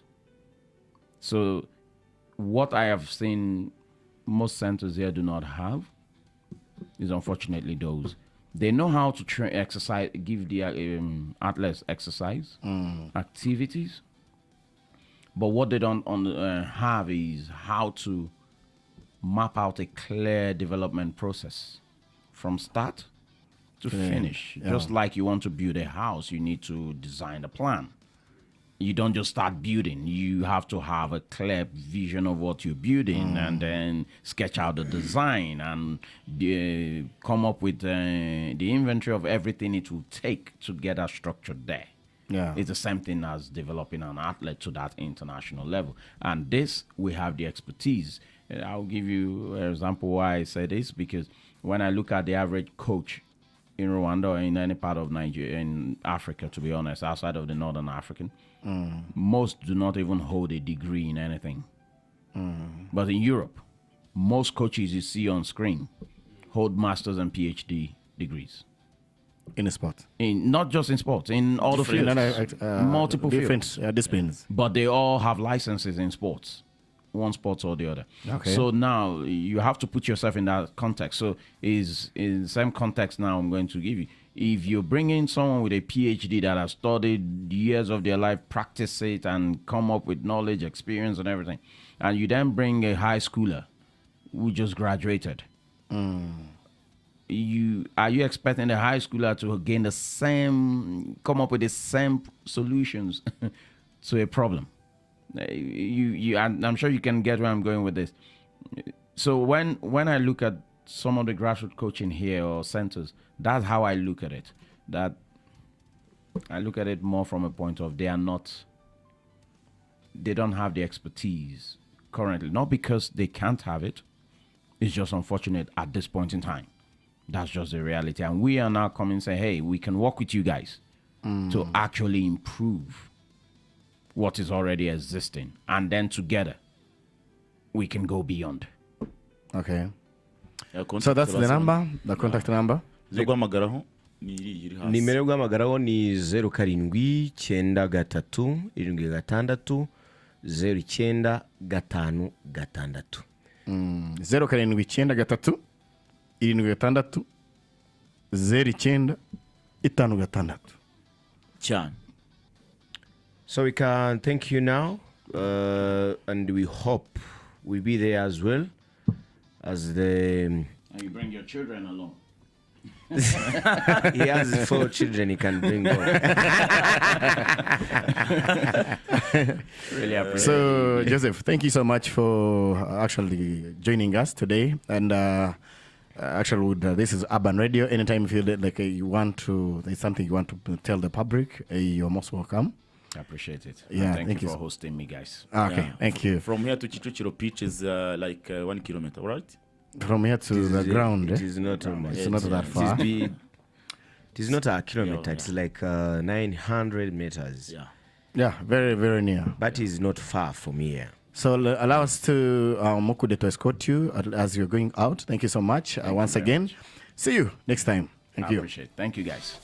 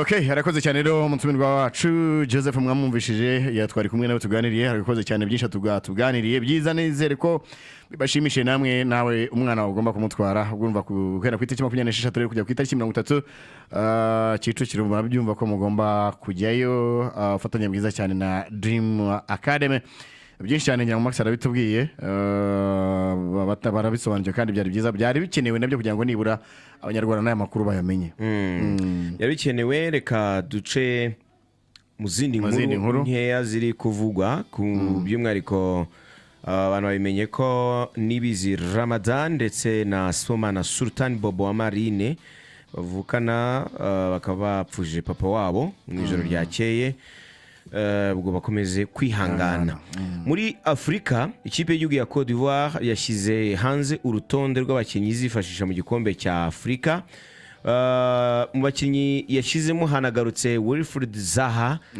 igikombe cya Afrika kizabera muri Morocco bazamu bahamagaye ni Yahya Fofana wa Kayseri Rizespor muri Turukiya yamagara Mohamed Kone wa Charleroi wa Mubirigi yamagara Arban Hafonte wa Panathinaikos mu Bugereki bamyugari barimo Emmanuel Agbadu wa Wolves mu Bwongereza Boliwiri wa Nottingham Forest mu Bwongereza Ousmane Diomande mwamubonye ku mugora mu ikipe ya Sporting Club de Portugal akaza witwa Doueguela wa Strasbourg mu Faransa Gislain Conan wa Jules Vicente muri Portugal akaza Kusunu Odion wa Atalanta mu Butaliyani Evan Ndika wa AS Roma mu Butaliyani Christophe Operi wa Istanbul Basaksehir muri Turukiya akaza Almer Zuhuri wa FC Iberia muri Georgia akaza kandi abakina hagati barimo Seko Fofana w'ikipe ya Stade Rennais mu Faransa Jean-Philippe Guibaume wa FC Metz mu Faransa